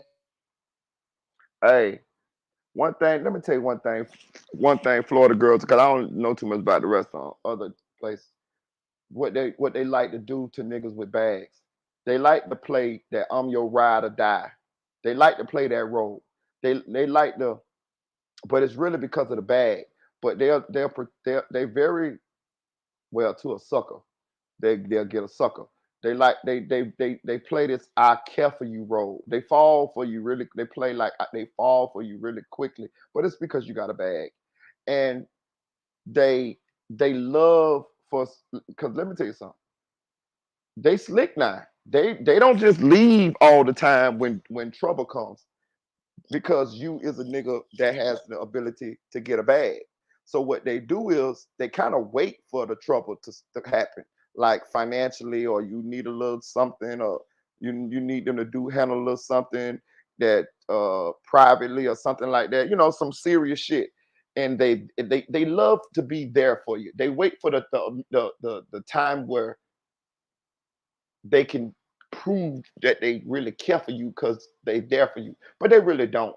What it really is it's just an illusion to make you feel like, oh man, this bitch really down for me, bro. She really fuck with me, this and that, there, right there. This is how they fucking sink the hooks into a sucker. But you know what I'm saying? But really, they only doing that because you got the ability to get money. You know what I mean? Like just say Big Meech, for instance, he's in jail. A bitch will go with Big Meech in jail. Know why? Because they know when he get out, they're gonna get to the bag. You see what I'm saying? So or he got the propensity to run across large sums of money. This is the part of the game. Like, this is the game that she tried to play with Diddy. You see what I'm saying? Like, bitch, stop playing, ho. Like, you know what I'm saying? Like, Actions speak louder than words type shit. You feel me? You gotta prove every now and then that you might ride or die. She just not gonna just step up out of there and shit, because this will be the perfect time, whatever. If he do get over that, hey, I was there for you. You know what I'm saying? But at the same time, when the shit started getting deeper and deeper with Diddy, that's when she kind of started to back off. When it's a for sure gone type shit. You know what I mean? What you Mm-hmm. call it? When the lawsuits first was just as like accusations and shit like that, she was there. You feel me? She was like, oh, Mm-hmm. you know, people don't know that man, whatever, whoop, whoop, whoop, whoop, whoop, right? But then, as soon as all more lawsuits start coming out and niggas start filing, my nigga, with different women and the men and all type of shit, come on, girl, you knew about that thing. But that since it's not Mm-hmm. looking good and shit, she ain't backed up. You feel me? Trying to Mm-hmm. do her own thing of it, the gathering pieces that she got left from this nigga. Mm-hmm. And she had in a sense, because when you really look at it, where does she go from here? If she had any sense to be real with you, because you already done fucked up your little rap group thing. You ain't no hell of a rapper. I think JT is the better artist than you, and you done fucked up your group. So only thing you do have is the sponsorship with Jay Leon and this podcast. If she had any sense, I'll be talking about Diddy like a motherfucker on here if I was her. Because because Motherfucker. because that's what you want. That's what the people want to hear you talk about. The people don't want to see you interview no motherfucking uh uh whoever the fuck Sukiana or whoever the fuck. No, they want to hear you talk about what happened between what the relationship, what was going on with Diddy, and what they want you to do is ask some of these tough questions. And they want you to Right. get this. They want you to get your partner with them space ass boots off this guy from interviewing you and get somebody up here, a real interviewers who gonna ask you some Somebody tough. messy like Jason Lee. Right. Somebody who's gonna ask you You some feel tough me? questions. Right. You know what I'm saying? And also, let's just peek the play here. Also, she talk all that shit about her and Diddy and this and that. They was in love and this and that there. Well, if y'all was in love and you loved him and this and that there, why is you leaving him now? Why is you leaving him now? Shit, and my thing is like that. What you call it? You was all deep in love. You describe your relationship, you know, and as being connected like a motherfucker, right? So I see one of these two ways, you know what I'm saying, when it comes to your personality, you feel me, and your demeanor, right? What you call it? Either you was all the way in, and you just don't want to give up that tea. You know what I mean? You was all the way in, or you knew about this shit and you just like completely ignored it, which I doubt. You feel me? Because you know, just like how just like how everybody say that she live her lifestyle. She like to party. She like to have entourage. You don't sit here and tell me that you ain't never seen Diddy fuck one of your homegirls or something. Right, One right, of your homegirls never told you that Diddy is hitting on you and shit, but you still deep in love though, right? right. So that kind of like throw me off a little bit. You know what I mean? You have to be participating. That's like almost like a fact now. You know what I'm saying? When you talking about y'all deep in love and shit like that, you didn't know none of this shit going on around you. Now, if she would have been like, oh, what you call it? It was on and off, you know what I'm saying? An emotional roller coaster because he kept cheating or whatever and shit like that. Okay, then that would kind of like show that you're not really participating in everything that he do and everything like that. You know what I mean? Like like he going off by himself, he going rogue. You know, but the fact that you saying that, oh, what you call it, we in love and stuff like that, and that you talking about the whole relationship, bitch, like the whole relationship. I'm just sitting here thinking about it. I just remember that Diddy actually came on her podcast and she asked Diddy, "What are we?" And he said, "We just cool." And he told her that he told her I don't go with you. You know what I'm saying? Like she was trying to get him to say that he tell her, Right, it was a real about that yeah, though. yeah. He told her, "Bitch, I Yeah. don't go with you, bitch." Like basically, like see, like she was trying to get them sucker hooks in it. Know what I'm saying? Like, you know what I'm saying? Like, bro, this shit be crazy, bro. Like, I'm gonna play this shit because it's almost over. And I'm gonna get to another topic, but Just go to Chanel. You know what I'm saying? Like, I was able to get a podcast, and I still got my podcast with and without. Yeah, that's somebody putting you in position. You know what I'm saying? Yeah. And you selling yourself. I think that a lot of times people count you out or count you short. And just even seeing how you carry yourself in the morning, wake up, say, hold on, I'm on the phone, my business manager, I'm having a business meeting, I'm on a Zoom. I'm talking to my lawyers.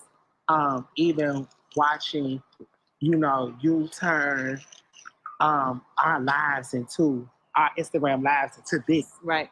That motivate me. And just even being behind the scenes, you pay for your own studio, you still working, you pay for so much stuff that's even for your brand and stuff out of pocket, watching you invest in your business. Yeah, that's something that I take pride in too. It's like I want to better myself because I feel like everybody always count me out. And I feel like this whole time I've been an underdog. Yeah. Like if I live like people was like, we tried to tell you, y'all tried to tell me I couldn't rap. And look, what I've accomplished. You know what I'm saying? So it's just like I love That be say, yeah, I'm saying. Like, I love betting on myself. Hold on, bro. I believe in myself. Is that a word? That be say, yeah, I'm saying. And just even being behind the scenes. That's a new one for me. That be say, yeah, I'm saying. You pay for so much stuff that's even for your brand and stuff out of pocket, watching you invest in your business. Yeah. That's something that I take pride in too. It's like I want to bet on myself because I feel like everybody always count me out. And I feel like this whole time I've been an underdog. Yeah. Like if I live like people was like, we tried to tell you, y'all tried to tell me I couldn't rap. And look, what I've accomplished. You know what I'm saying? So it's just like that be say, yeah, I'm saying. Because it's like damn. I love betting on myself because I believe in myself. And just like you said, like I've been investing in myself in the last year. Yeah.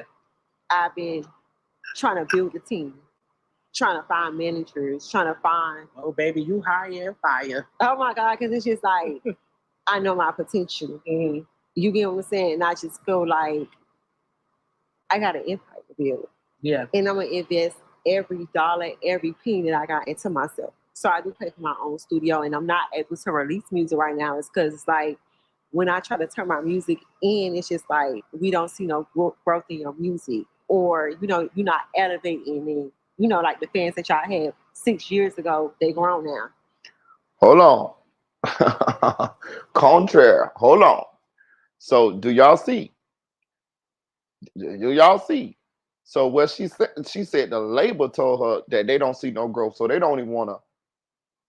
The music they're not, it's not good enough for them to put it out. Because they say pretty much what she's saying, she rap she rap about the same shit. And she don't see, like, that's crazy. Like, you see what I'm saying? You know what I'm saying? You know what I'm saying? That's crazy. Hey, shit, it might be no cap that academics know that the label want to drop her ass. Bro, this girl is in trouble. This girl in trouble. I'm saying? And is that Revolt platform? Yeah, she's still on Revolt. Wow. Listen, the girl in trouble, dog. I see it. Even though it's a different kind of trouble than the average person in, she in trouble. Cause let me tell you, she more money, more problems. She got bills. She got what's the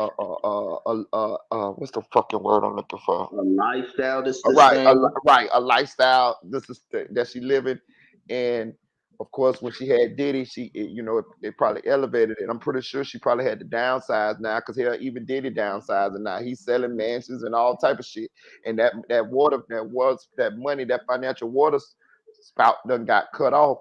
So the city girls ain't no more. The group gone. All you got is this podcast. You ain't even been dropping no episodes of this goddamn podcast. I think this is the first episode you did in a while. And you got the Daily on sponsorship. She probably we gonna see her on Love and Hip Hop. Right. We gonna see her on OnlyFans. Facts. Or you gonna see her quickly with another celebrity sucker. And I'm gonna tell you, I'm gonna tell you the play. I'm gonna tell you the playbook. Yeah, go ahead. Not a rapper, right? An actor, or either an executive in the music business. Like this, or either go find one of them motherfucking like old man, like go Zeus. Yeah, or either go find one of them goddamn Arabians like goddamn Janet Jackson did, or Eve them. I'm telling you now. Why would I tell you now? Why would I tell you? Watch what I tell you. She going broke, bro, and she used to She need using. to do some Nicki Minaj shit and just date a race car driver. Yeah, right. A white one. A white one. For real though.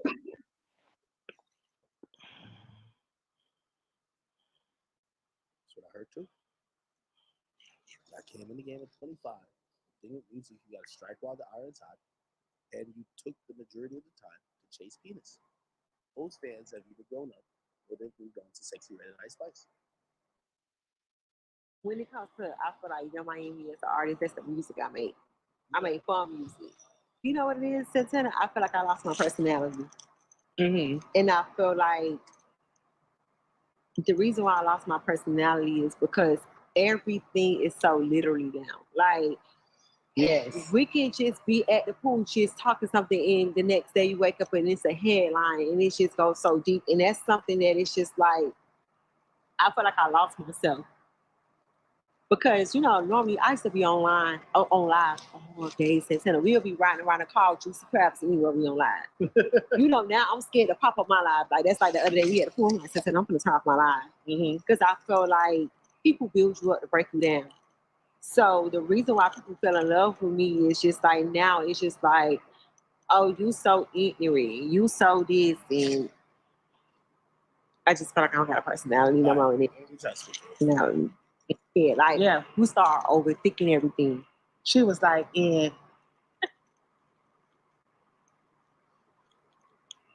This so she truly is. Okay, all right. So it appears that she doesn't really, say too much about Diddy, but she definitely separates herself from him. She at least testifies or says that, he didn't beat my ass, and she says he did put me in position, but she doesn't speak too much on his character. She says he was in the love era, but she actually speaks as if she was duped, especially seeing the things that she's hearing now. Again,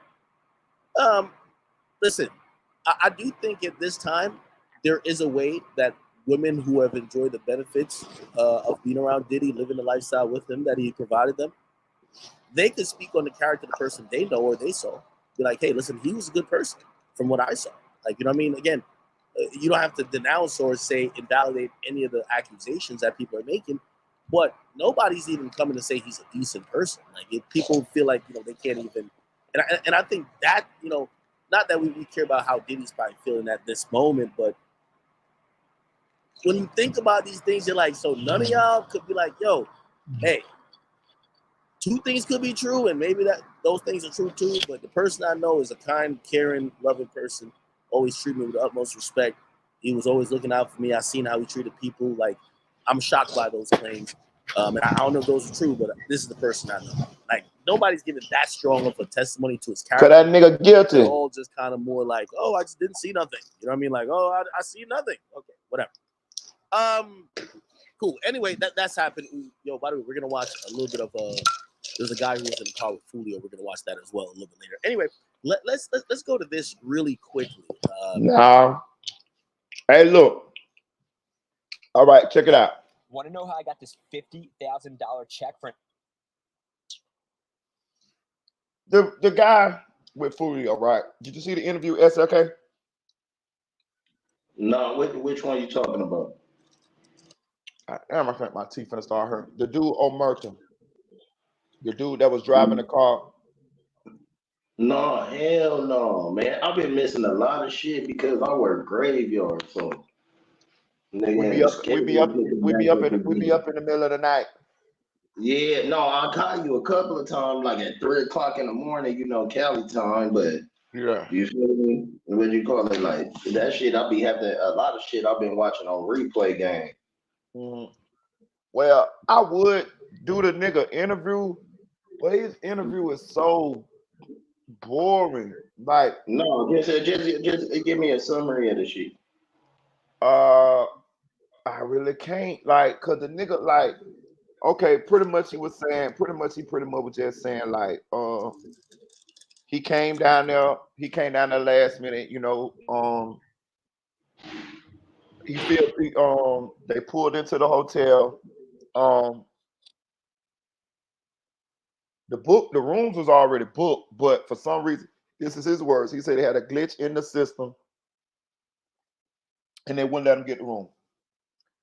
So he said they was sitting in the car. He said about 5-6 minutes trying to find another hotel to book to go to, and that's when they started shooting. And he said that he feel like it's his fault.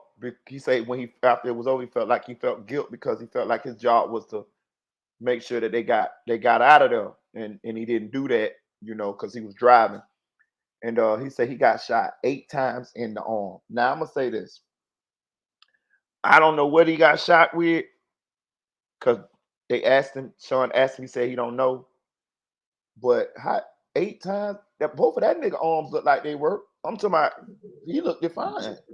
He said he got shot 8 times in the arm and 3 times scraped in the head. I'm not saying he didn't, but I think he might be counting 4 bullet holes, and he got the entry and the exit wound. That's what I think. You feel what I'm saying? You say wait, hold on. You say you feel like he got what? Shot 4 times, and that's gonna be 8 holes. You see what I'm saying? If they entry and exit, you get what I'm saying? Right. Okay. Yeah. Because he's saying he got shot 8 times in the arm, bro. You got shot 8 times in the arm. That bitch. Well, nigga, if I shoot you 8 times in the arm with a 9, that bitch, they might have to amputate that motherfucker. Yeah, and what was they shooting? They were shooting like 2, 2, 3. That's what I'm saying. Yeah, nigga, you get shot 1 time in the arm with that bitch and be gone. That arm gone, nigga. Know what I'm saying? So I don't know how true that whatever, but that was basically it, bro. That nigga was getting shot at with them Megan Thee Stallion bullets. Bro, listen. Yeah. It's an important interview as far as to put the pieces together as to what happened. But just like if I could play the interview, like to see it, then I would do that. But just the sound is not gonna be entertaining because he only answered the questions with one word. Like he'd be like, "Man, you all right?" He'd be like, "Yeah." And then he'd be like, so what happened when y'all was at the club?" "Oh, nothing. I don't really be liking to be in the club. I just was chilling." Like that's kind of how he would answer the questions. Like, so it's like, like he wasn't elaborating too much on nothing. But what he did say was, he wasn't even there like that. Yeah, like so what he did say that I did want to tell y'all this for those who ain't heard it.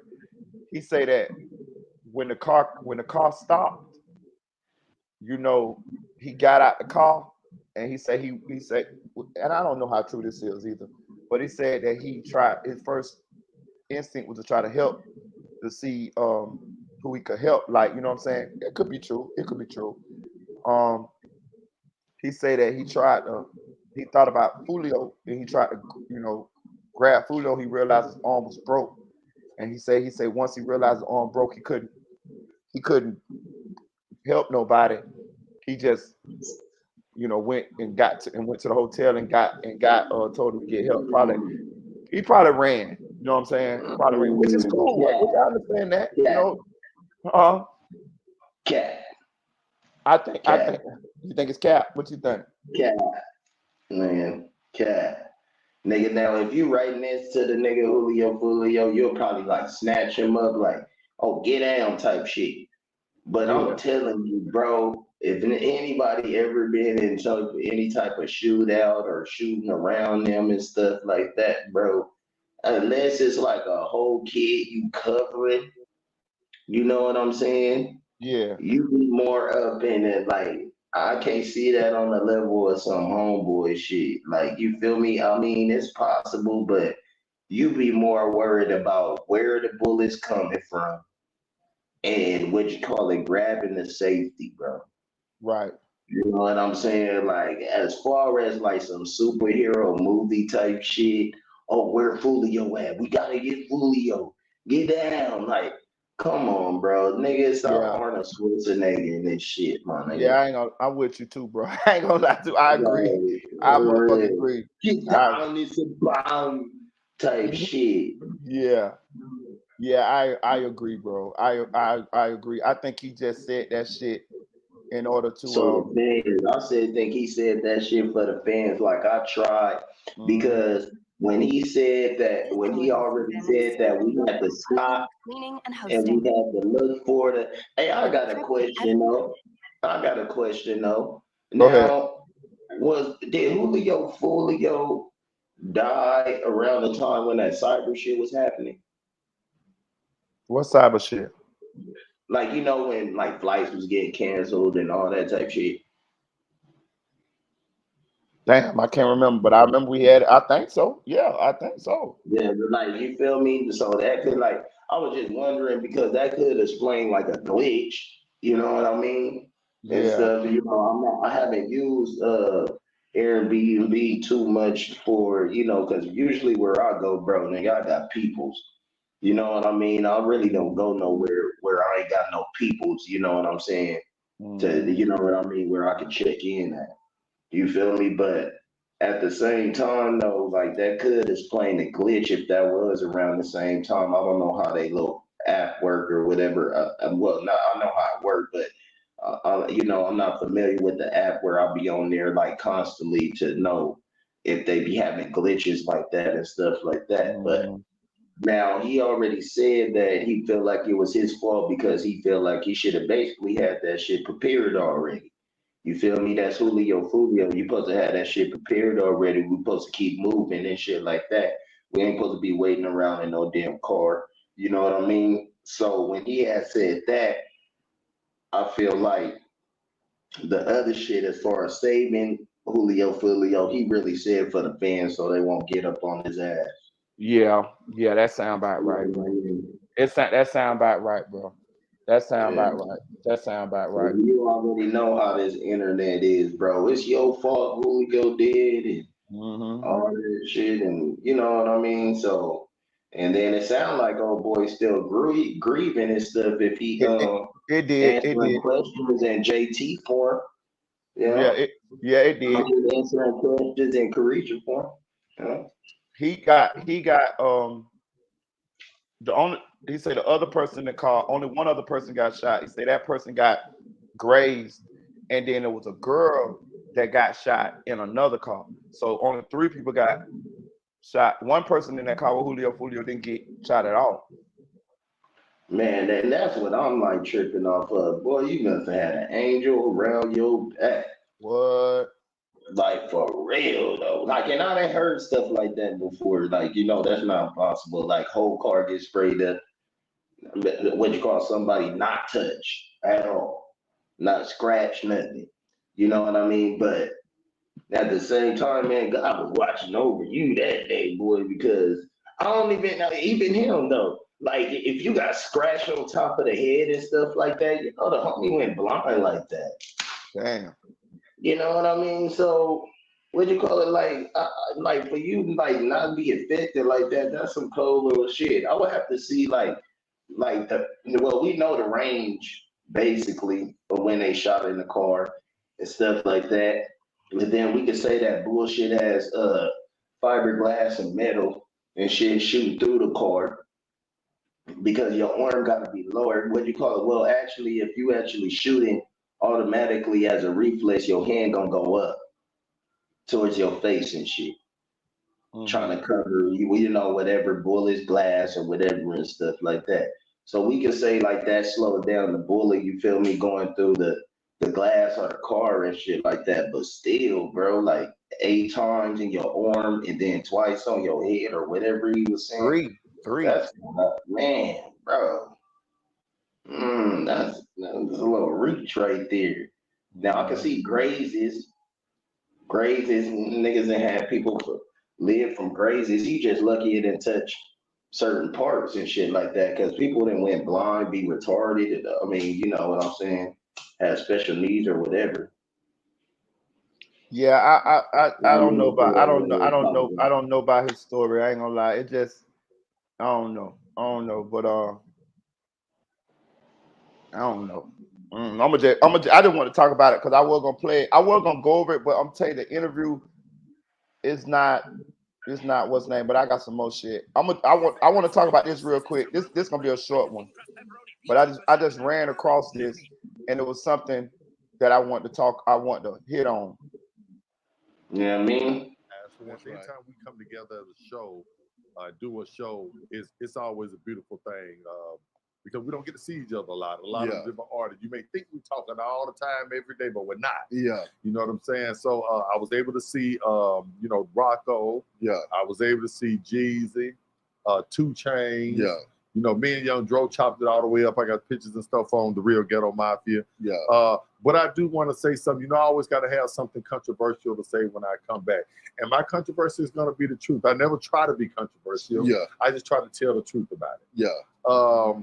Young Dro now has taken over Jeezy as the best showman on stage for Atlanta hip hop, not worldwide hip hop. Because you know, there's going to be somebody come out, he ain't better than KRS-One on. He ain't better than Busta Rhymes. No, I'm talking about Atlanta. And there are categories. I always told you that Fabo is my favorite, just entertainer. Yeah. You understand what I'm saying? Meaning Fabo don't even have to rap his own song. Yeah. Fabo can get up there and do your song, my song. And once he start cranking that and doing his thing, it's a rap. That's right. You know what I'm saying? CeeLo is the best entertainer. If it's something that's gonna make us feel like we're gonna leave there with our vitamins. Yeah. When you deal with CeeLo Green. Yeah. You're gonna leave the concert a better person than when you came. Yeah. You know what I'm saying? Yeah. But as far as just pure D hip hop going, rocking the crowd with that mouthpiece and them lyrics and stopping the music and all that, he has taken over. It's Young Dro. Young Dro is by far, and I've seen them all close. I've seen them several times, all of them. Rocco is solid. Yeah. Rocco is solid. Rocco DJ didn't come. Shout out to Rocco because I'm sure. Listen, I'm gonna tell you, I'm just gonna go through this one real quick here. Let me tell you why I played this. Young Dro is one of my favorite rappers ever. And Tupac my most favorite rapper. But Young Dro is in the top 5. Period. The best thing smoking, one of the best CDs I ever heard. Top to bottom. With shoulder lean and all of that shit on there. When Young Dro first came out, if people remember not, T.I. had to go to jail. So Young Dro held Grand Hustle down by himself. Young Dro came to Orlando. It was the Ozone Awards. I went to the Ozone Awards because I was a budding rapper at the time. So I was invited. So I went to the Ozone Awards. A lot of my local Joker rap partners was there too. That weekend was nothing but concerts with rappers in all the venues in Orlando, all that whole weekend. That Sunday, Club Firestone was the Young Dro concert.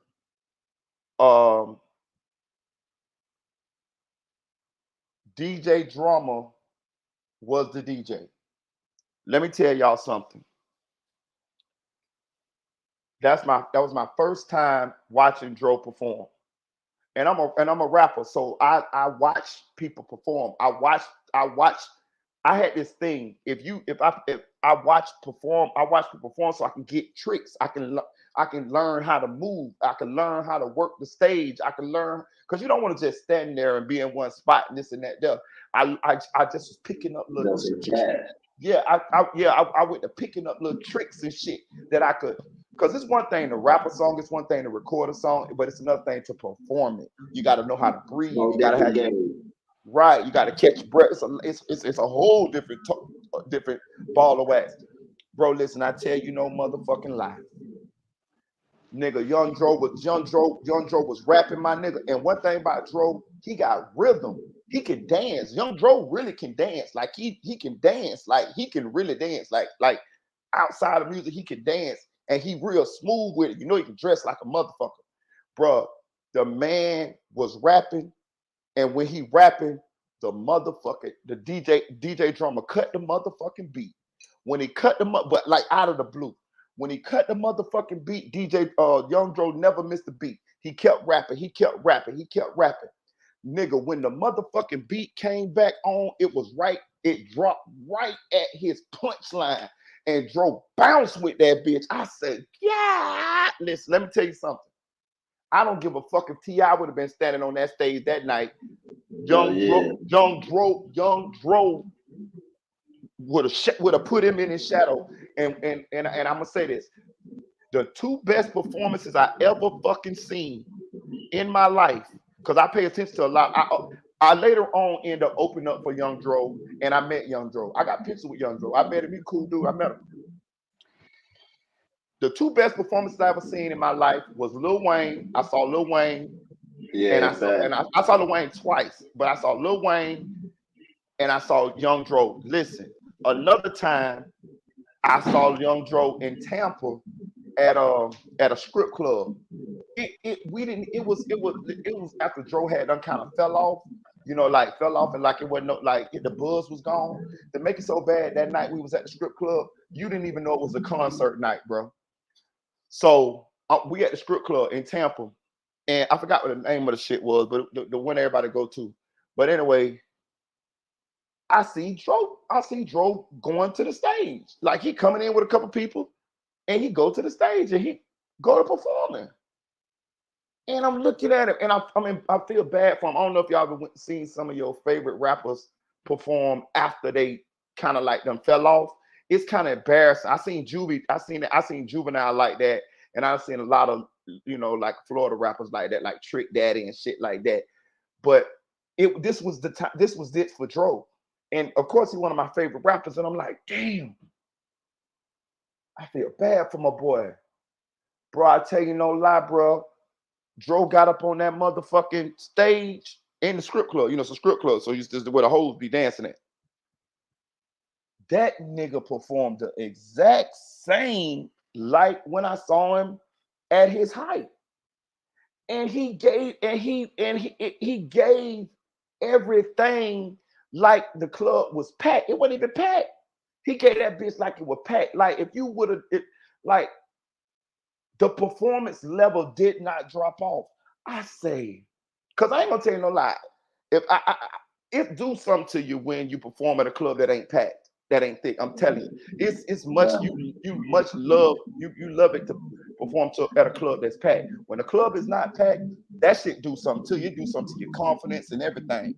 So when I saw that it didn't affect him at all, he still gave. I promise it was an A1 performance. I said, God damn. And I spoke to A1 performer, bro, that don't give a fuck about no crowd. Yeah. Where was that strip club at? You said Tampa? Yeah, it was in Tampa. I forgot the name of the bitch. Everybody go to it. Huh? What was it? Venus? No. It had a little bullshit name. Or Deja Vu or Score. That's the one they be like, motherfucker at. No, it was some bullshit, a rodeo or some shit. I don't know, some bullshit. It was the nigga strip club that everybody went to. I can't remember. I can't remember the name of it though. They might be done changing now, but we was there. They had the food truck outside and shit like that. I went that bitch a couple times. Oh shit, nigga, that's parking lot pimping, nigga. Yeah. But I said all that to say this. He said that Dro done overtook Jeezy as Atlanta as the best performer. Listen, bro. I opened up for Jeezy too. I opened up for Jeezy. The video of me opening up for Jeezy is on YouTube. So I opened up for Jeezy too. Listen, Jeezy got a good performance. He know how to talk and shit, and he know how to bullshit with the crowd and shit and joking. His shit is almost like a show, like a real show. But I'm talking about pure performing, moving, bouncing, talking, like the whole vibe of the songs, and like keep you, hey, Young Dro. I opened up for Yo Gotti too. Now, Yo Gotti got a nice performance too, but he don't move a lot. Yo Gotti he know how to move just his arms. He got like he stay in one spot. Man, shit, Jeezy don't either, nigga. He walked from one end of the stage to the other end of the stage. I seen him up at Staples. no, was it Staples or no, what's that other, the Strong? I think it was the Strong down here and shit like that, bro. Like Jeezy got the energy because real niggas like his songs. Yeah. So when some songs come on, like, but when Jeezy performed, the mood go up and down, up and down. Yeah. You feel me? It go up and down. He'll walk from one end of the stage to the other end of the stage. But like, you feel me? My nigga Shakira motherfucking perform better than that nigga. You know what I'm saying, nigga? Because I went to a lot of motherfucking concerts that be mixed shit, like, you know, when I'm summer jam type shit, or you know what I'm saying, or it'll be motherfucking like the Strong, where it be like a different venue of, you know what I'm saying, genres of music and shit like that. But you feel me, Jeezy? That's what I was about to say. Like, that's what I was about to say. Like, Jeezy, my nigga, is like the same as old boy that you was playing right now. No, no cap. Like, and to be honest with you, listen, real shit. It's sad what happened to Dro. It's a couple things what happened to him. First, T.I. went to jail. Second, Dro signed to an artist. It's hard to sign to an artist. You know what I'm saying? Third, Dro had a drug problem. Dro had a problem with that blow. And that fucked him up. Then that fucked him up too. Fourth, he got swagger jacked.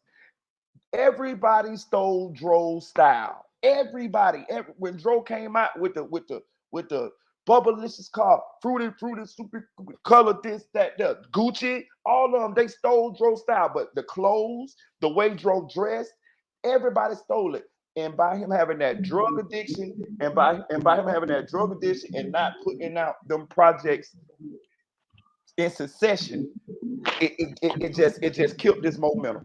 It just killed. No cap, bro. Hey, see, look, at first I was like, Marita, like when you was like Young Dro, nigga, your top 5, like, hell yeah. But the influence though, niggas is like not motherfucking count Dro for what he is. Look, once you just said, my nigga, that nigga style right there, everybody changed they swag, my nigga, to them little plaid motherfucking shorts. All that shit. Bro, do y'all listen? Everybody was wearing plaid shorts, nigga, with the forces.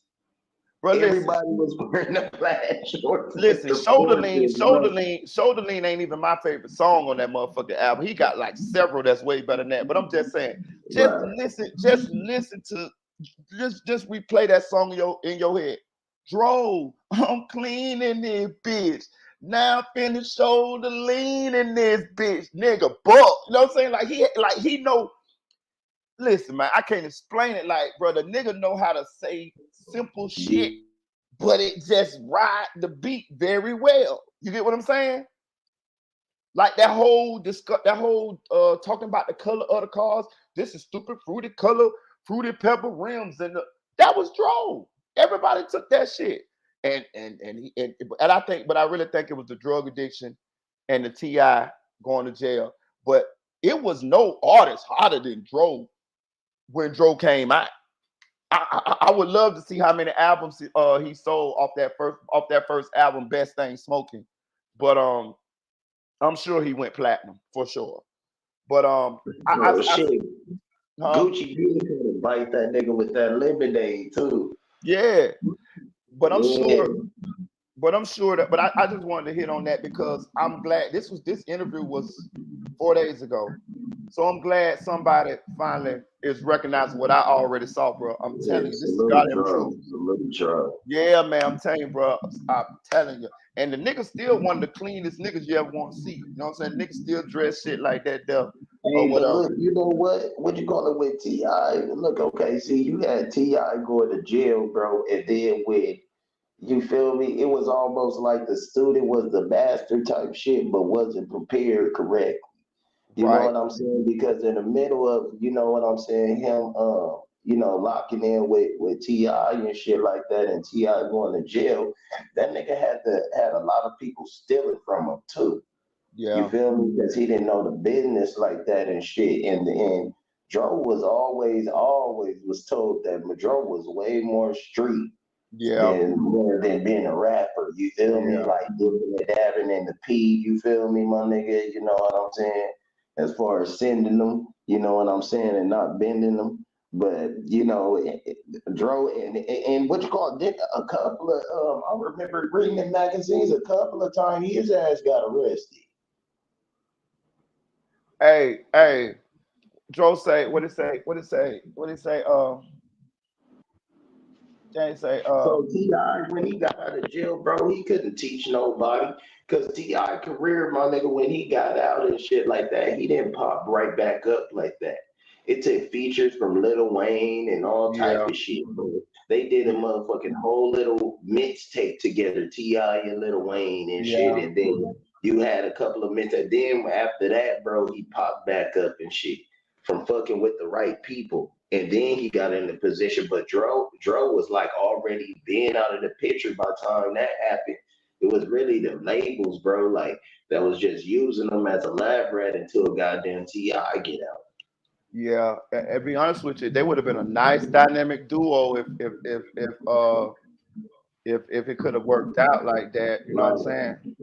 Yeah. You know what I'm saying? Hey, he had a nice artist, but it's just gonna go down.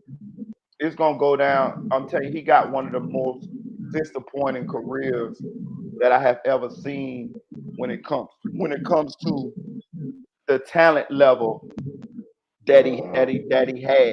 You know what I mean? Some people, it's okay if some people pop off and they have their run and it runs its course. But he never got his run. And some of it's his fault. Some of it is his fault. Because I seen he did a Black interview not too long ago, and he had a drug addiction. You know what I'm saying? Like, so some of it is his fault. And like you say, he was in the streets a lot, shit like that there. But his career was like Lil Snoop to me. No, I think Lil Snoop's song it was worse. Like Lil Snoop didn't even have a career, did he? Man, he had a little bit. He was starting to get his wave. That Dream was like his first like little hit, but he had motherfucking shit before that. You feel me? I'm trying to think who I can compare Dro's career to. Somebody that had one hot CD. I can't think of nobody that had one hot CD. That's kind of it's one hit wonders. But he had a whole CD. It's one hit wonders and shit like that. I'm just trying to put it on the level of Dro. I think Dro had a bigger career because Dro went platinum. Lil Snoop ain't never. Oh, I know who. What's that nigga that died that I Hot Dollar, sort of like that. Oh yeah, okay, yeah. Now that's one of the most tragic stories I ever seen in hip hop. Do you remember that song that they dropped after he died? That Closer to My Dreams. Yeah. That bitch hard, ain't it? Yeah. It's like they got it labeled as a freestyle, but that bitch hard. Yeah, they got it labeled as a freestyle. That's what I was tripping off of. Yeah.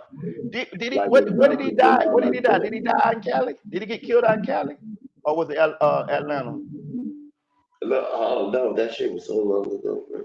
I think he was at a mall or something, and somebody killed him like he was selling some weed or some shit like that. Cause he was signed to Akon. Remember? I mean, he was signed to Akon.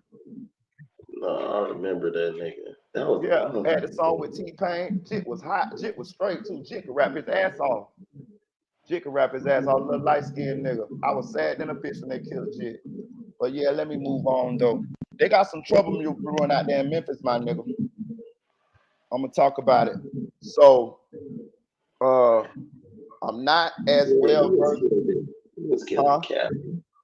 Yeah, I don't know. He was killing Cali, I think. He was killing Cali. I know somewhere Cali. I remember that shit was on the news.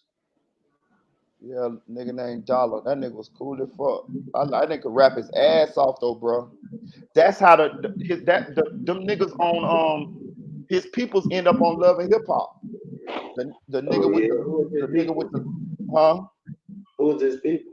The nigga named Scrap or some shit. What the nigga name? With the long hair. Remember the black niggas had the long hair like a perm, sort of tied in with the girl Tommy Lee now. Oh, right. But anyway, because them his peoples. What is shit I'm looking for? Hold on, I'm trying to find this shit. What I'm looking for?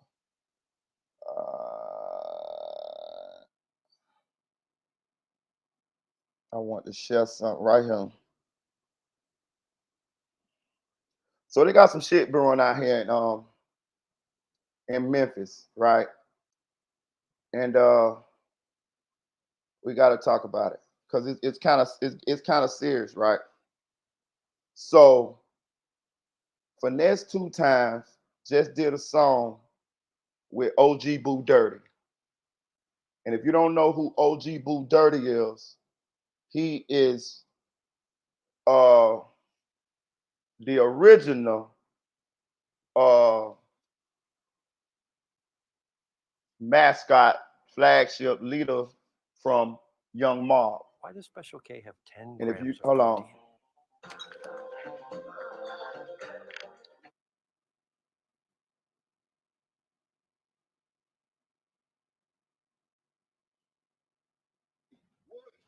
I'm gonna play this real quick. So Young Mob, and if you don't know who Young Mob is, Young Mob pretty much is B.O. Kenny, what's this motherfucker? What's the dude that went to motherfucking jail? Stupid Duke, all them. Pretty much Young Mob runs Memphis. Real shit. These are the hitters. These are the ones, right? But OG Boo Dirty used to be like the nigga in Young Mob. B.O. Kenny and all of them was under OG Boo Dirty. OG Boo Dirty is the dude that famously back in the days had the beef with Yo Gotti.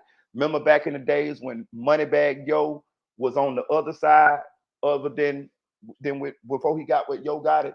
Well, that video that Moneybag Yo was in where he had the fuck Yo Gotti shirt or whatever on, that was OG Boo Dirty. OG Boo Dirty went head to head with Yo Gotti back in the days. So OG Boo Dirty go to jail. And of course, young niggas take over. Young niggas, Back to back with Yo Gotti and Live, nigga. Huh? I said and Live, nigga. Boo Dirty? Oh yeah, he went back to back with Yo Gotti and Live. Yeah. He had a little pull. I'm gonna play the video, but they got Woody on this video saying shit. Him and Young Thug went to Memphis and OG Boo Dirty got with OG Boo Dirty shit. Say OG Boo Dirty had 100 cars pull up, nigga, and about 500 niggas pull up, nigga. Say them niggas was surrounded. It's like so OG Boo Dirty had some pull, like he was the nigga. And the niggas that's the jits that's under him, they lead that shit now. B.O. Kenny is the man. I don't know if y'all know who B.O. Kenny is, but B.O. Kenny, CEO Jizzle, all them niggas, like them is the ones. Them the ones, like real shit. Them the ones. And but Boo Dirty back out of jail. So Finesse 2TYMES had a little issue with Young Mob, and he said fuck Young Mob a little bit ago. So Young Mob ain't been fucking with Finesse 2TYMES, and listen, tell them niggas do something to him, they catch him. Them real deal ones. So what Finesse 2TYMES did, he got with OG Boo Dirty, and he did a song with OG Boo Dirty, and him and OG Boo Dirty been hanging around. So what that done did was that's done pissed off the niggas from Young Mob. I'm gonna play it for you. This shit serious, like but OG. So they talking shit to OG Boo Dirty, but these niggas is OG Boo Dirty sons. Nigga, you the ones. I raised y'all. You know what I'm saying? Yeah. But they done grew up now. You know what I'm saying? Hey, you know what? Look, that's like some real Chicago shit, just not to get off topic, like my nigga, that's how it is up in Chicago. That's why you got a lot of these young niggas disrespecting these older niggas, and they be from the same gang and shit like that, but it's split up. Just like how nigga, I did the video on Arthur. You feel me, nigga? Going off 1700. Yeah, you know what I'm saying. What you call it? Them niggas is actually original Four Corner Block niggas. Mm-hmm. You feel me? Niggas know that old gang, Four Corner Block. They ain't had like gangland stories and all type of shit. But that's like an off branch of Four Corner Blocks. But all Four Corner Blocks don't get along with each other. They ain't broke it off the section to this side and shit. So this shit tough, nigga. Like you fight with your own kids, bro. Damn. So I'm gonna play it so y'all can. He gonna break it down real good. Shout out to Trap Tune. They say you can't promote nobody videos no more. I'm just give bro like. They say you can't say go subscribe to this person. That's what the rules say. So.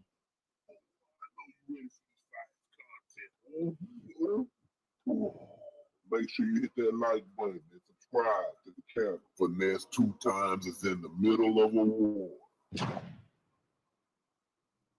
By now, you heard the news about OG Boo Dirty from South Memphis. Hey, who channel is this?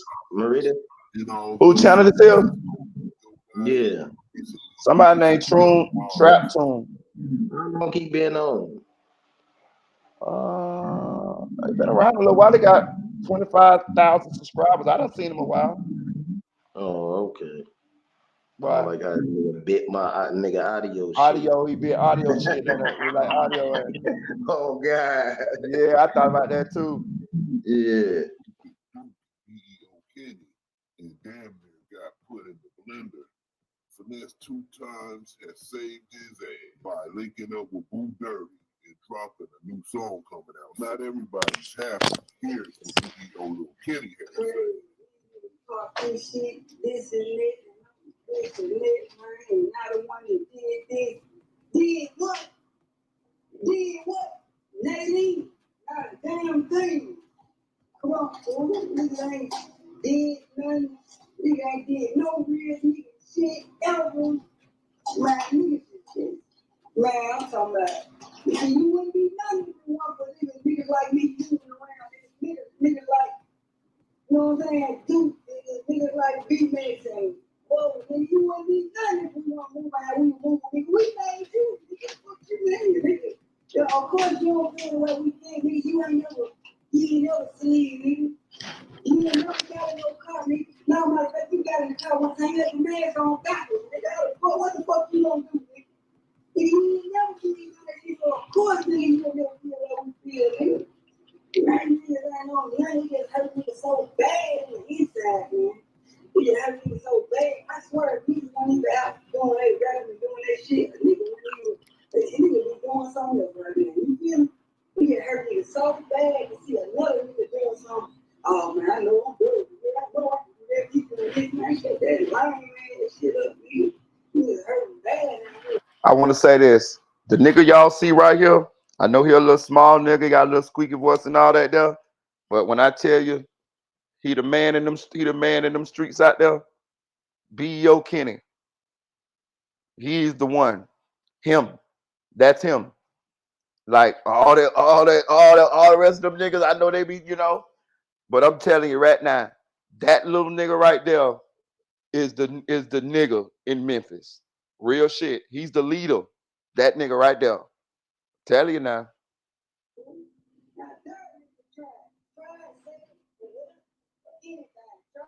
So Young Mob has mixed feelings about this. Young Mob Hunts riding with B.O. Big homie stars riding with OG. Man, this shit crazy. Man, nigga working with me, I ain't bad shit, man. Nigga talking about that Bob. Nigga like Bob. Nigga moving out feelings, man. Nigga feeling, man. Nigga emotion, man. Nigga ain't moving like this shit. Nigga been gone 13 years, scamming this shit like George Floyd. Nigga don't hold on with this shit. Nigga getting this shit out the mud. You see what I'm saying? Nigga ain't doing no self shit to get no money, man. Nigga doing anything. It's money, man. Still ain't getting no money. You see what I'm saying, man? They ain't been standing up for 25 years. This shit ain't gonna never stop, dude. If you need a good flop, nigga know the real with this shit, nigga. You still standing on this shit, nigga. You still saying shit, bodies and bodies, nigga. Money's and bodies, nigga. Same shit going on, nigga. Ain't shit stopping you. You can smile with this shit, that nigga. But what you nigga got shot. You nigga had IVs, nigga. You see what I'm saying? Now you didn't want to come out of the broadcast, apologize, and talking about get this shit lying, nigga. And you know you said it 20-something years, nigga. You nigga busted, man. You see what I'm saying? This shit ain't gangster, nigga. This shit ain't real, nigga. You know what I'm saying? This shit comes from me, nigga. I'm getting for war going on. Niggas ain't did shit, man. Niggas is rapping.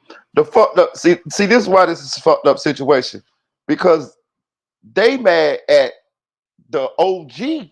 They mad at the person who was the person that put them on. Who when they was young jits and young boys, and you know what I'm saying, taught them and put them in the young mob and all this. So they mad at him for doing a song with Finesse 2TYMES because because Finesse 2TYMES had said F Young Mob a while back.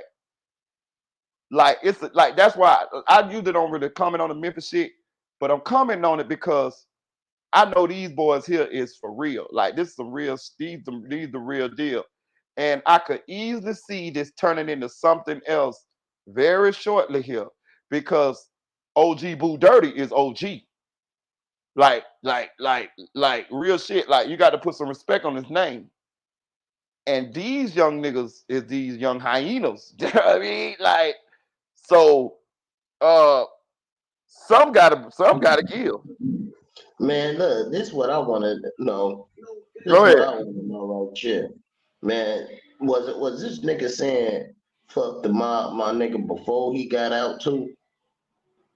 Before like what made this nigga, the OG nigga King, my nigga start like being like fuck them? So the OG nigga ain't say fuck them all. Finesse 2TYMES did.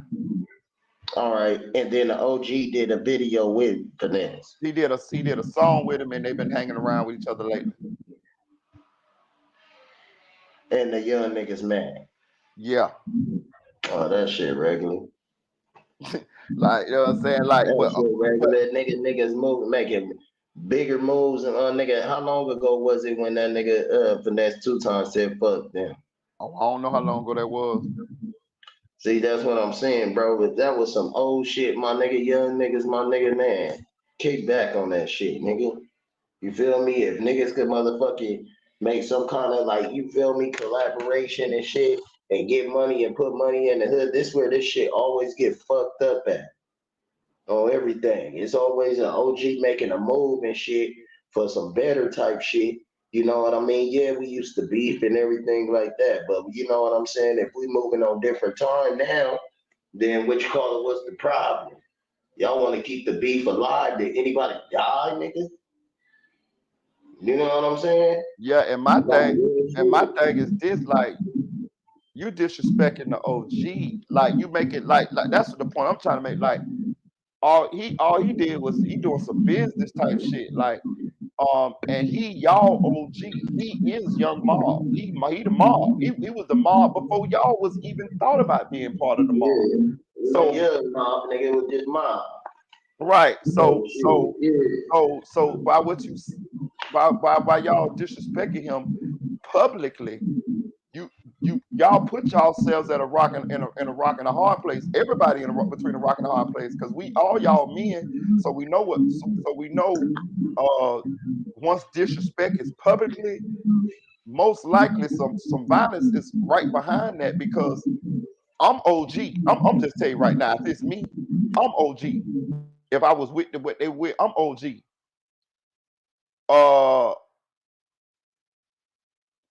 Disrespecting me publicly for sure. Like behind closed doors, we might could talk it out. But publicly, you gonna have to apologize to me publicly. If you don't apologize to me publicly, something gotta happen. And the reason why something gotta happen is because if I let this go down, all my stripes gone. all my stripes gone. All the stripes that I done accumulated over the years, they gone. And then we rep the same set. We both mob. So who the leader here? Is you the leader, motherfucker? Or I'm the leader? Like, how does this go? You get what I'm saying? Yeah, this whole goddamn social media be getting out of control because, first of all, yeah, nigga, you could have called me. Right. Me up, nigga. If you can go and push that live button, nigga, you can also push that goddamn button, my nigga, that DM me, my nigga, video call me. They could have friendly extorted Finesse 2 times. Look, yeah, right. If they on that type of time too. You know what I'm saying? Like, nigga, you don't know what kind of play this nigga got going on. Right. You feel me? So for you to jump your feet in and get wet, my nigga, you over here just talking out of your lips and shit. And then at the same time, though, Marita, I don't see a lot of niggas behind this nigga. Who? I don't see young boy. Which one? B.O. Kenny? Yeah, no, the young nigga that's talking. Oh, right here on the screen? Yeah. He with B.O. Kenny now. It ain't like a grip of niggas, my nigga, and back of this nigga, my nigga. Like, you feel me? Like, yeah, nigga, we on that type shit. Like, it's just you. So, nigga, like, with nigga OG, my nigga, man, I'ma slide down there up on you, nigga. Yeah, you got something to say, my nigga. Like, what's the deal, nigga? I'ma call you, my nigga. What's the deal with you, bro? Yeah, I'm gonna let it play. I'm gonna let it play for you because he gonna explain this shit a little bit more. Yeah.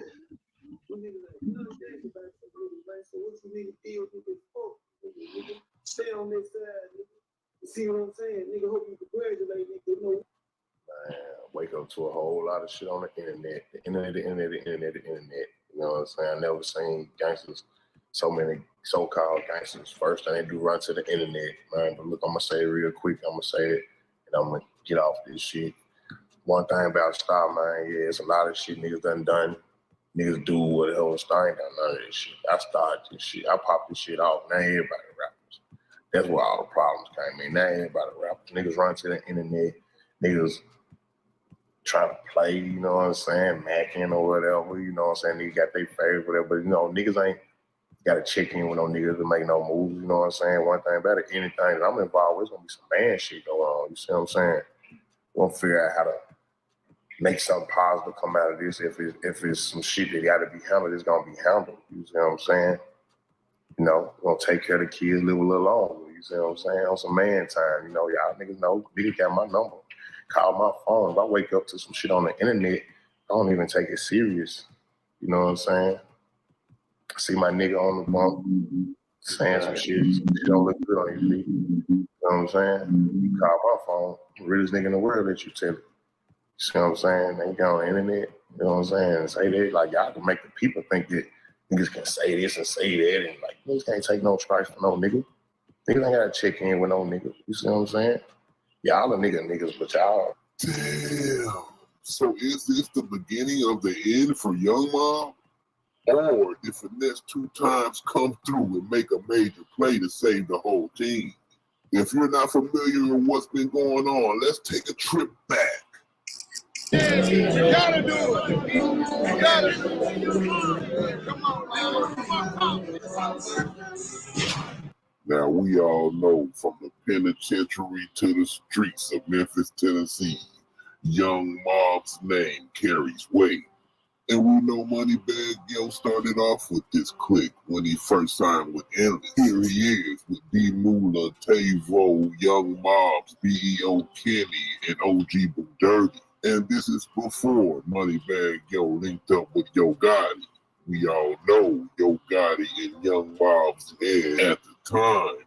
Rapper Boo Dirty was Yo Gotti's rival, and they hated each other, allegedly. North Memphis versus South Memphis, it was on. Boo Dirty claimed Yo Gotti tricked him to perform at his birthday. Gotti allegedly called Boo Dirty with a business proposition that never fell through. I don't remember this motherfucker, nigga! Yeah! Shout out to the city. If you're from the streets, you know what this means. If you knock this shit over your head, believe that. One time, you feel me? We in this motherfucker, y'all ready to keep going or what? Yeah. Appreciate it. What are really Yo Gotti fans here in this motherfucker? It's your boy Yo Gotti. After that performance, Young Mob's relationship with Yo Gotti didn't get any better. The word is, Young Mob never signed off on that decision. It was a Boo Dirty decision to link with Yo Gotti. CEO Kenny wasn't standing for it. Hey, I got a motherfucker publisher announcement, man. This shit come from up top, man. From BEO, man. Nobody ain't Marvin no more. If it ain't come from me, if you ain't my man, you ain't shit. Anybody else ain't nothing. Not your brother, not your cousin, not your mammy, not nothing, ain't nothing. Don't throw it, don't chunk it, no nothing. Get back. Get to the back of the bus, man. You not, nobody, not Marvin no more. Nobody but me. If they got a problem, they think they still live. Hey, you know me, let me know where you at. I pull up, we can meet up. We can get, you know what I mean? We can get this shit to the side. But publisher announcement, nobody ain't shit but me. But me, nobody else, man. Nobody else. Get to the back of the bus. Sound like he taking over the whole game. So now BEO's the face of Young Mob, but he got locked up for 4 years. BEO Kenny has now returned after serving his 4 years, and he's ready to take his crown back. Shortly after BEO was released, he signed a QC, Quality Control Music.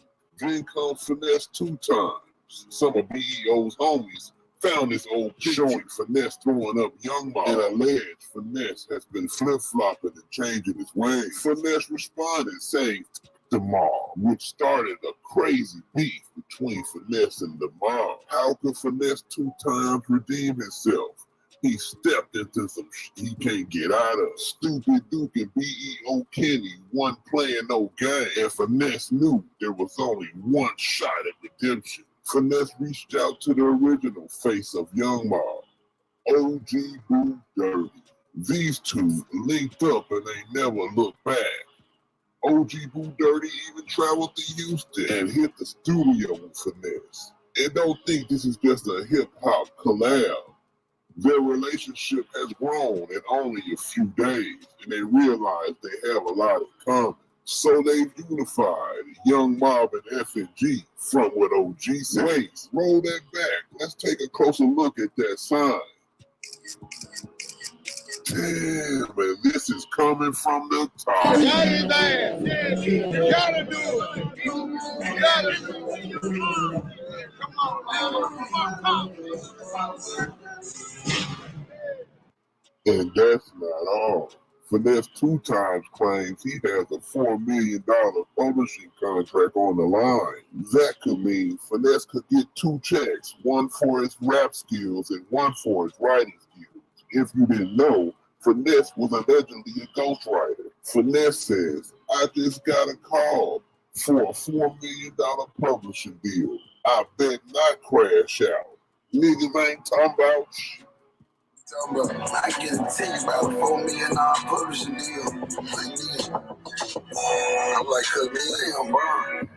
You right. You heard it. Boo Dirty said, cut me in. It's only right, especially after that, the mob comment. But we all can be redeemed one way or the other. Or you get taxed, do a feature, and move on, creating a new relationship that just might save you. Not everyone's happy about this new relationship between Finesse and OG. Finesse's homeboy, Black Youngsters art, J90 wasn't happy at all. J90 said, rappers be doing shit to keep buzzing. No matter what they have to do, they will do it. Especially to stay relevant. Nigga, you a pussy, no matter who you link with. And I see your pussy print, little girl. Pull your skirt down. Damn, and this comes after J90 nearly signed the Finesse gang, but changed his mind and stayed with Youngster. J90 says, Uncle, where I stand, niggas respect me all around the states. No extortion, none of that. I see what's going on now. So watch this. I got a power move. So hated or love it. This new relationship between F and G, Young Mob, is set in stone. And Boo Dirty's not quiet about the situation.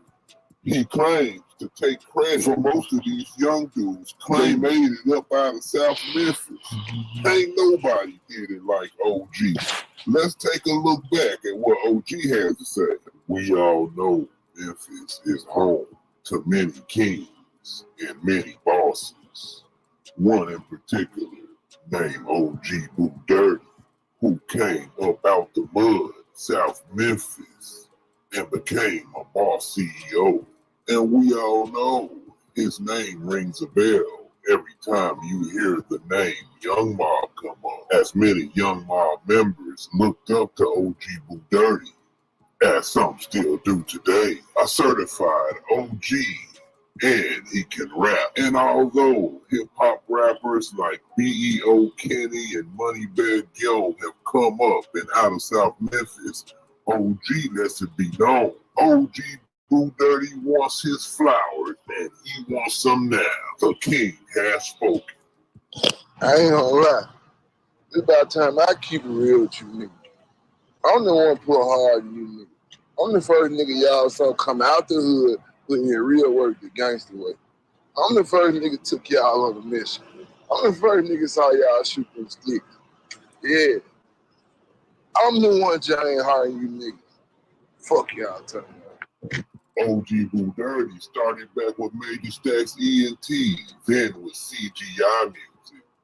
Then he hooked up with Gucci Mane in Atlanta for a 1017 collaboration like none other. Gucci Mane signed OG Boo Dirty. Young Dolph was there also, but unfortunately never signed the 1017. Gucci got locked up right after that, and OG was left hanging. Then Akon popped up on the scene and saved the day for OG Boo Dirty. Akon took OG Boo Dirty around the world, and on some occasions, even Dubai. These guys were like best friends, or it may have seemed that way. Even YSL former henchman, YSL Woody says he came to Memphis back in the day with Young Thug, bumped into OG Boo Dirty, and about 200 of his YSL members were surrounded by Young Mob members. OG Boo Dirty definitely had South Memphis on fire, literally. Here's what Woody had to say. Ain't going no Memphis. They can have it. Them niggas don't give a fuck about none out there. That's how them. They ain't care. I would have slid out there with you. I actually went to Memphis one day with Thug. For real? Yeah, we got surrounded out there by OG Boo Dirty them. For real? Now, you know, they just cool though. You know, they came 100 deep. 100 cars deep. Damn. Maybe about 500 niggas with that nigga at. Yeah, that nigga secured about this big, man. Long ass black t-shirt. Like, oh, what the fuck? They got big Mac up under that. I was like, oh, okay. So at this moment, Woody and Young Thug bumped into OG Boo Dirty before the. So you see what I'm saying, SLK? You see how this thing could get a little spunky? Yeah. How you think it's gonna play out? The reason why I felt I did this because I know how them boys out there is. Somebody can die about this. I hope not, but somebody could die about this. Yeah, that's true and all though, but like I'm thinking like a little deeper in there than shit. Like what I got like a couple of questions like what went on up in the streets, bro, while you was up in jail for this to be this serious? You feel me? Like what went on up in jail, you know what I'm saying, when you was in jail, bro? Because we know it was some of them Young Mob niggas up in there, and then whoever camp or Yo Gotti camp was up in there too. No niggas know they had run-ins, you know what I'm saying? So like what conversation, like that first conversation where it was like even before a feature and shit, what went down? Yeah, I don't know. Yeah. You know what I'm saying? And then what you call it, like this young nigga, this nigga talking with like his chest poked out. Ain't a man. You know what I mean? Huh? I say ain't a. That's what I'm talking about. Like, you know. Like he talking with his chest poked out, like nigga, you ain't been there for us and shit like that. So like you feel me? I can't just straight up and say like, oh man, because man, an OG gonna have to handle his business the way he handle his business, bro. You putting shit all on public motherfucking documents and shit like that. You know what I'm saying? You calling me out in front of the world and shit like that. It's only motherfucking right for me to slide down there, nigga, just find you without anybody around you, my nigga, and slap you up. I think old school nigga would have whooped that little nigga. That nigga little, but like this what I gotta say about like, you know what I'm saying, learning from like just being right here. You feel me? Just being tapped in and shit like that. You gotta tap in with these young niggas, bro. Yeah. Because just like how this nigga motherfucking had 500 niggas motherfucking pull up, most of them was young niggas. Yeah. You know what I'm saying? So you gotta, as an OG, you feel me? You can't be like on some. The only thing that I would have motherfucking did differently with his alive and shit is like, oh yeah, when he was talking about, man, I ain't took y'all niggas on missions, whatever, whoop, whoop, whoop. I'm singling out niggas up in the motherfucking group. I ain't talking about the whole mob. You know what I'm saying? Y'all niggas that be on the internet, nigga. Y'all niggas that you know what I'm saying, popping back on the internet and all that shit. Yeah, you, nigga. Y'all know who y'all is, nigga. You know what I'm saying, my nigga? Like, you feel me? You want to do shit on the internet, nigga, you could have called me. And that's where that motherfucking internet shit would have ended right there. Next move, my nigga, is a power move. Just like a nigga put up in that goddamn tweet or Instagram, a motherfucking post, my nigga. You feel me? I'm gonna slide down there, my nigga, and handle my business. Nigga, I ain't gonna pull up 500 car deep. I ain't gonna pull up with the hood and none of that, my nigga. I might even catch you, nigga, hanging out in front of the set, my nigga, which will be better. Hey, let me holler at you real quick, bro. Right. Check it out. You know what I'm saying? Oh, this nigga didn't put, and that's when you really get the vibe, bro. Is the gang with you, and when the gang is not with you, you feel me? If you could pull up, my nigga, and call a nigga out, like, hey, check it out, my nigga, and everybody else ain't tripping, you still tapped in. So now it's like kind of like it's fucked up for this nigga, but it's not fucked up because he is who he is. He still got his stripes and shit like that, depending on the next move or whatever. But you making it seem like nigga, like the hood, this young nigga is making it seem like the hood's not with him. Right. You know what I mean? On the outside looking in, you know what I mean? But if he could pull up to the hood and be like, hey, bro, I'm out here right now type shit. You know what I mean? Like, yeah, and you ain't got to do it on live or nothing like that. You feel me? The media don't need to know. It's just like how you said before, bro. I just need that goddamn public apology. Yeah, I'm sure do. I goddamn sure do. But I'm gonna tell you what it's probably a little bit more complicated than that though. Memphis, a lot of them some kin to each other from in Young Mob. So it seems like what's going on here is the young niggas against the OG niggas. And like you say, you got to kind of tap in with the young niggas. And it seemed like, and if I had to guess, it seemed like, of course, the young niggas gonna be more close with the young niggas they age. The old niggas gonna be, old niggas. So it looked like this shit finna splinter. You know what I'm saying? Like it's finna splinter, or either I just don't. For me personally, it just. I see what you're saying, like split up type shit. Yeah, like I ain't gonna lie.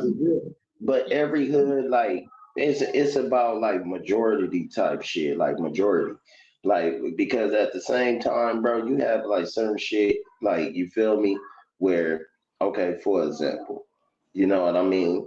It's certain parts in my section, right? You know what I mean? That beef with another gang that we already get along with. Under like, you feel me? Not really like get along with, bro. It's like ceasefire type shit. You know what I mean? We got bigger motherfucking ops to worry about, and we literally right next door. But some of these older niggas, like the OG ones, that and went through war and shit like that with these niggas, my nigga, and grew up with that generation and shit. Nigga, you can't just come over and that's why you gotta be careful who you introduce to who, because it might be good and beautiful and flowers, my nigga, on the outside, my nigga, but you never know how that nigga feel, my nigga. You know what I'm saying? That's why I always tell a motherfucker, like, you feel me? It like You don't need to know the whole game, nigga. Just know me, nigga. Right. Nigga, you know what I'm saying? Like, because I don't know what niggas be having, what type of energy my niggas gonna be having, my nigga, when you come around and shit like that. That nigga might probably went through an experience where a Paru or a Hoover or a gangster or a neighborhood, my niggas might did something to the nigga. You know what I mean? Like, man, he don't give a fuck about none of that shit. Right. You know, so it's really about this young nigga story, bro. Like, you feel me? It do on the outside looking in, like he trying to take the crown and shit like that. But at the same time, it might be a little bit deeper than that. You know what I mean? It was like, nigga, we been pulling triggers on these niggas, my nigga, while you been locked up. Like, ain't no peace, nigga. And then you do a fucking video with it. And maybe the nigga felt like he had to take that public because you took it public. You did a music video with the nigga. So it's some kind of type of not checking in with, like, you feel me? Some kind of falling off and miscommunication, you know, with something. But as an OG, my nigga, having stripes out here, nigga, like, you gotta handle that shit quick. Yeah, I just don't like that they trying to take OG. They trying to take OG stripes by that type of shit. I don't know none of them, but I'm just saying. You know what I'm saying? Look. Oh, nigga once told me, my nigga, you can never take away a nigga's stripes, my nigga. You can never take away a nigga's stripes, my nigga. But nigga, his future decisions, my nigga, could get them motherfuckers ripped off. Damn right. Gotcha, I'm so can. Oh God. So, like, you feel me? They can never take away that nigga motherfucking his stories and shit and the background he got, you know what I mean? And you know, this all allegedly, we are not, you know, influencing gang violence or anything like that on Marita channel, but at the same time, like, you know what I mean, you can't take away from his story. But at the same time, his next move, like, they making it seem like, hey man, oh, what was that movie where they be like, man, they feel like you getting out, man, you soft. Like, I forgot that movie. That wasn't Blood In, Blood Out. That was something else. Like, but man, they feel like, man, you getting soft now. Maybe that young niggas feel like that. Like, hey, bro, you ain't went in. You know what I'm saying? You ain't had a, you know, hold your chakras. You in tune with all your chakras. Be made talking shit. Nah, nigga, we bouncing out here, nigga. Hey, nigga, don't be trying to bring that piece shit, nigga. We still dealing with motherfucking, you know what I'm saying, grievances and all type of shit. Don't be trying to come out here with that type of shit. You know what these young niggas be on a whole different mindset type shit, bro. Like, you don't know what niggas be going in. Yeah, I could give you a phone call or two or whatever, but you ain't knowing what it's like out there, just like I ain't knowing what it's like in there. Hey, listen, and that goes now. That kind of lends to in the South. Like, you know, a lot of people, like, they banging, but it really ain't no structure. This is kind of the thing that would benefit a gang or group with structure. Like, okay, so OG Boo Dirty or OG nigga, right? If it was some structure, it would be a mechanism so they can get this shit situated without it getting to what's the name. But being that in the South, it don't really be no structure. It just be like, you know, like everybody kind of just rep. It ain't no this dude a captain or this dude or OG. You know what I'm saying? So what's happening is, I'm telling you, man, OG, let me be honest with OG. You got to go and get his shit to them jitterbugs, man. I'm just telling you, like, ain't no, he got to go, like, cause what's the point? What's the point? The hell no, Burrito. Look. We ain't gonna put your goddamn personal life, nigga. What would Marita do? You feel me? Okay, so let's say how nigga, cause that nigga, like, nigga, we from Orlando, nigga, but for disrespect you slide down there right now. No, I'm just listen. I'm just trying to think of what the choices OG got. So you finna be a 60-year-old nigga. You finna be a 60-year-old nigga. Gang banging. Ain't always gotta be look, like you said, power move. Everything ain't always gotta be action, my nigga. Right. You know what I'm saying? Like, you feel me? This nigga done lived out here, my nigga, and been out here for a minute. And that nigga ain't no stupid nigga, my nigga, to keep living. You know what I'm saying? So, like, you feel me? The reaction might not be the reaction, my nigga, that you always think. You feel me? So you say he just don't, he might not even might just don't even say nothing about it. Nah, I ain't even really saying that. Yeah, might not even say nothing about it. Yeah, I'm saying that. But nigga, a play can still be made. You know what I mean? I wouldn't even deal with that shit directly. That shit be so damn indirect, my nigga. It'll come out so direct, my nigga. Nobody else will try that shit again. Right, I got you. Yeah, shit. And I ain't literally got to put my damn hands on you, my nigga, or pop you. Right, you know what I'm saying? I'll just tear your whole goddamn world about it around you, my nigga. You the game you thought you had and the power you thought you had, my nigga, would be torn down around you, my nigga. So cold, my nigga, you be begging to get back on them blocks, nigga. Do you feel like this was a big enough issue for them to be mad at him about? Man, I don't feel like that. Now, that's what I'm saying. What you call it? I'll never really say nothing about how mad a nigga should be. Right. You know what I'm saying? Like, you feel me? Because, like, on the same time, because I'm taking it just like if a nigga was speaking on my city, bro, you don't know what's going on, nigga. Right. You know what I'm saying? That's where we got to keep that shit mild with this social media type shit. But like, we don't know what the fuck going on and shit. So I can't say that the nigga don't have no right to be mad. Could he have handled it a different way on both ends, really? Hell yeah.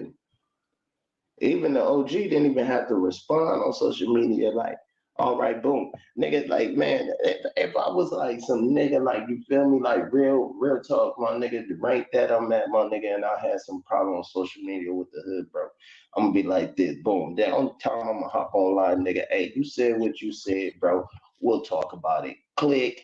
That's it on social media, nigga. Next, nigga, we gonna get a phone call in, we gonna get a meetup in, nigga, and we can't see eye to eye, my nigga. We just gonna land the plane where it land at, nigga. Right. Straight up. You feel me? Man, I ain't gonna go in that bitch blind either. All right. So since we on this, I want to segue to another conversation. What happened? Because I kind of been out of touch with it. So, and this is in your neck of the woods. So I'm seeing that Brick Baby allegedly ran from Loose Cannon. Is this true? Man, I don't know what the hell that shit is. I've been like tapping into it, but not tapping into it. Me too. That's what I'm gonna say. And I feel like, bro, now I feel like it's a play, bro.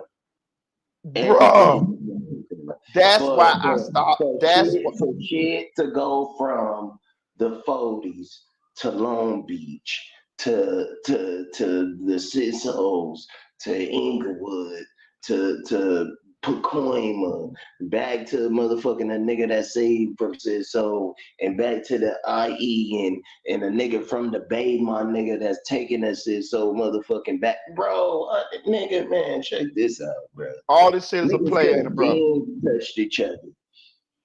Niggas could have been touched each other. It's too many events that be going on over here. It's too many places where people like, you know what I'm saying? Niggas got other people backgrounds and shit like, or tapped into other people entourage and shit like that, where nobody just ain't gonna drop a location, my nigga. It's like that, like, bro, like, oh, hey, you from this side of town? All I gotta do is get in touch with somebody from that side of town, my nigga. Find out the next event. Now, what happened with Brick Baby was Loose Cannon went to No Jumper. And when Loose Cannon went to No Jumper and shit, Brick Baby was supposed to be there. And then Wack called, supposedly, Wack called Brick Baby and let him know that Loose Cannon was there. And Brick didn't show up. Big event. And then I hear that Loose Cannon was thick up in there. Everywhere Loose Cannon go, he got about like 30 niggas. For real? But then I heard he like, man, left his man on the outside of the No Jumper, bro. and stuff, and then they had a whole little conversation about that. What you mean left in my side? Yeah, you know, Demon, what was his name? Money or whatever the shit and whatever and stuff. The other nigga that had got into it with Brick Baby and Ratchet TV or whatever and shit. But yeah, what you call it? His entourage, loose cannon entourage, basically. He left one of his boys outside and shit. Why That's went like up? Why he left my side? Was he like standing guard or was he? They didn't let him in. I don't know. I was just like, man, that's all like clickbait to me, bro. Because if you was there, bro, you was there. You know what I'm saying? I'm pretty sure, nigga, the way they do no jumper and shit like that, they be trying to minimize your entourage and shit like that. So like certain people will come in, you'll have like probably like, you know what I mean, like 4 or 5 niggas come up in there with you and shit like that. The rest of your niggas can hang in a parking lot and shit like that. I ain't leaving one of my niggas out there by himself though. Not one of them.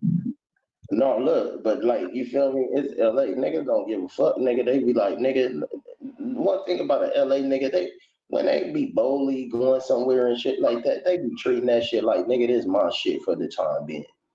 You know what I'm saying? And you just gotta press the way you press, depending on who you motherfucking run into. Right. You know what I mean? Like, you know what I'm saying? But you gonna show a nigga, you gonna show a Cali nigga, and the nigga just like it's gonna fall for that nigga on tough shit.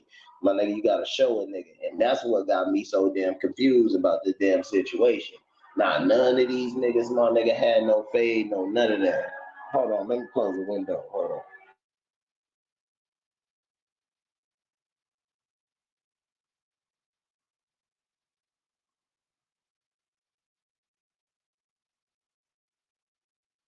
About from celebrity to everything, bro. Ain't none of these niggas had a fade, my nigga. P Nice ain't faded nobody, my nigga. Right. Even if nigga Snoopy badass talking big shit about everybody, Loose Cannon nigga has a list of everybody that's going viral. He talk shits about. I recognize this nigga pattern now, bro. Anybody that go viral, he talking shit about. Anybody that go viral and that bangs, he's going to go in on your ass, nigga. You feel me, my nigga? Yeah. Like it's just like, and I'm just taking like a play, my nigga. It's just to stay irrelevant.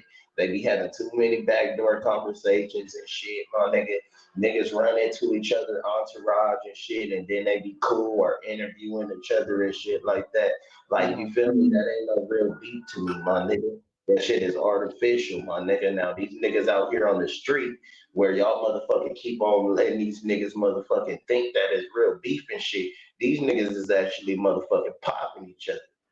Cause lately, my nigga has been a motherfucking little static up in the street. You know what I'm saying? And that's where and I can't get with my nigga. Like, you know what I'm saying?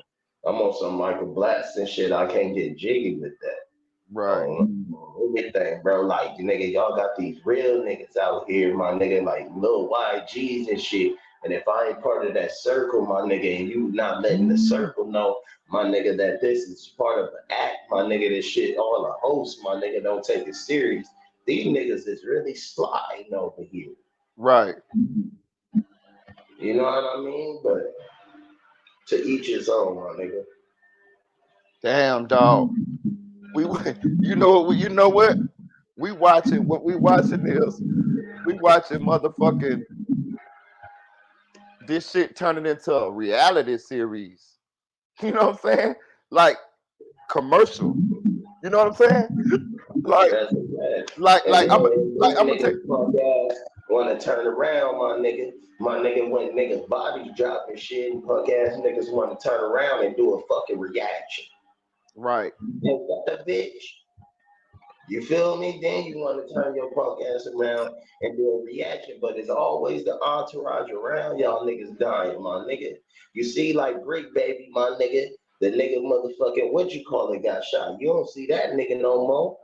That nigga Gordy. Yeah. Boy, my nigga, when P Nice supposedly choked him up and all that shit, the big nigga that was with Brick Baby and stuff, they was like, why he didn't jump in? Yeah, young Barry Gordy. That nigga got shot at a goddamn party, my nigga, you ain't seen that nigga since. Oh, he got shot? Man, stop playing. I just don't be putting all that shit on YouTube. He all right? Should be close to home. No, he alive. He at home and everything, bro. He was actually talking shit to P Nice, my nigga, inside the hospital. But y'all niggas keep playing with this motherfucking internet shit, bro. When you a big, keep telling yourself, oh, nothing has to do with what I put on the internet and all that shit. But a nigga already have a mindset when he see your ass, nigga. You already thinking of to a real street nigga, they already thinking goofy. You feel me? So if you say anything out of order, nigga, I'ma pop your dumb ass. Hey, when you a big, that nigga a big nigga too. It's highly likely. It's highly likely a nigga shoot you. You know what I'm saying? They ain't gonna be wrestling with you. But on the same time, though, what you call it, you fucking around with this internet shit, my nigga. You supposed to be from rolling 100s, my nigga. But the rolling 100 said keep rolling 100 out your mouth, my nigga, because the goofy shit. See, real shit going on in the background and shit, and these niggas keep playing and shit like they didn't have a phone call to them, or they didn't have nobody go up to their house and shit just because it ain't on Instagram Live or YouTube, or you won't even talk about it, or the real gangster won't get up on live and shit and talk about it, my nigga. And y'all niggas keep playing this shit like it's a game, my nigga. And then nigga, shit happens.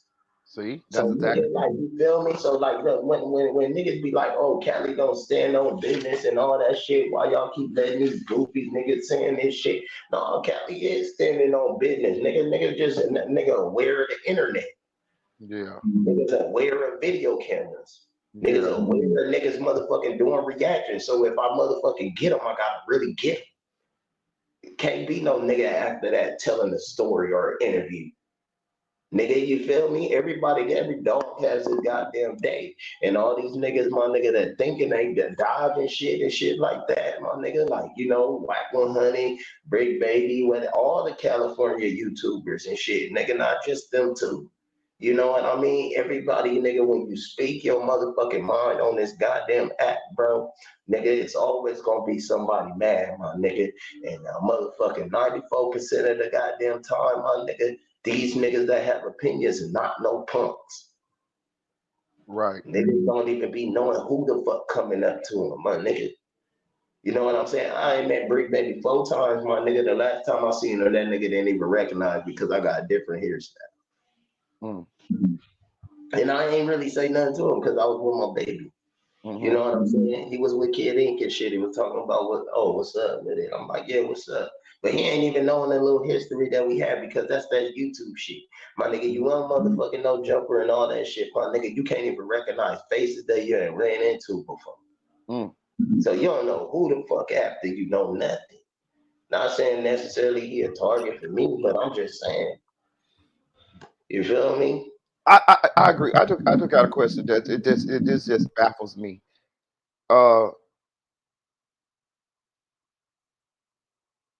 I know some of this shit plays that they running. Okay, cool. Okay, cool. But how come every incident that happened with Brick Baby, it seems like he is always made to look the butt of the joke or whatever at the end of the day? You notice that? It ain't none of these situations that came and made him look the victor or superior. You get what I'm saying? Brick Baby got choked up. Brick Baby ran. Brick Baby had to apologize. You get what I'm saying? Brick Baby been talking shit for a long time without nothing into him. Brick Baby been talking shit without her for a long time and shit. But like when you tap into certain motherfucking topics, that's when shit coming out to you. And I'm not saying everything all playing this shit. They might have planned the motherfucker talk about ATK, but ATK ain't playing it.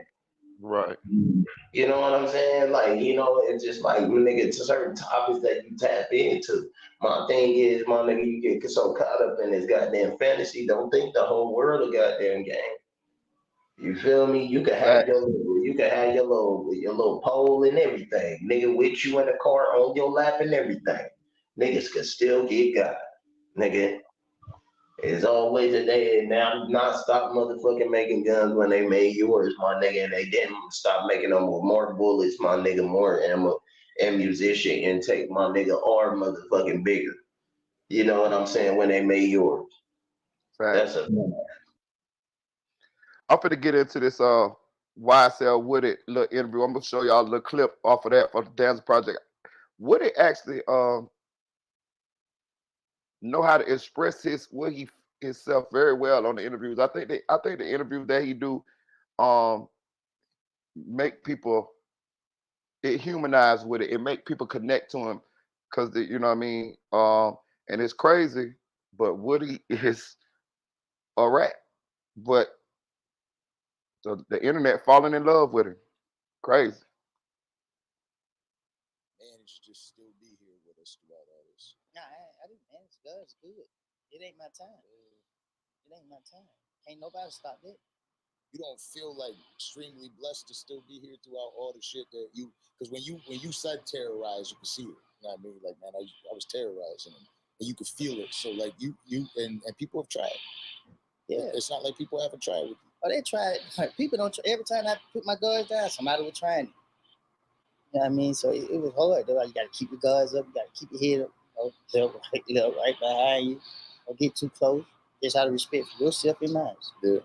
But you know, God's good though, because it been times I almost crashed out on people, and you know, God's good. It didn't work. It wasn't meant. So I just trust in the process. Just like even being here today, sitting here with y'all, I never expected this. I had certain people, celebrities, call me and be like, "Well, you gotta miss out on that opportunity." I didn't want to profit from this situation. You know what I mean? Because there's a lot of families that's involved and hurting. And you know what I mean? Just all around. And like I said, yeah, I made bad choices and I ask for forgiveness every day. I mean, and my way of giving back is trying to save somebody else. People like, oh, he ran a church now. Yeah, I do. Because I know how real stuff get. Y'all don't. Y'all playing. By the time y'all realize how some get, y'all be dead or y'all be in the jail crying. Y'all ain't smart. I don't know how to outthink. Y'all let you people outthink y'all. Free ain't. Why not? What it say? I'm free, ain't I? You gotta you just gotta think about all the shit, the antics and shit he done pulled or whatever, and all the snitching and ratting and all the shit that he done pulled. Listen, let me tell y'all something. I know some niggas in the streets that play that motherfucker cold and dirty like a motherfucker. I know some niggas that'll kill you. I know some niggas that'll fight. And I know and these same niggas will put the police on you. All at the same motherfucking time. I'm talking about it ain't no rules for them. Know what I'm saying? And they get money. Like it should be crazy than a motherfucker. Like, you know what I'm saying? Like, do I respect it? No. You know what I'm saying? But who am I to tell somebody how to play a dirty game? It's all a dirty game in a goddamn way. I'm not playing it that way. I got principle morals, and you know, that's just me. I feel like a man should have that. But it is these type of guys that play the game like that. And Woody, I was always taught that it's two different type of street lives, my nigga. Yeah. You feel me? The one that middle that is kind of like financial shit. You feel me? You got middle class, my nigga, and then you got the rich class. You feel me? Just like how these niggas drugs is different and everything like that. The politics start to become different, my nigga. You feel me? So it's like almost you want to stay in the mid class, my nigga, because that be the realest type of shit. Once you start going big dog and shit, you have to involve yourself with the police and all type of shit. I'm telling you. You feel me? Because I'm telling you, like, nigga, like, yeah, niggas will fight, unalive your ass and everything like that. But at the same time, though, you feel me? If they a known motherfucker and making too much money and shit, you can't tell me these niggas not paying the police off, getting the competition caught by the police and shit. Nigga, that's snitching. You know what I'm saying? So it's like, you feel me? Double-edged sword type shit. But I wanted to say one thing, especially about your last video and shit like that. That nigga Woody, it's kind of motherfucking ironic that nigga say y'all not smart. That's what I'm saying. This nigga, I don't believe is dumb at all. Like at all. He plays slow, like you feel me? He might come off as slow. But for a nigga to get caught, snitch, get immunity, then renege on the immunity, but at the same time, you're not getting your original years that you was supposed to get because you had immunity, my nigga. And every crime you speak on yourself, my nigga, they can't charge you with, my nigga. Then decide, my nigga, you feel me, to plead the goddamn fifth. You feel me? And nigga, you just gonna be in jail to the end of the goddamn trial, my nigga. You still didn't do all your years, my nigga, for all the shit that you did, the murders, everything. Think about the all the years he been snitching and still been skating. Like I'm saying, like he got murders and all type of shit. Money at the same time too. Huh? And making money now too. Yeah. like it's no way he supposed to be in jail for life or dead. This nigga is free on the podcast. Get the fuck out of here. I don't want niggas to talk about motherfucking Cali and Whack 100 no more till they deal with Woody. Period. Right. Facts. I'm gonna keep playing it though, because the Woody's intelligence amazes you when you listen to him talk. No, because people get the wrong impression.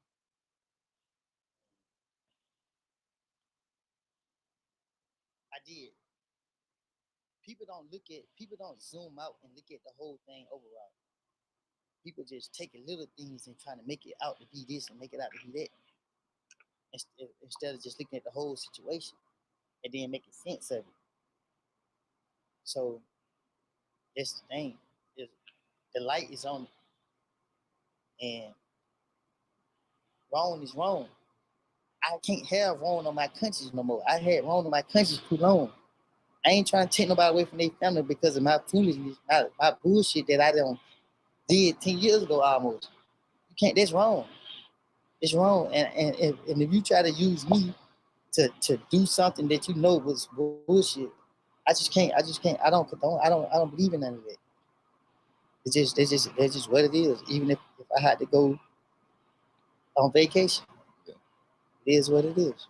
What's next for you then? Whatever God got out there for you. Good question. Yeah, because I don't know. I can't sit here and say what I'm gonna do next. Right now, I'm just waking up and I'm just going with the flow. I mean, I figure it out as I go. I did know one thing though. I ain't finna let nobody provoke me to go back to that foolishness, and that ain't what I'm trying to do. So, yeah. I think it's definitely important for you to be able to speak your piece. That's definitely why we want to have you come do just that. You know what I mean? Because if you don't tell your story, somebody will tell your story for you, and that's never going to be. They would try. Try, exactly.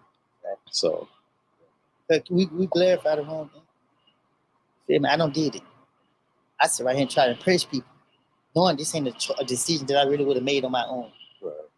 I mean, like, and then you don't understand how far certain people willing to go. I don't put blood, sweat, and tears in my past, and people just forget about it. I know people that to this day, not to this day no more, but up until a certain point, it's certain people out here that I'm willing to give them everything I got. I don't gave several people every dollar out of my pocket to make sure that they got done what they need to be done. That same person, or them people I don't did that for, ain't never did that for me. And to see them people turn against me, like, oh, you didn't hurt me. Because get what I know, them same people you trying to impress and beat, they gonna turn against you. You gonna see what you put me through. It gonna hurt you more though. It ain't gonna hurt me.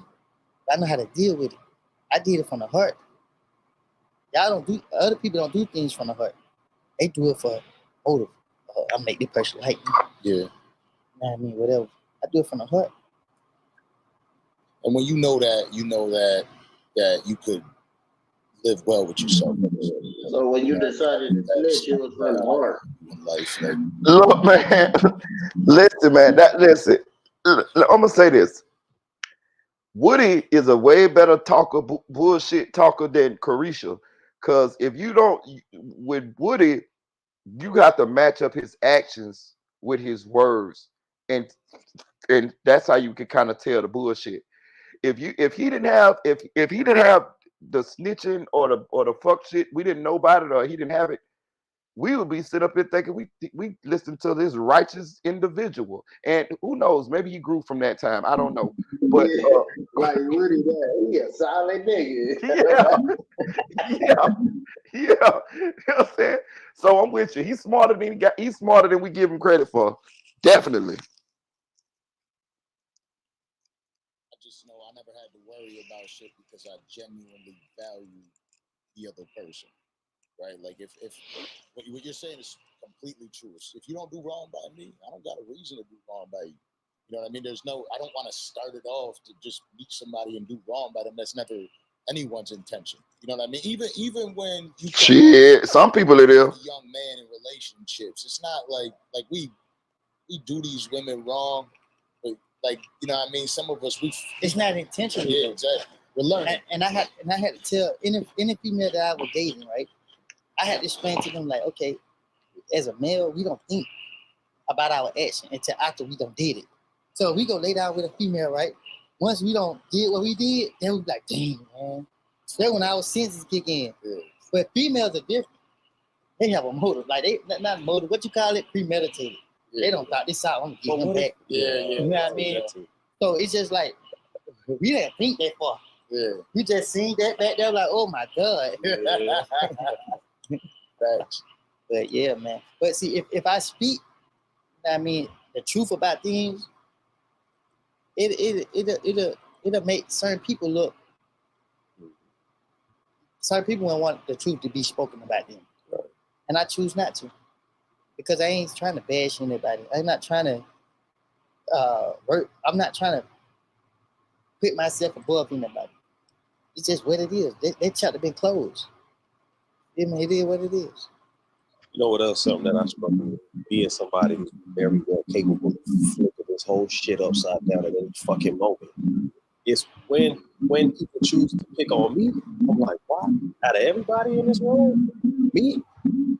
Knowing what you know about me, you chose me, and then I start talking to myself, and I start getting pissed off. Damn. Yeah, that's how I do too. I ain't gonna lie, I do the same shit. It's just the conversations you have with yourself. You know what I'm saying? Hey, Marita, I can't even go to sleep. I'm telling you. If I ain't dealt with some goddamn shit, my nigga, because I will bug myself, my nigga, and talk to myself like you. I'll call myself a bitch. Like, you bitch ass nigga, you should have said something about, nigga, I'll be at your door at 3 o'clock in the morning. Nigga, I ain't did it before. Hey, man, I was thinking about the shit you said, bro. You feel me? I'm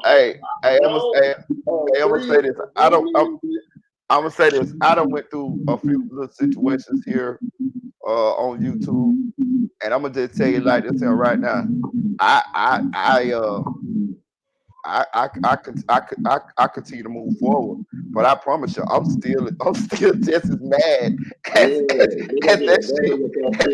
Hey, nigga, get better with that shit, man. You feel me? It's by the grace of God, but nigga is getting better with that shit, bro.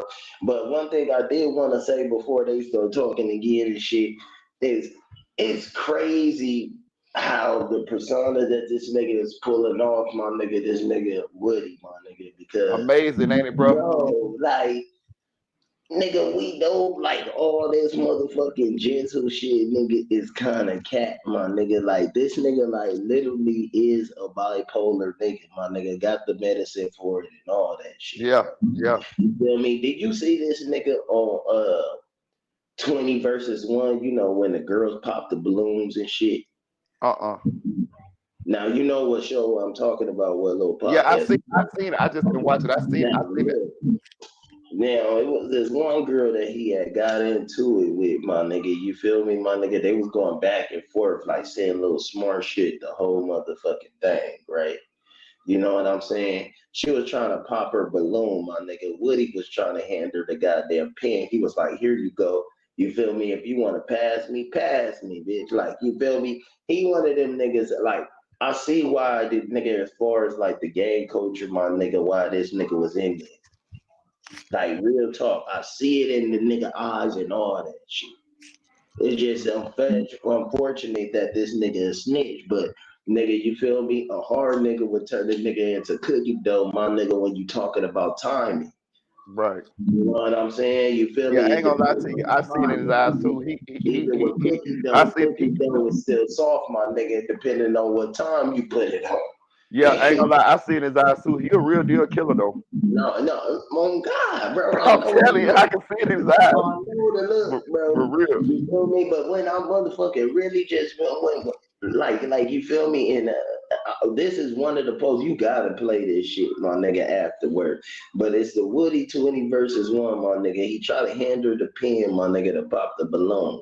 She like, you feel me? You know how this generation is. She was like, I don't need that, and slapped the pen out of his hand. It's disrespectful. You know what I'm saying? Like, I don't need that. I ain't talking about that. Boom, slap it out of his hand. Man, this nigga, you seen the demon up in this nigga. He was like, hey, don't you fucking touch me. Don't you ever fucking touch me. Like, and she was like, ooh. Like, it scared that like, turned her off from all her shit talking. Like, that shit was like a DV case all in one. Like, bro, it was a DV case, my nigga. You seen the scenery and everything, my nigga. She knew, my nigga, if she kept on, my nigga, she was gonna get her ass hit back. And for this nigga to play back, my nigga, on every motherfucking interview, mind you, to play back on every interview and be like, yeah, he this heart-filled nigga and he want kids to do right and all that type shit, my nigga. Yeah, that could be the possibility what you aiming for, my nigga. But let's not play the persona, my nigga, like that's you all the way around and always been you. Right. You feel me? Your head and making it worse, and now, oh hell no, I ain't nobody gonna try. Conversations, that's where you can stop. That's where you can save a life, and it might be, you know. That's why I like the people that's following me on Instagram now.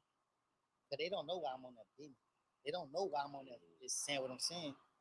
So if I talk about it, I ain't gonna do nothing about it. If I hold it in, I'm gonna do something about it.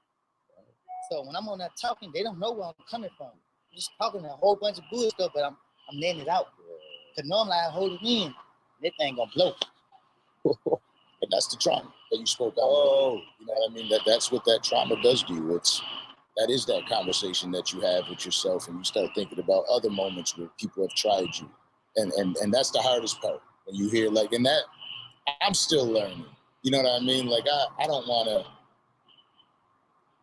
I want to like block out everybody that talks, but sometimes I still got that ego in me too, where like somebody will try to say something to press a button, and I'm like, why don't we try that then? You know what I mean? So do what I say to myself. I don't been through too much to let this person treat me. But do what they taught me in prison. Man, fuck all that shit. Listen, y'all know me. I'm normally the peace man guy.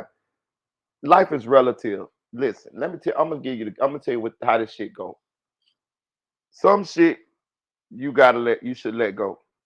Some shit you shouldn't let go. Now, which one of those? I can't tell you. You know what I'm saying? I can't tell you. You and a lot of time and some shit, some decisions you're not gonna know the outcome until you make them, and some decisions you know the outcome before you make them. So listen, I'm gonna say this.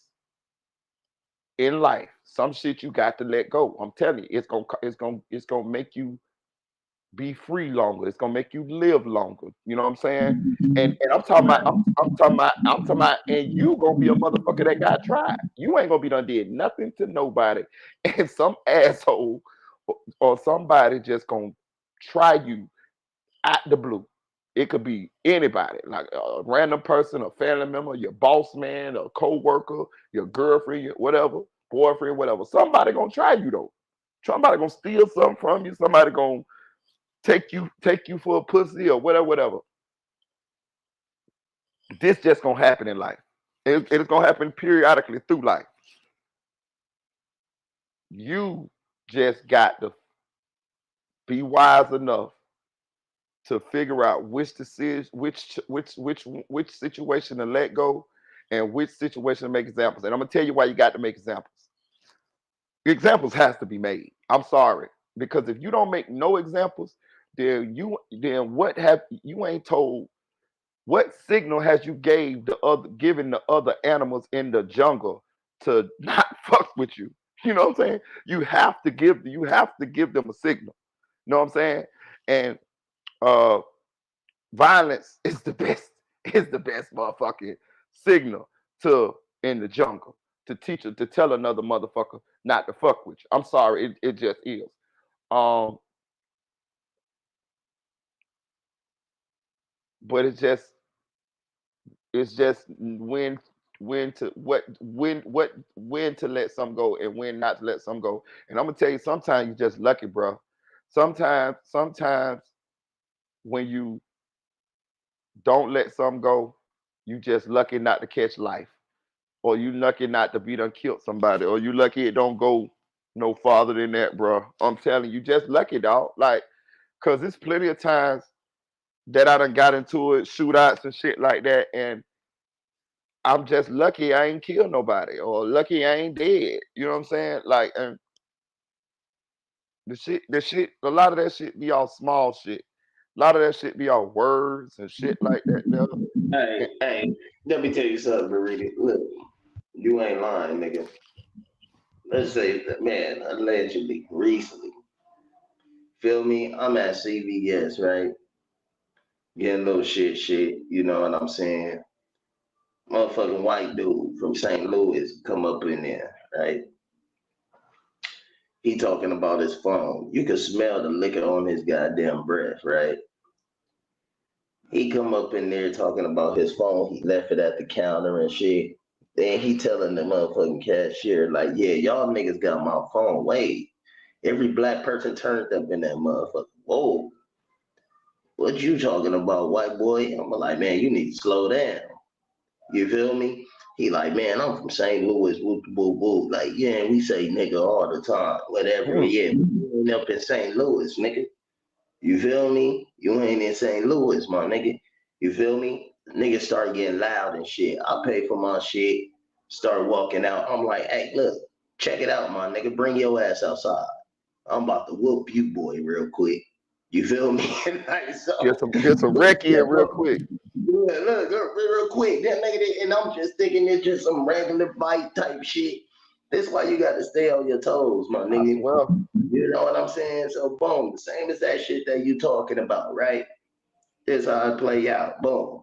I step around the cut, you feel me, in front of, like, away from the goddamn front of the door, my nigga, in the cut and shit right there where there ain't too many cameras or anything like that. I'm calling them, hey, bring your ass over here, bro. Now I put my bag down and everything, boom, peel out my shirt, bro. What's happening? You feel me? Bro pulled out a big ass, no cap, bro, on my son and daughter. Bro pulled out a big ass samurai sword. I swear to God, bro. Bro pulled out a big ass samurai sword. Well, where he pulled that bit from his pants? Man, from his goddamn, I don't know, in between his pants and his bag or whatever, or because he was wearing some bag, like a backpack, but it was like leaning down, and then he had on like some cargos and shit. So it had to be like inside his pants and shit like that, clipped to his pants and some bullshit. I can't make this shit up, right? Yeah, that's crazy. I'm like, man, oh, you bitch ass nigga, you want to pull out weapons? You know what I'm saying? Like, man, just put the sword down, bro. Let's just get down real quick. Come get these hands, bro. You feel me? He like, yeah, fuck that. You want to come at? So he started coming closer. Now, remind you, I'm mobile and everything, allegedly. You feel me? I'm already ready for all that type shit. All right, you want to go to that stage, my nigga? We going to that stage. So I'll start, you know what I'm saying? Now, mind you, I got my babies in the car. Where you feel me, sir? So you got a nigga waving a samurai sword in the middle of goddamn LA samurai with sword. your daughter. I thought I was just gonna whoop you real quick. You know what I'm saying? And for those that be like, oh yeah, change the doing plans, violence bro. in front of your kids and all that shit. See, one thing about my kids, bro, they not like y'all kids, bro. They ain't gonna motherfucking see me disrespected in front of their face. And even my daughter, bro, at the age of 3 and stuff, somebody that came at me and she told me, Daddy, you gonna let them disrespect you like that. Stop playing with me. You know what I'm saying? Your daddy, you gonna let them say that? Like, you know what I'm saying? Like, already we stand on business around here with this family. She trying to get you to crash out. Right. So, hey, low key though, like, you feel me? But at the same time, though, back to the nigga, right? So I start moving towards my thing, because you know what I mean? I'm licensed and everything like that, and I got people with me licensed. You know what I'm saying? If you threaten him, I'm like, all right, for sure, boom. So boom, nigga, I'm going to the car and shit like that. Right before I'm about to go to the car, I'm coming back. He see the thing, boom, he starts stepping back. Nigga get hit by a goddamn car, nigga, pulling out the goddamn parking lot. Right? So now I'm laughing.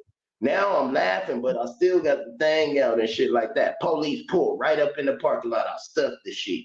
Act like I'm putting groceries in the car now. You know what I'm saying? Boom. They see the nigga, they see the samurai sword, they stop the person, that accidentally hit him because they was coming up in the parking lot too fast, and they end up hitting the nigga.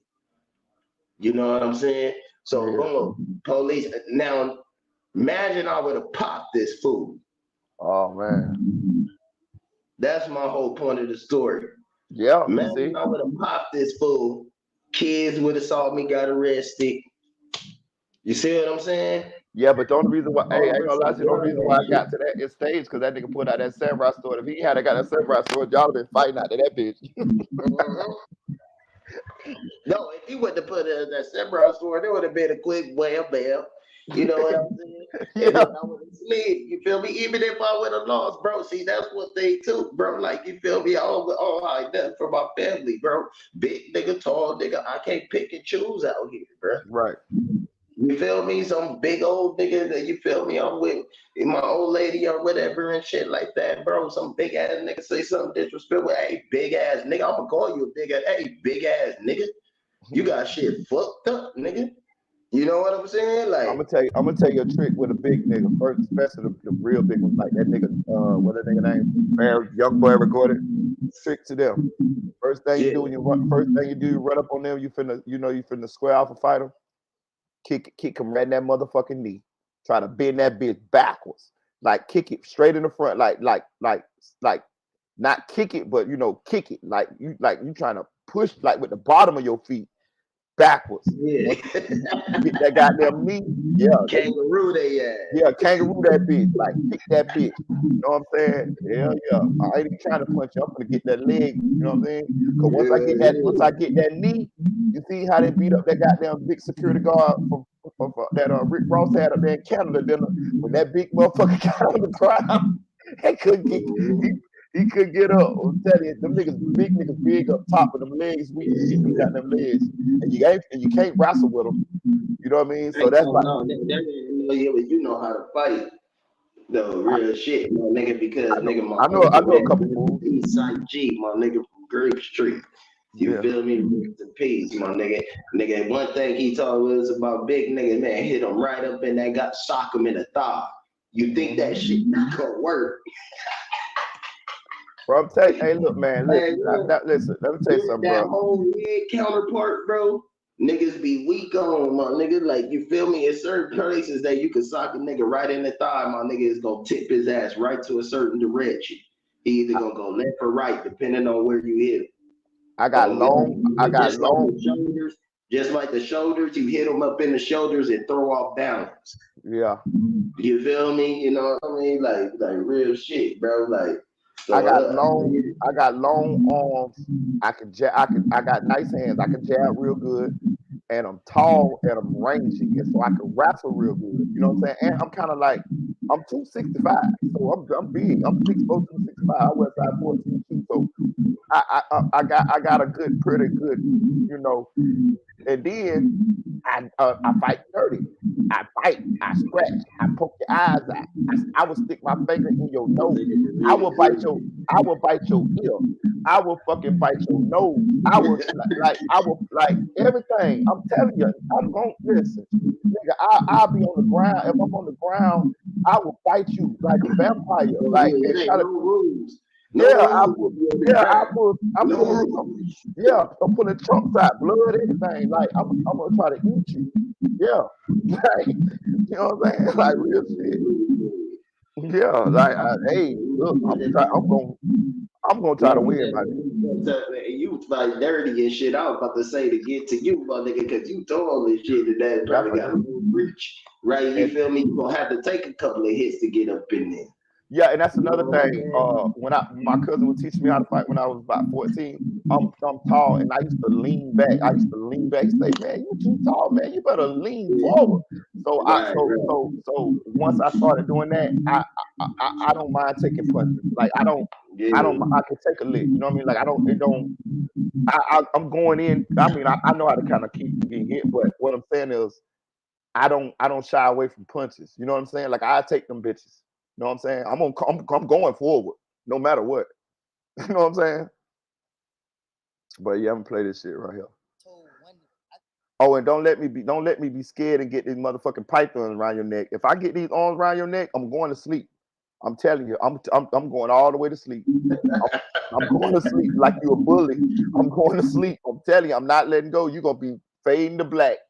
You know what I'm saying? I don't give a fuck if you throw me around and push, try to run into a tree or however you want to do it. But if I get these arms around your neck, it's over. I'm going to sleep, nigga.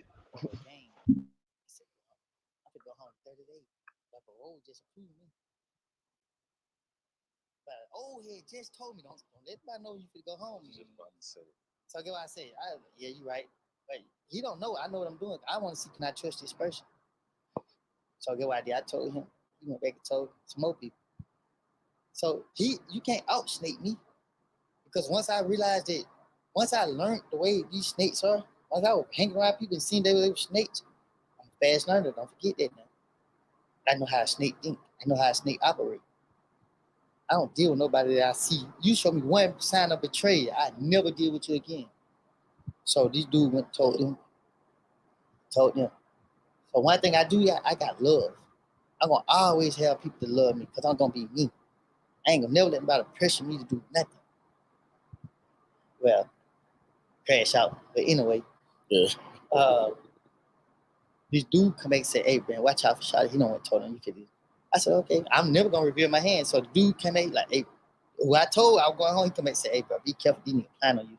He don't know. I don't know that he don't told him. Yeah. I'm like, Wonder why how that happened. He give me a knife. Oh Lord. So he give me a knife. I'm like, dang, you went back and told him I'm fit to go home, and you give me a knife. Damn, that's fucked up. I go back to the thing old head. I tell the old head what's going on. Like, man, look, I think the worst in every situation. I'm like, man, what they got? So he like, yeah, old head, like, man, I told him to stay out of it because they from the same town in Georgia.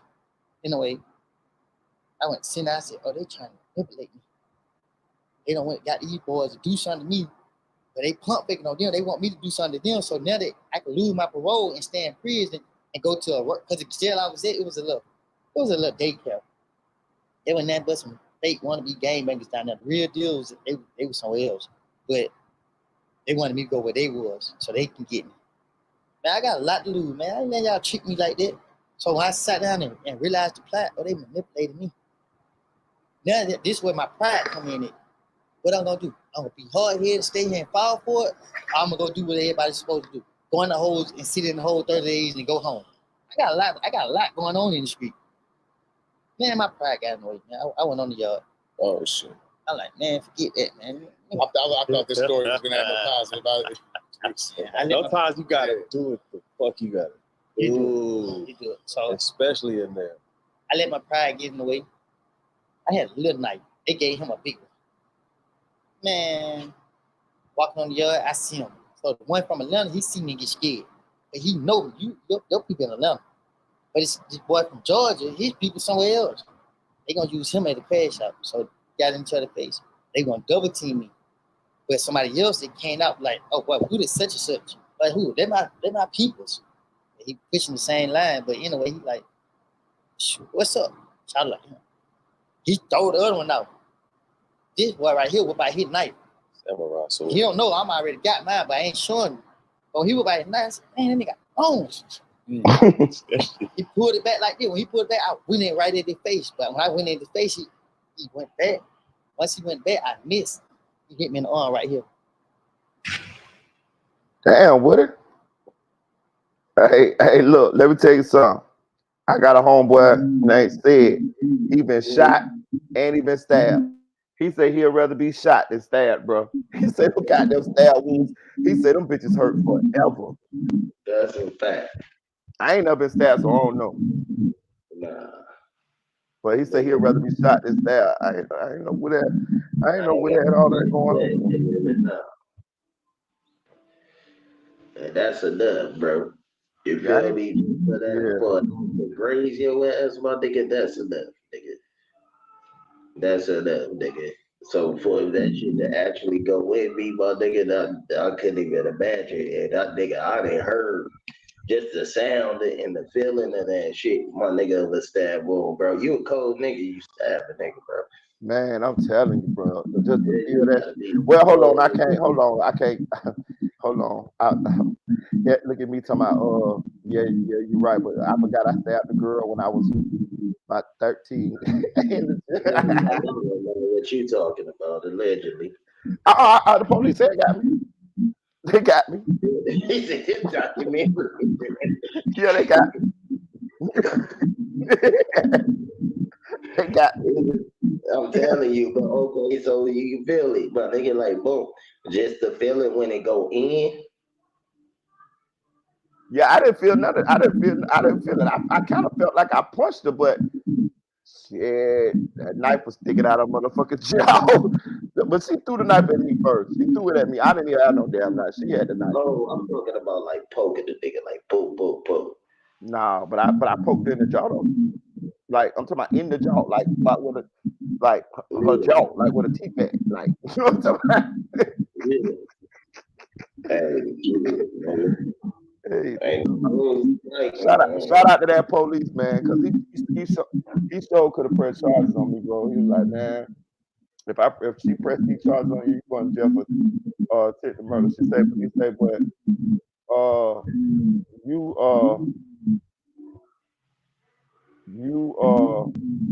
you could press charges on her too, because she assaulted. She came at you with the knife first. So you know me, I was man, I ain't pressing no charges. She ain't pressing no charges on me. Yeah, oh yeah. Spoon with that. Spoon with that white. If y'all would have even just went up with my nigga to get booked, state would put that bitch up. Yeah, Spoon with that white. You talking all that shit, fuck nigga. You know I'm dangerous, fuck nigga. I was stabbing holes at 13, nigga. What you think I do to a nigga at 40, nigga? I'm a gangster. You know how niggas be. I'm crazy. Yeah, I'm crazy. Sometimes you feel two things at once, like thirsty and Well, they so be doing the goddamn commercial now. More and more now, huh? I swear. I like listening to this nigga talk for some reason, bro. Man, I'm telling you, bro, it's like YouTube having a cap off, my nigga. They be doing what? Nah, like they capping off. Like too many niggas making money off of YouTube. Yeah. They trying to like cap niggas off, especially that like cause I peeped your shit when they was talking about the YouTube shit and shit like that. That's why I was like glad for you to be back on and shit like that, bro. Yeah, because like niggas doing the same exact type video, same format, whatever, not even following the whole format. I done seen niggas not even talk for like 20 minutes. Nigga, I'll time one other night. Nigga ain't talk for 6 minutes. I just timed it. I said, let me time this shit. Nigga, like, some niggas motherfucking be playing reactions, my nigga, hell, like the whole video. Now, if you live without it being the news, my nigga, and you live while that other person is live and shit like that and just playing it and shit like that, that should be repeated content, my nigga. Like, you feel me? But everything else is a reaction. You feel me? Like, now I can see if I got, like, you feel me, a live interview going on and you playing the live interview of your shit, then okay, then that's kind of like repeated content, like type shit. Like, you playing it while I'm playing it, you know what I'm saying? And getting views taken away from my channel and shit, and with my views and shit, and not even shouting me out and shit. And right, that could be repeated content. But even yeah, I agree. But I'm saying it's a promoting other people's videos is can get you demonetized too. So I didn't understand what that meant. Was that meaning shot? Because if you shot somebody out, say go subscribe to their channel, that's promoting their channel. Exactly, but they tell you to do that shit when you're doing reaction, my nigga, because what you call it, you can get straight for that shit. So you gotta go subscribe to their shit, and then what you call it, like, you feel me? Basically, oh, this is from, like, you know, the Danza Project and shit like that. Go subscribe to their channel and whatever. That's still a shout out. Like, that shit is weird. So I think they just like picking and choosing and shit like that. But like, I do want to encourage you, like, nigga, just make a backup channel too. You feel me? Yeah, I got one. I just ain't put no content on it. Yeah, make a backup channel and have niggas that slide in the backup channel. Nigga, that way, my nigga, if they even do, nigga can't stop nothing from going. Yeah. They were saying how he got out and he kind of got like set up on he left switch cars or something, and they picked him right back up. You feel like he was set up? Yeah, you know that was. Because in the day, if people come forward saying this is mine and whatever happened, why is you gonna send this man to prison for something that he didn't know nothing about? You feel me? Like, this like my case. Y'all say y'all found a gun in the back seat. If I'm a driver, how the hell I supposed to know it's a gun in the back seat? So they are dirty, and it's a vendetta out. You feel me? Like, it's get that boy. They after him. Well, I don't know. Yeah, absolutely, I got you. You know, when you're talking about situations like that, it is true. It's always been that way, that the government tries to make an example out of something, especially when you got elections that are coming forward, people trying to maintain their positions. They're doing the same shit that you're talking about, right? They're looking for the top spot. Ain't no more powerful or more corrupt. So let me point something out, right? Oh, I can't talk about it. Go ahead. Yeah, but there's no more powerful entity than the government. Yeah, no. At any given moment, they want to sway to the minds of the people. Look at what goes on in these elections. So look how the government works, right? The government is about control. So once you get a certain influence, they want to be able to control you. They can control you. They can control your influence. He right about that though. He right. This is what's been going on for so many years. We just wasn't prepared for it. It's like right now, the government won't ever be able to control me. Lock me up. Okay, I know y'all gonna do that, so I keep myself already in part of my mind be incarcerated. Damn. Because I know that in the day y'all want to, y'all can do it. Y'all been putting in the fake charges on me. Y'all dragged me in the case with almost 10 years ago. So it's just like, it's crazy. Now this case here has been going on for what, about 2 years, right? It's been a long ass case. Yeah, I don't know how long it's been. I heard something recently saying that it was one of the longest cases in Georgia. That's how long it's been going on. Now I don't know if you're at liberty to discuss this, but there's that famous moment where Brian Steele gets arrested for going back and forth with the judge about a secret meeting that went on, and you were recently live and you said that not everything was there in the transcripts. What do you, based on all this that you know, because there's nobody that knows. I think Buddy right here from Orlando. I think Danza from Orlando. They got their freedom, no matter what happens. It don't take a rocket science to figure that out. You can hit. I don't know. I don't tune in with the case. I don't know. I don't know what's happening. I just think that if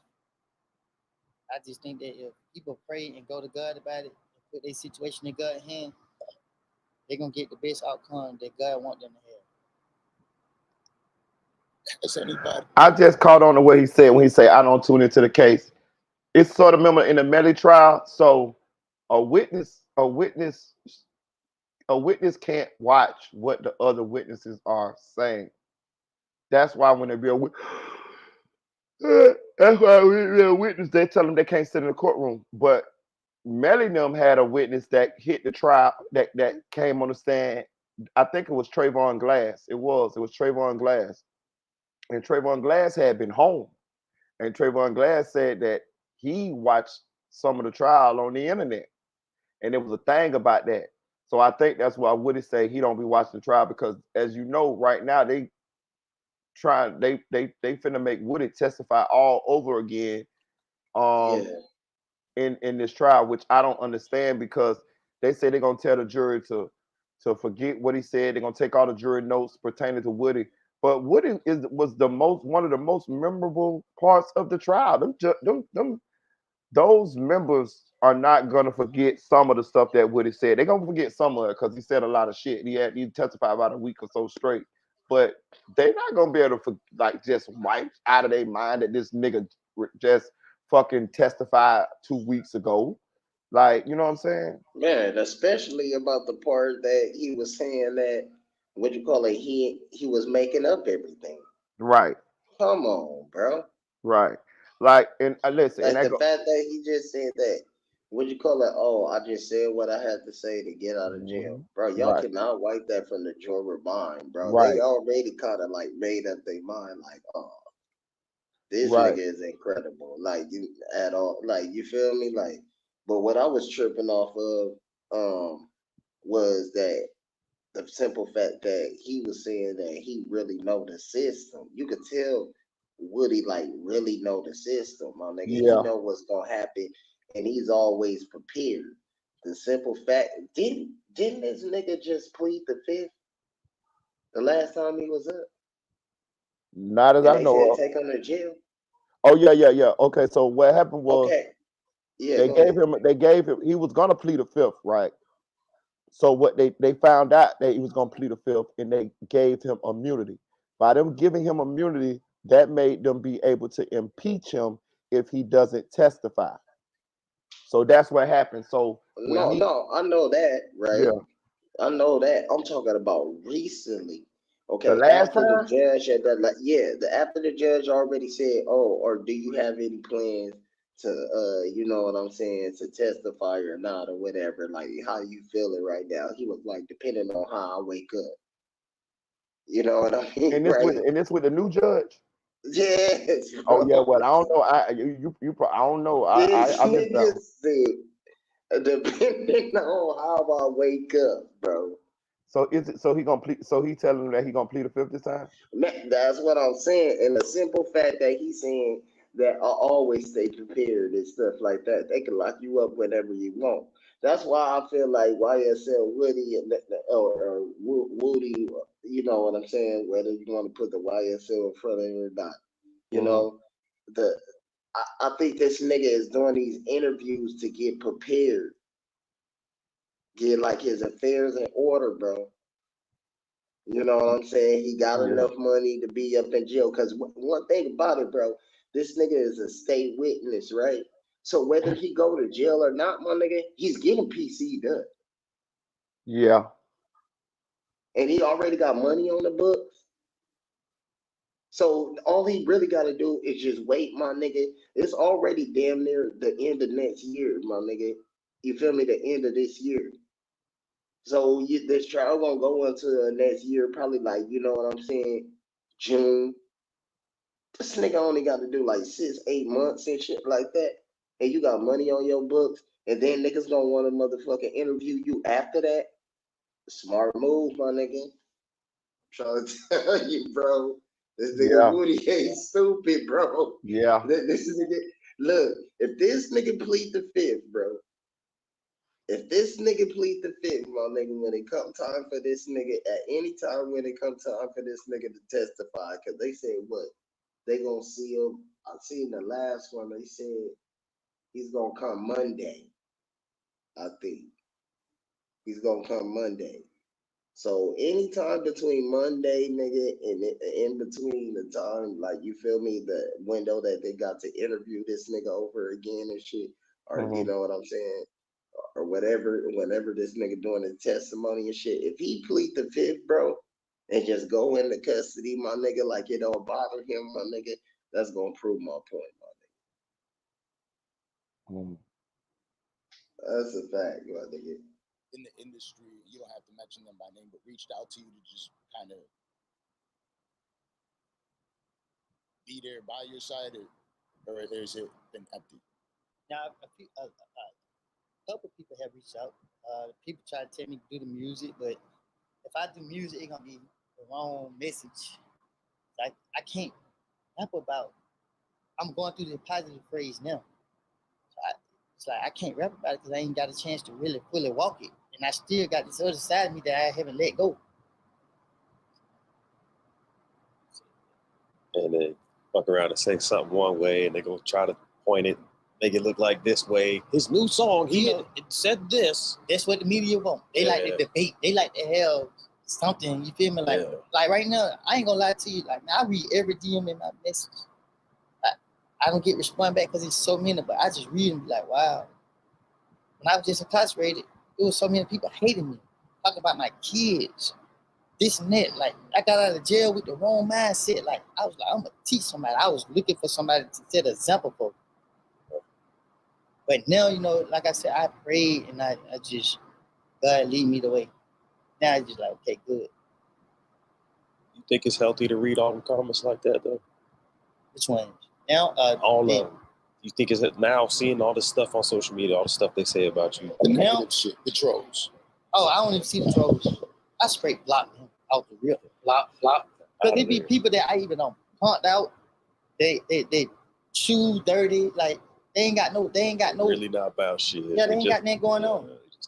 Peasants. I like the word because that's something I use when it comes to the trolls. Peasants. Yeah, There's a lot of peasants out there. They feel. Look, I do a podcast, right? Like, cool, I get it. You know what I mean? I get it if you want to. But it's better fuck you.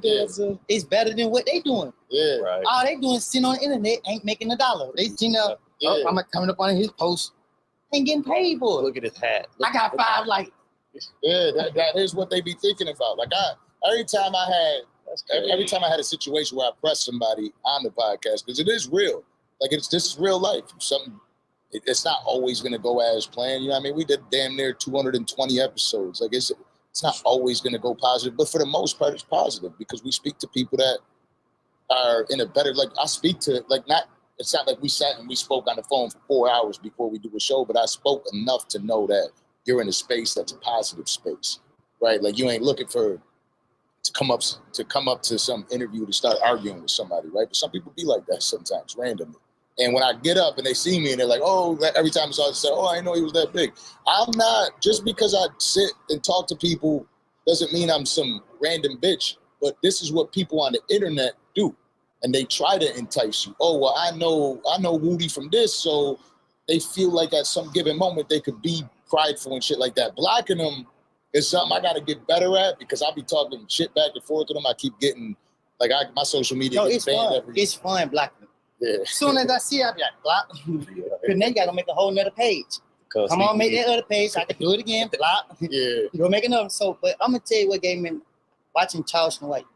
Come on, shout out to Yeah, man, I used to watch Charleston White, man. I be like, how he do it? Because I've been crashed on one of these fools. I ain't playing, but when he spoke on Youngboy, and I heard what he said about Youngboy, I'm like, oh, this guy's smart. Like, I had a different point of view, and then he spoke on me. Like, he spoke on me when I first, last year.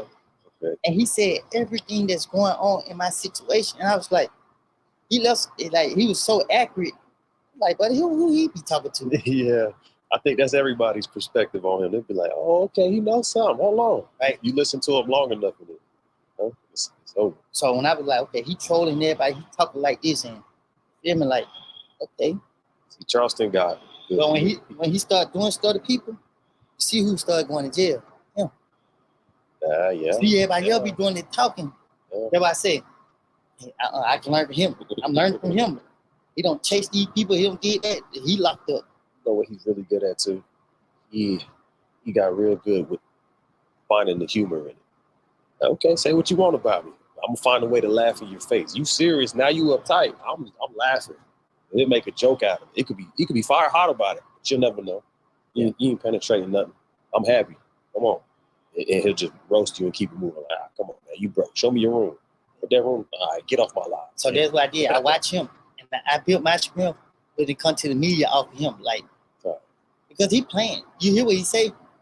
Where his name in the paperwork. So when I hear him say that, girl, I say it's exposing everything, but they ain't exposing it. So it's like you can't listen to what the people say. They gonna hate regardless. You look at any person that's doing good and that's on the right track. You're gonna see a lot of great comments, and you're gonna see some bull. So you have to just understand that what comes with it. Yeah, that's wild. That I just spent the last week. Was it last week? I was in New York with Charleston. We went out to we did a bunch of crazy shit like 4-wheeling, drifting, like some shit that I ain't never think that I would do in my life. Yeah, busted his ass out there. That shit got viral. But he is somebody that.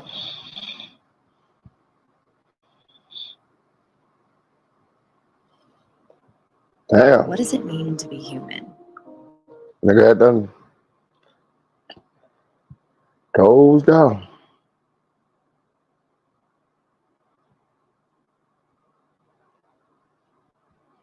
I've been rocking about 6 hours in this bitch.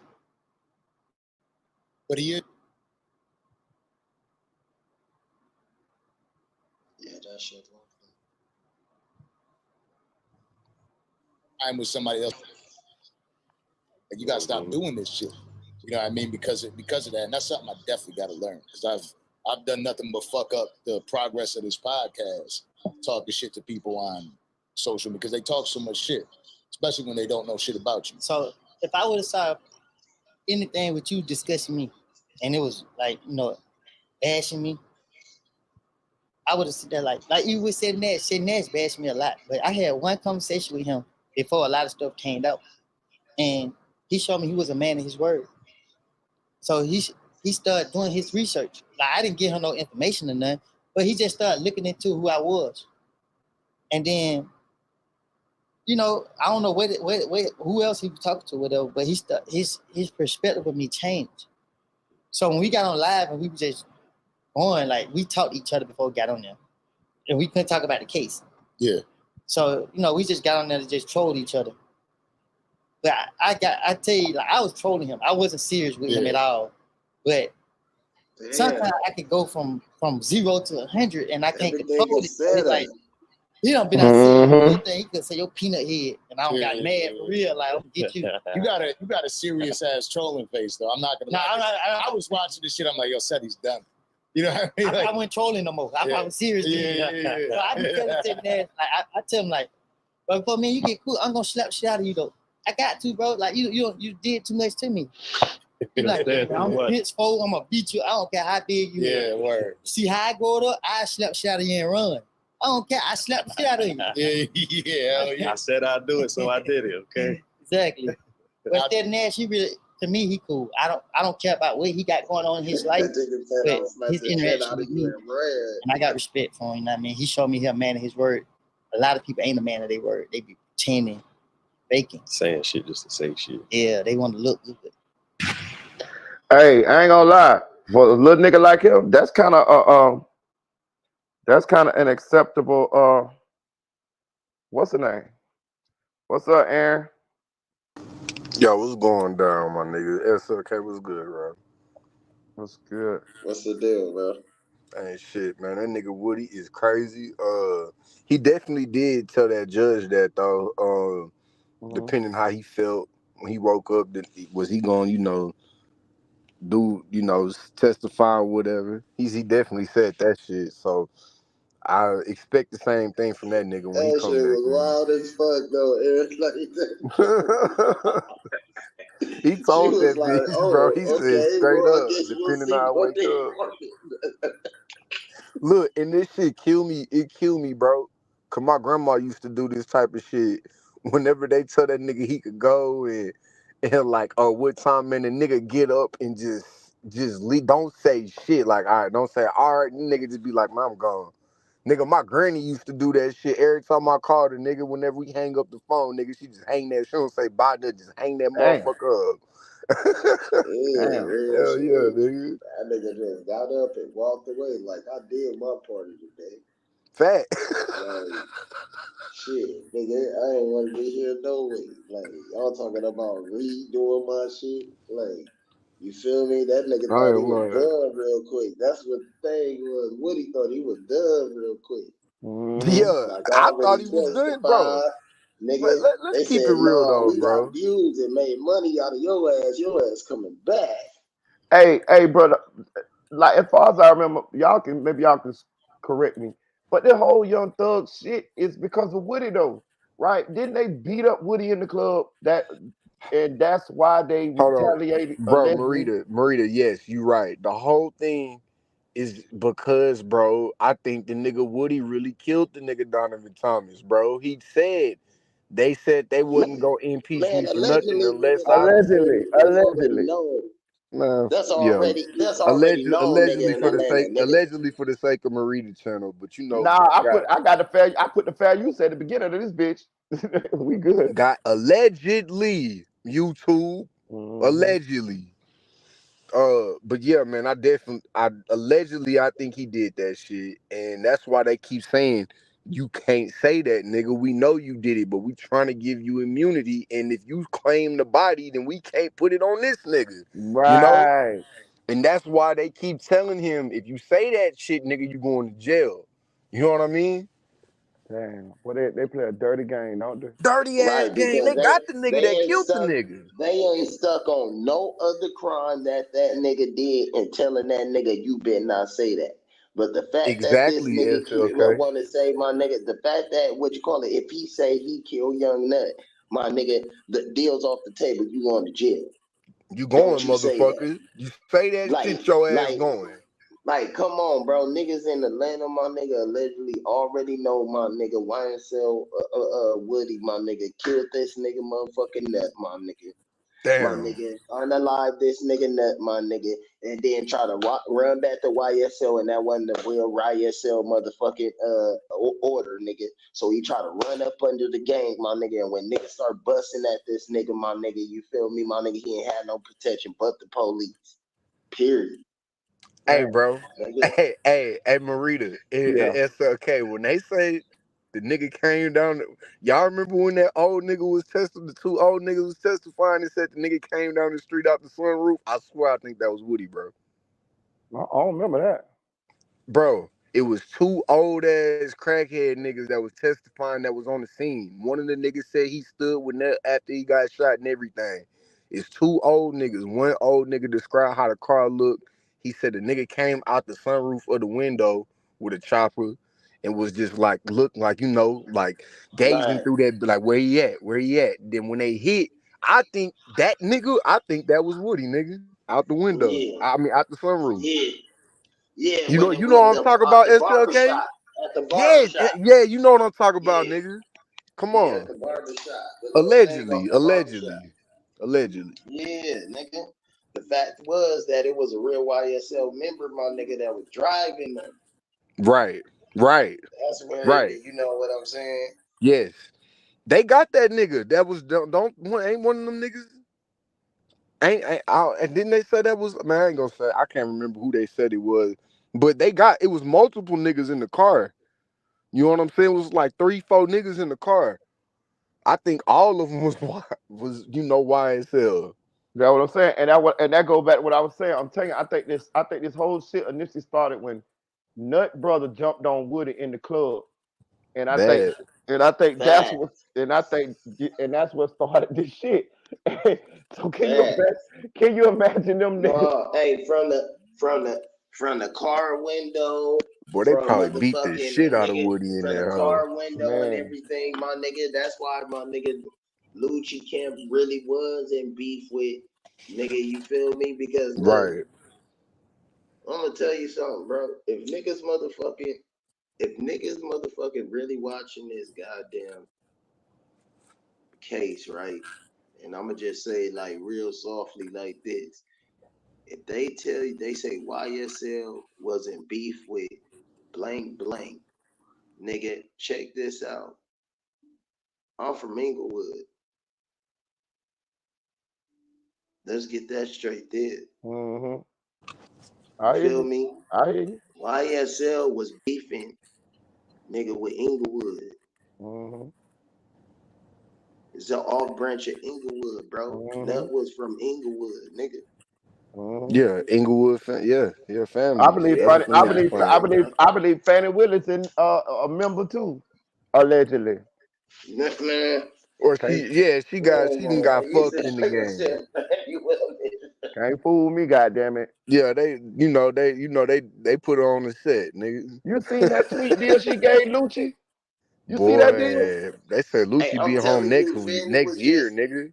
Fanny was one of them girls that was around, bro. Like she kind of knew what you did and shit and where you was involved at, my nigga. Mm-hmm. But nigga, like a hood nigga could pop a bitch too, bro. Like Bad, shit. bad. You know what I'm saying? Like You Yeah, you got feel me? nigga, Whether that's you the knew best one to before or pop. after. yeah. You got You know what you I'm gotta saying? pop one. You Like, gotta pop one in her position. hey, look, and then like niggas done tapped in with a lot of that shit, right? You feel me? And the whole deal with that shit is be like this, bro. Your life can't be too motherfucking under the microscope where it involved with my career. And that be the agreement. Long as we got that understood, bro, you feel me? We can fuck with each other. I'm telling you, it happens Exactly, all and the you time. already know you gonna come back and tell me like, bro, nigga, if you could flip this bitch, nigga, we good. Fact. You know what I'm saying? SLK, if you could Yeah. flip this whole nigga, we good. We could do I whatever. don't We care could if you kill in a niggas. different county or whatever. If you got streets I'm trying to that you can tell pull you. on, yeah, what you call it? Yeah, I need you. Hey, the whole gang gonna be on your bumper, nigga. Hey, keep her close, nigga. Come Make on. her happy, nigga. And the thing, Everything. I tell you one thing, that nigga Woody, you jump on him in the club, nigga, he one of them niggas that got in his mind, he coming to get your ass, Yeah, bro. yeah, he a little man. He got that little man Fact. He complex. got little man syndrome, he coming, Yeah. nigga. He coming, bro. He one Don't of them like niggas that talk to himself at night and shit. Yeah, yeah. He one of them niggas that talk to himself at night, nigga, can't sleep and shit. Like, yeah, these bitch ass nigga that jumped on me. Nigga, yeah, they didn't whip come my get ass. these I'm bitch one of ass them niggas. niggas too, nigga. Nigga jumped me. I got Yeah, jumped I before I couldn't sleep. Oh, nigga. told I, you, I, Marita, I I ain't gonna can't even lie. go to sleep. I ain't gonna lie. They I tried to can't. jump. They tried to jump us at the that same high school middle with to Vero Beach High School. They tried to. We used to go there on Fridays and watch the high school game. They tried to jump me and Spoon them, but because we weren't from there. We was from Barbasso. Shit, we ran, nigga. Shit, we was out of that bitch. We was Oh kids though. yeah. Nigga, I ain't Nigga, finna let you that's jump like me. not running I if a mean, nigga shit. shooting at you. I'm gone. Yeah, I mean, Nigga, shit, because it's always that fuck nigga that this nigga, even if you take the pay, niggas, them niggas that got knives and bullshit. Yeah, that's hey, true. Man. hey, You feel me? Marita, I ain't Yeah, gonna lie, bro. You ain't the only nigga that just ran from some yeah, niggas, yeah. bro. Nigga, Yeah, I did just sit there and get jumped now. yeah, Hey, nigga, I done no. ran from some niggas, bro. I ain't Hell lying. no.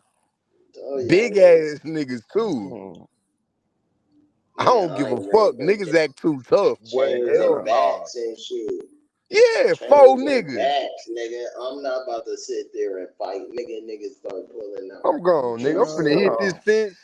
I know True big niggas don't story. like to jump gates and shit. Nigga, I used to be jumping them motherfuckers like a monkey, bro. Nigga, I ain't get a scratch on me. Hurt them in the motherfuckers. Shit. Fuck For all real. that.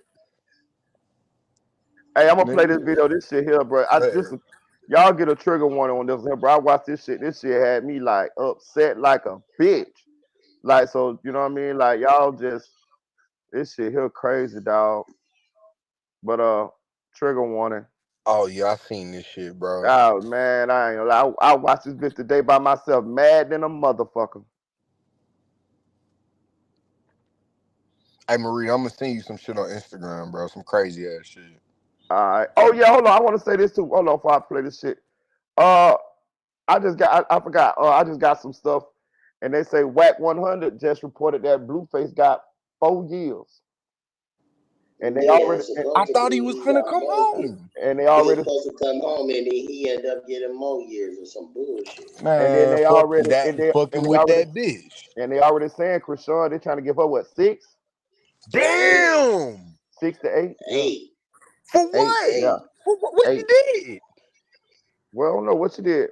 That's okay. Man, no, it's just what you call it, like, you feel me? Her basically that's almost like they can come like press the issue like almost to the degree of like escape, my nigga. You feel me? You going from motherfucking city to city and you got a warrant and shit like that, nigga. She went across county lines, bro. Bro, 8 That years for that Oklahoma though, shit, nigga? yeah, that Oklahoma shit though. And But that shit was what like was her assault. initial charge That though? shit was a assault. Nigga, that was assault. That's Nigga, and then I crazy. think she hit that nigga with a bottle or some shit. Oh yeah, she did, bro. She did hit the nigga with the bro. Yeah, hit that nigga with a bottle, my nigga. Oklahoma not playing with your ass. Man, you need your man. You know what, man? Man, go ahead, bro. My fault, Marie. You feel me? No, you Before go ahead. that, Go ahead. I know she had some bullshit and my nigga up in like Arizona and shit. But that was between her and Blueface fighting and shit like that. And What type of Blueface shit got is up that, out of there. man? Then you get Blueface got arrested up with out your of baby there and at the shit, courthouse. nigga. And but that baby about to be like You know what I'm 13, saying, bro? nigga, before She they got get out. arrested with the motherfucking baby, bro. Yeah, I mean, the baby probably be like, you feel me? I ain't even gonna cap, my nigga, because I ain't even gonna cap. If That's Blueface crazy. really Yep, like you standing right, on bro. business, my nigga, and he up in motherfucking jail, bro. Or like, you feel me? Niggas gonna want to just try him just because, like, you feel me, my nigga, he a celebrity or whatever. So Oh yeah, that little nigga gonna be fucked up. You feel me, nigga? Nigga might get in a couple of fights, my nigga, as far as where he from, my nigga, because it is a lot of BPS up in that motherfucker, which is his ops and shit. You know what I'm saying? Some Blackstone niggas up in there. And what you call it, the simple fact, nigga, just standing on everyday business, my nigga, not letting niggas just get away with the get-go and shit like that. You feel me? Like, you know what I'm saying? So he might get like an extra 2, you feel me? But nigga, Where he from over there, bro? Where he from? Where he from? He from Schoolyard. Okay. Yeah, that nigga from Schoolyard, and that's West LA, like by the beach, like West LA, like, you feel me? Yeah. I You know what I'm know. saying? I was So, just out there, like, bro. I was just in your section. yeah, they main ops is like BPS and shit, and you know what I'm saying? I think they beef with 18th Street too. But like, you know what Allegedly. I'm saying? But like, other than that, you feel me? My nigga is really the BPS niggas. Like, you feel me? And niggas that's like really pushing that like gangster blank shit. You feel me? Like, you know what I mean? So like, you nigga, don't get in a couple of squabbles right there. If he really pushing that moving cord, like, you know what I'm saying? That Trey shit, like, you feel me? If he really pushing that shit, nigga, he gonna get in a couple of squabbles. But He if he ate just trying Trey? to duck down, if he trying to duck down, bro, and he just be humble type shit, just take his little phase in the beginning and humble down and shit and just be a cool nigga, nigga get out at 2. Feel me? 2.5. You know what I'm saying? You said he ate Trey SLK? No, he ain't ate Trey. He from Schoolyard. Oh, I'm schoolyard, saying if he my fault. pushing his Yeah, that's trade what you said. card, like, cause the Yeah. trade full of I the heard. gangster card, you feel me? Like, you Right. know what I'm saying? But you feel me? In the schoolyard, it's schoolyard gangster crib. You feel me? So, you know what I mean? So, what you call it? Them niggas right there. You feel me? It's really about what, but for sure, my nigga, any BPS up in there gonna be motherfucking pressing for clout. Nigga, you feel me? When that nigga step up in there, oh, Blueface up here? Oh yeah, I'm getting down with him, bro. You know what I'm saying? It's just like straight up, it's like Brick Baby or Munchie B go up in there, nigga. Nigga, that's a trophy right there, nigga. It's up for grabs, nigga. So real active Crip niggas, Mac. especially young niggas, like young niggas, like, you feel me? Especially young niggas, bro. Young niggas, bro. They don't be giving a fuck what age you Crip get. Mac, They is trying to Crip be Mac dirt. locked up in California state prison? Crip Mac, the Crip Mac nigga. He locked up in California state, or he in the feds? Yeah. Or I think he in the feds, right? Cause he caught the pistol Yeah, case. he in the feds. He had a Oh, fed okay, case. yeah, boy, that boy going through it in that motherfucker. Go ahead, Marita. My fault. Yeah, No, you my good. bad. Hi, I would like to report a kidnapping. Vehicles in the middle of the pond. We're gonna enter the water.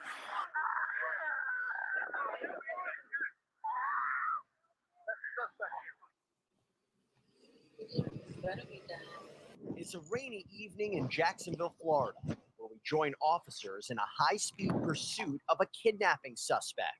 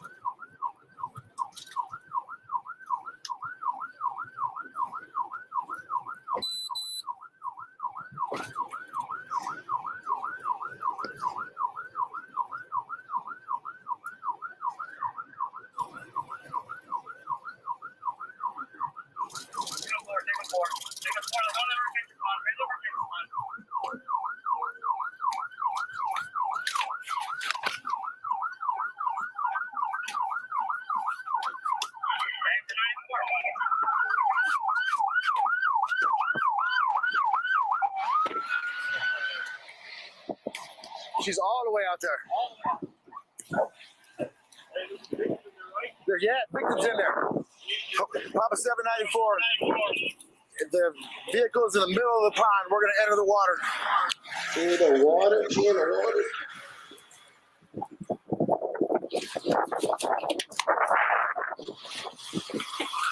The victim's in the passenger side. You heard that right. The chase ended with a crash into a retention pond with a child inside the car. Another officer arrives and jumps straight into action.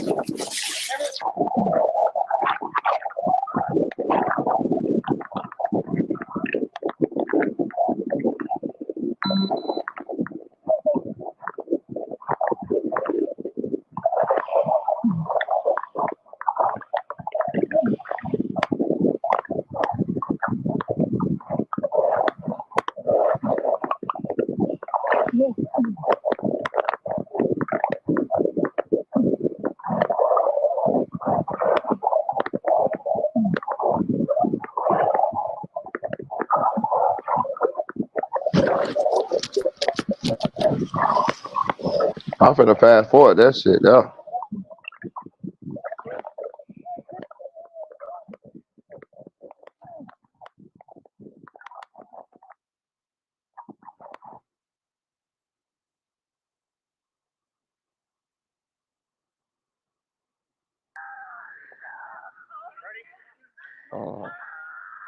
Right there.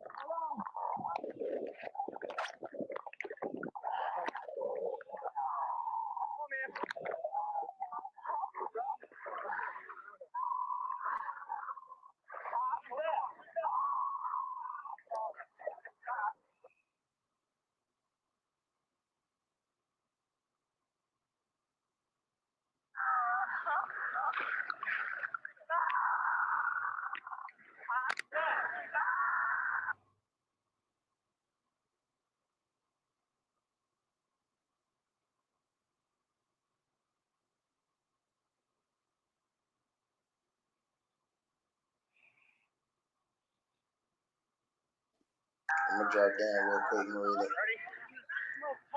All right.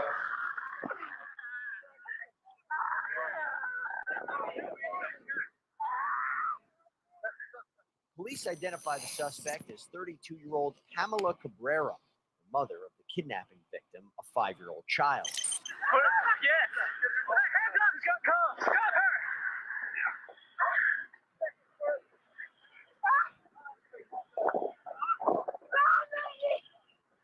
there a child in the car?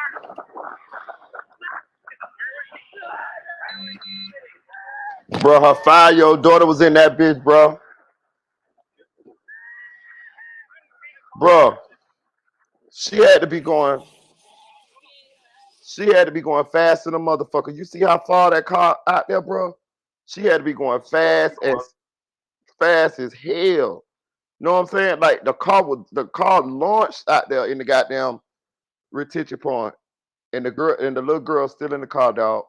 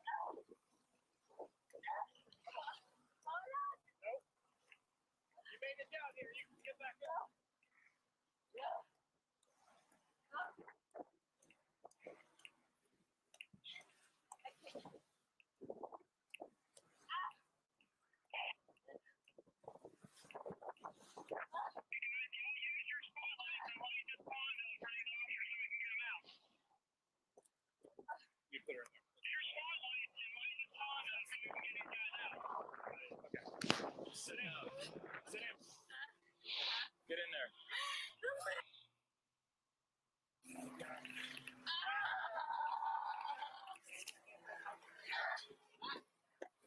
Pamela is secured in a patrol car while rescue efforts continue. Well, let's rewind to earlier that day when it all began. Police received an initial call earlier from Pamela herself. Let's listen in. Just go 911. What's the location of your emergency? I don't know the exact address. I think it's, let me see. Hold on. And the thing is that I need a cop to come. I think it's called. Okay, hold on. I'm gonna get to the street now. Okay, so I have the citation right to the court. And she's in my sister's house. So I need to see her. She don't want to leave my house. So I said, I'm gonna call the cops and they can, I can see my daughter.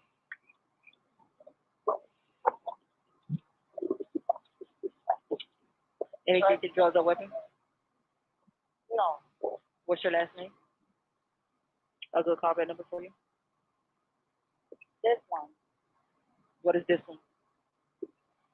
Okay, are you there at the Yeah, I'm right in front of the house. Still not out of school yet. She gets out of school.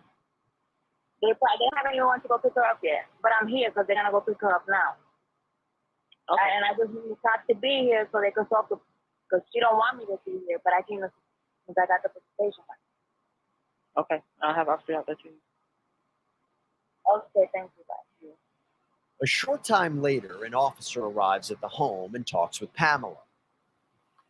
Okay, so there's no court orders for any kind of custody orders or anything listed in Duval County under your name or under her name.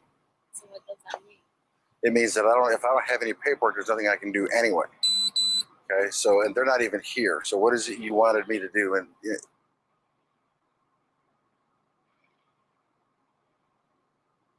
They said that you guys can make that happen. Me at the court. But they're not even here. But you don't have a court order. And if you do have it, you don't have it here that I can see it. So I can't pull it up in the system because it's not a Duval court order. So do you live in Lake City still? Where do you live now? I live here. So her daughter, I think her sister got custody of her daughter. Something wrong with her mentally. Something wrong with her. Yeah. She is screaming mental illness Yeah, already. something wrong with her mentally. So until she get herself, straightened out, and I think she live in a shelter. I Her got a sister. question, Marita. Go ahead. Hold on, finish what you were saying though. No, I was finna say that her sister got custody of the kid. So, but they're afraid to let her be with the kid because she got mental problems. But go ahead. Right. So whenever that video started, was that when like what was that? Like That was the end result. right. But they pulled her out the water. That's what that water was. Like the police Yeah, officers yeah, that was the body cam swimming. in the water. Yeah, Oh man. Okay. yeah, Okay. So I didn't see all of this. I lied. I didn't see all of yeah. this. I So, saw that this happened, and I saw the end results, but I didn't see that body cam footage. I didn't see this right here. What you're showing me now. Oh man, I ain't seen none of that. yeah, Her in this video is alarming. yeah, for You sure. know, definitely shouldn't have custody of her own of any child. Mm-mm. But yeah, continue. That's the only question I had. Yeah. So I'm gonna just let it play a little bit so y'all get a gauge of her mental mental capacity. So the paperwork that you do have for your court order is where? Is it at the shelter?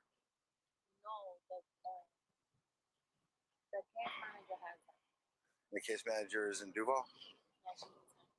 She's in Tampa. Was the paperwork filed when you were in Tampa? I think so. Okay, so Hillsborough County has it. Yeah, they probably have. So you know what I mean? I'm trying to help you. I'm trying to figure this out. I'm trying to help you. But I don't know what I can do for you since they're not even here. Okay? So if she comes anytime soon, just call back and we'll come back, okay? All right. Pamela reveals that she's homeless and says she was granted visitation rights of her 5-year-old child. With the child and her guardian apparently not home, the officer leaves, but it isn't long until police are called back to this home. She has temporary custody. All right, let me talk to her and see what she wants to agree All with. I want to do Okay. is visit her. It's about 5 minutes. I'll talk to her.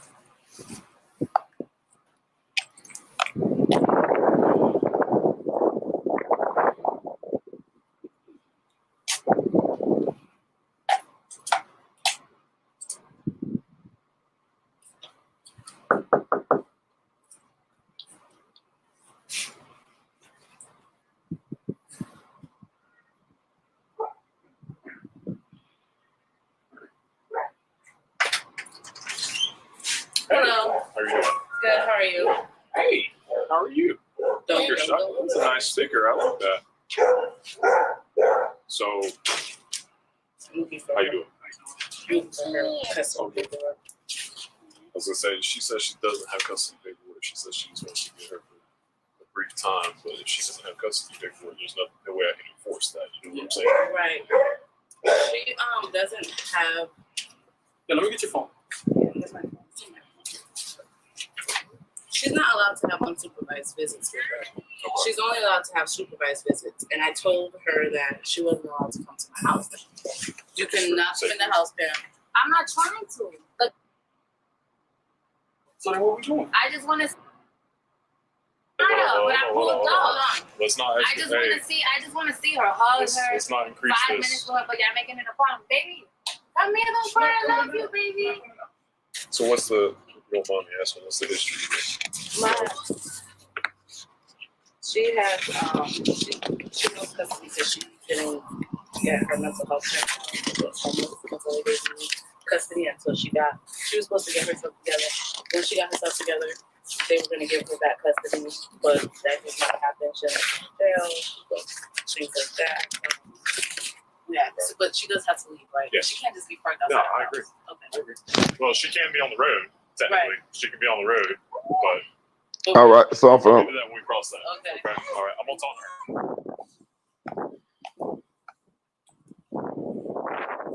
All right. Okay. A kidnapping? Where you at? So after that, after the police left, the lady, her sister, do decide to let her have a little bit of time with the babe, with her daughter. But she was standing right there. They were standing in the yard with the baby. So her sister got a daughter. Her sister got a baby herself. So her sister got her baby in her hand. So while she got while the 5-year-old is on, standing out in the yard, visiting with her mother, the crazy lady snatched the girl, jumped in the car, and hauled ass. Jacksonville, Florida. Okay, are you the one that was kidnapped? Who was kidnapped? They came and took her. And she just got off in the car with her. She has no custody at all. She has zero custody. I have all the paperwork. We literally just had the cops come today because she was in my house trying to she was here at my house trying to take her, and we said no, and she took her anyways. Do you know what kind of vehicle she was in? Yes, she's in a gold Nissan Murano. I have the license plate number. How long ago did they leave? She just left. She just sped off right now. And is she supposed to be around? No, she's not supposed to have. She's allowed to have visitation, but only supervised. So I was standing right there with her, my newborn, and she sped off. Okay. So technically, because I was standing right there, it was fine, but she just put her in the car and sped off. Do you know if she had any weapons, been drinking, doing any drugs? I don't know if she had any weapons, and I don't think she's on any drugs, but she is pregnant. I don't know if that matters. She's, I think, 4 months pregnant.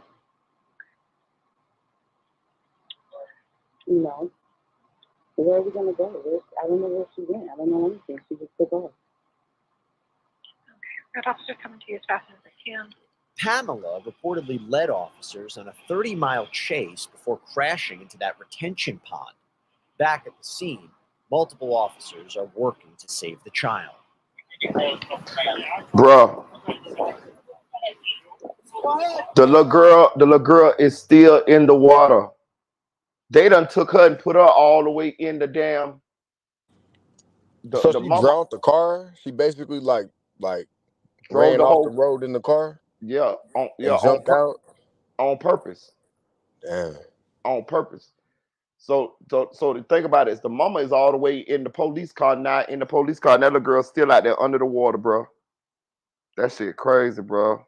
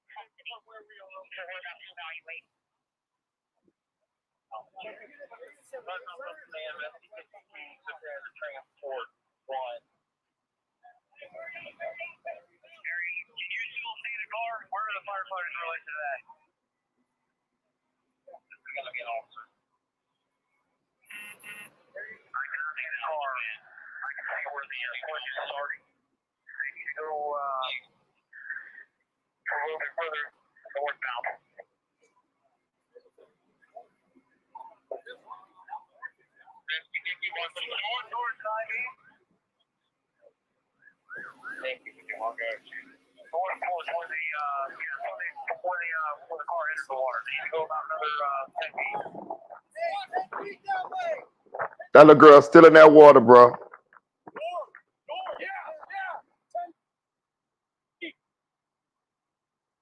Medics arrive to tend to Pamela when she changes her tune.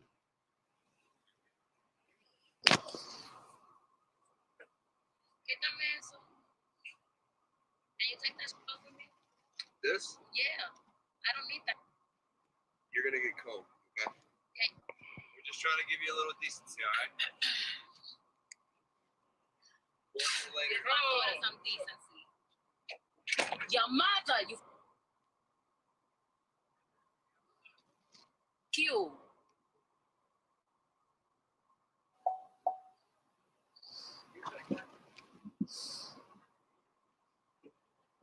And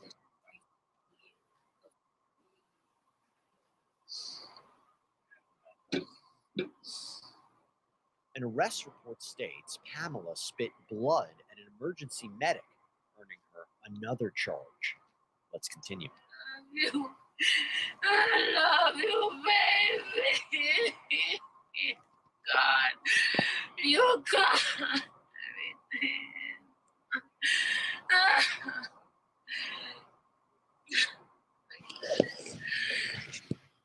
Why did I come out of there? How did I come out of there?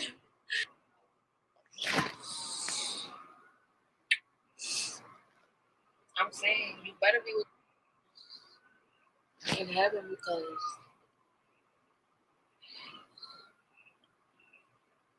baby is gone.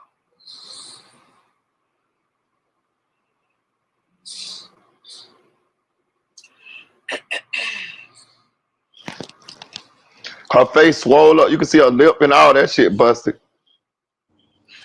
Yeah, this bitch is crazy. That's crazy, ain't it, bro? It sounds like she's saying she wanted to die with her, doesn't it? Mm-hmm. I don't understand. Well, never Me mind. neither, I can't. bro. 5-year-old little girl. That little girl 5 years old, bro. That girl's still under that water right now.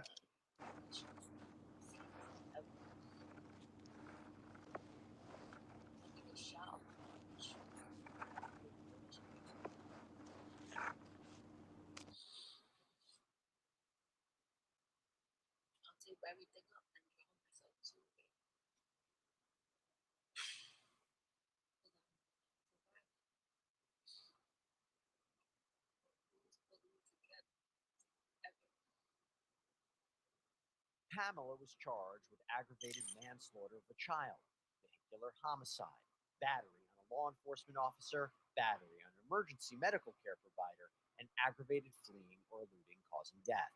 She later pleaded guilty to aggravated manslaughter of a child and aggravated fleeing or eluding causing death. She remains in custody awaiting sentencing.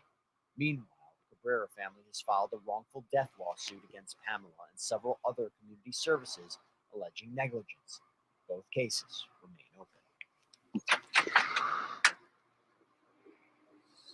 You right?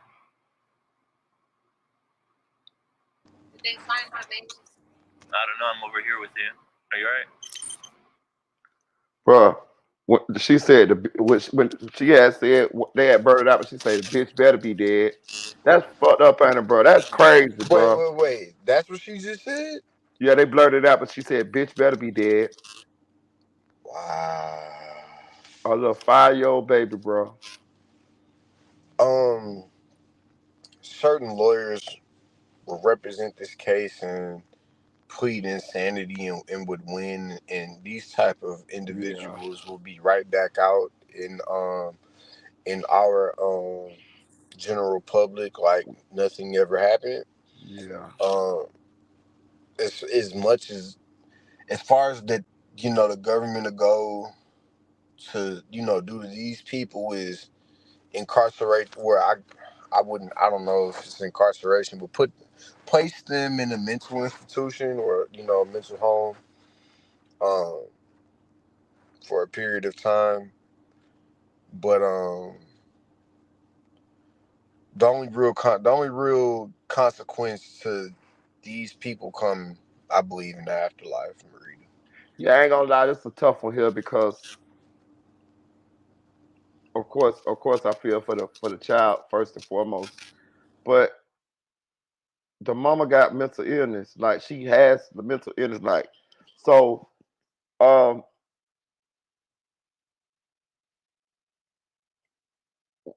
much can we blame her?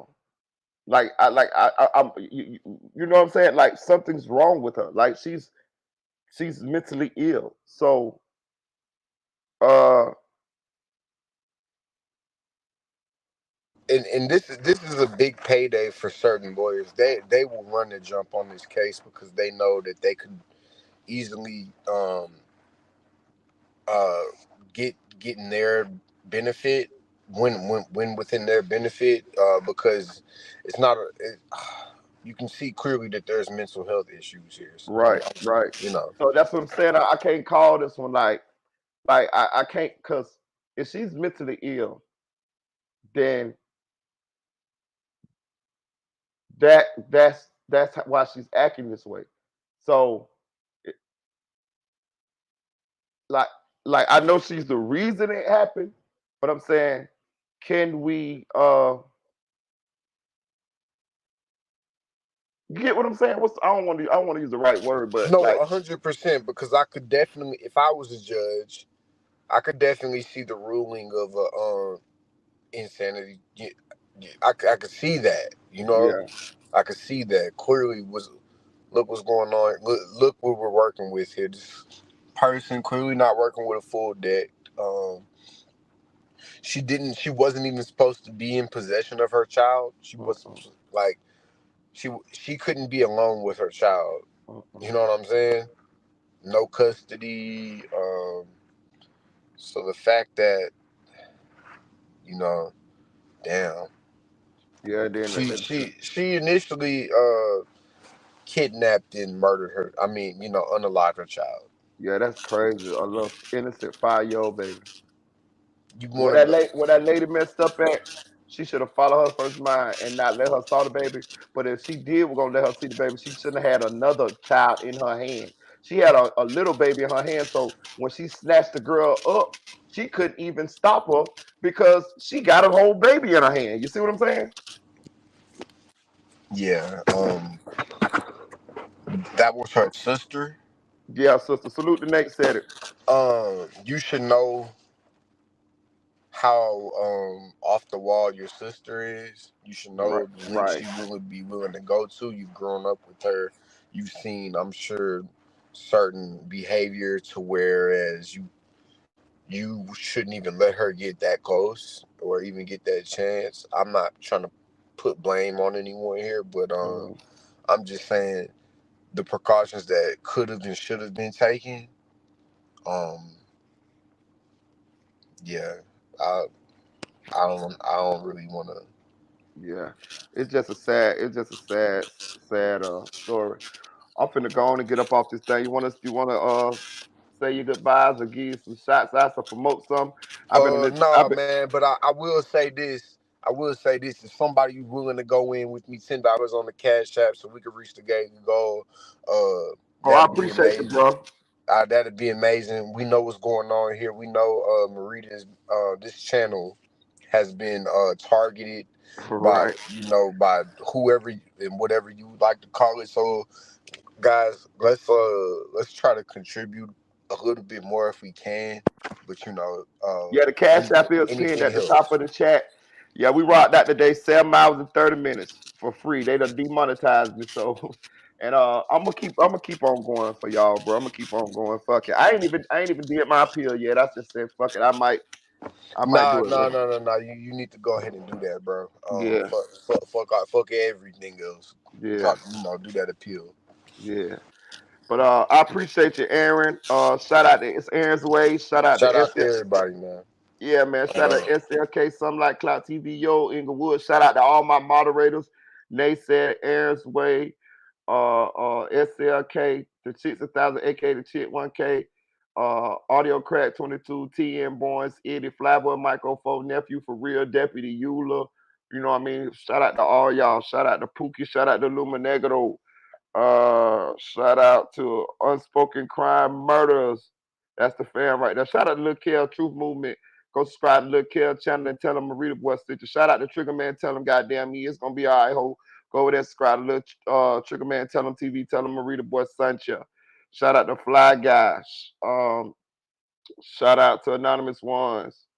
Shout out to OK Sante. Shout out to Richard Supreme TV. Uh, Shout out to Jason Morrison. Appreciate you. Shout out to DeMello. Shout out to Slime Life Max. Shout out to Mr. 36. Shout out to my main man Puller Talk Real Slick. Shout out to Slick Puller. Shout out to Ursula Amos. Shout out to Kenny. Shout out to Haley. Shout out to Invisible Woman. Salute to it's Aaron for the cash app. Appreciate you, gang. I really, really do, man. From the bottom of my heart, thank you. Cause I'm sure demonetized. They ain't making a dime. 7 hours and 30 minutes. I ain't made now a dime other than oh yeah, what's the name, son? What's the name, son? A cash out too. Shout out to nephew for real for a cash out. And then it's Aaron just start one. Shout out to one and Nicole. So I appreciate you guys. Shout out to Samantha Howard. Shout out to Maya the model. Who else? Try to just make sure I got y'all shout outs, man. I'm finna go to sleep. I'm sleepy as hell, dog. I've been on here. I know y'all heard me snoring. Y'all picking at me while I was snoring, but it's all good though, man. I was just grinding for y'all, bro. For us, bro. You see how that shit be going? They demonetize. Well, we be putting in so much work into just hours and hours on this thing, trying to build your platform and build your channel for them just to come play with you like that. Shout out to Yellow Diamond, my Dominican sister. But it's all good. Shout out to Randy. Appreciate you, Randy. Let's see.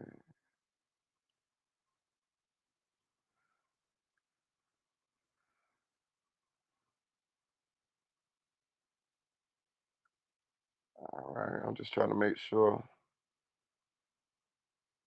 I think that's about it, y'all. Oh, oh, y'all look. Check this out. Y'all see King AK-47 pop. I ain't even see him pop up on me today.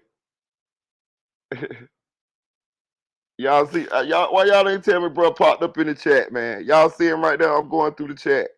Why y'all ain't tell me he popped up on me?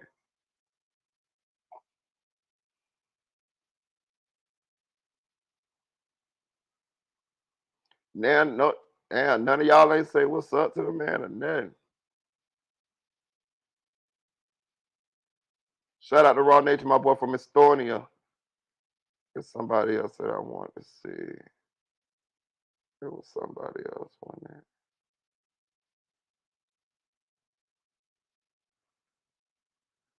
there. I ain't even know AK had pulled up in the chat.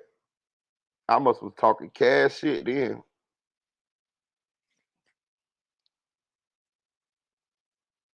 Shout out to Fly Guy.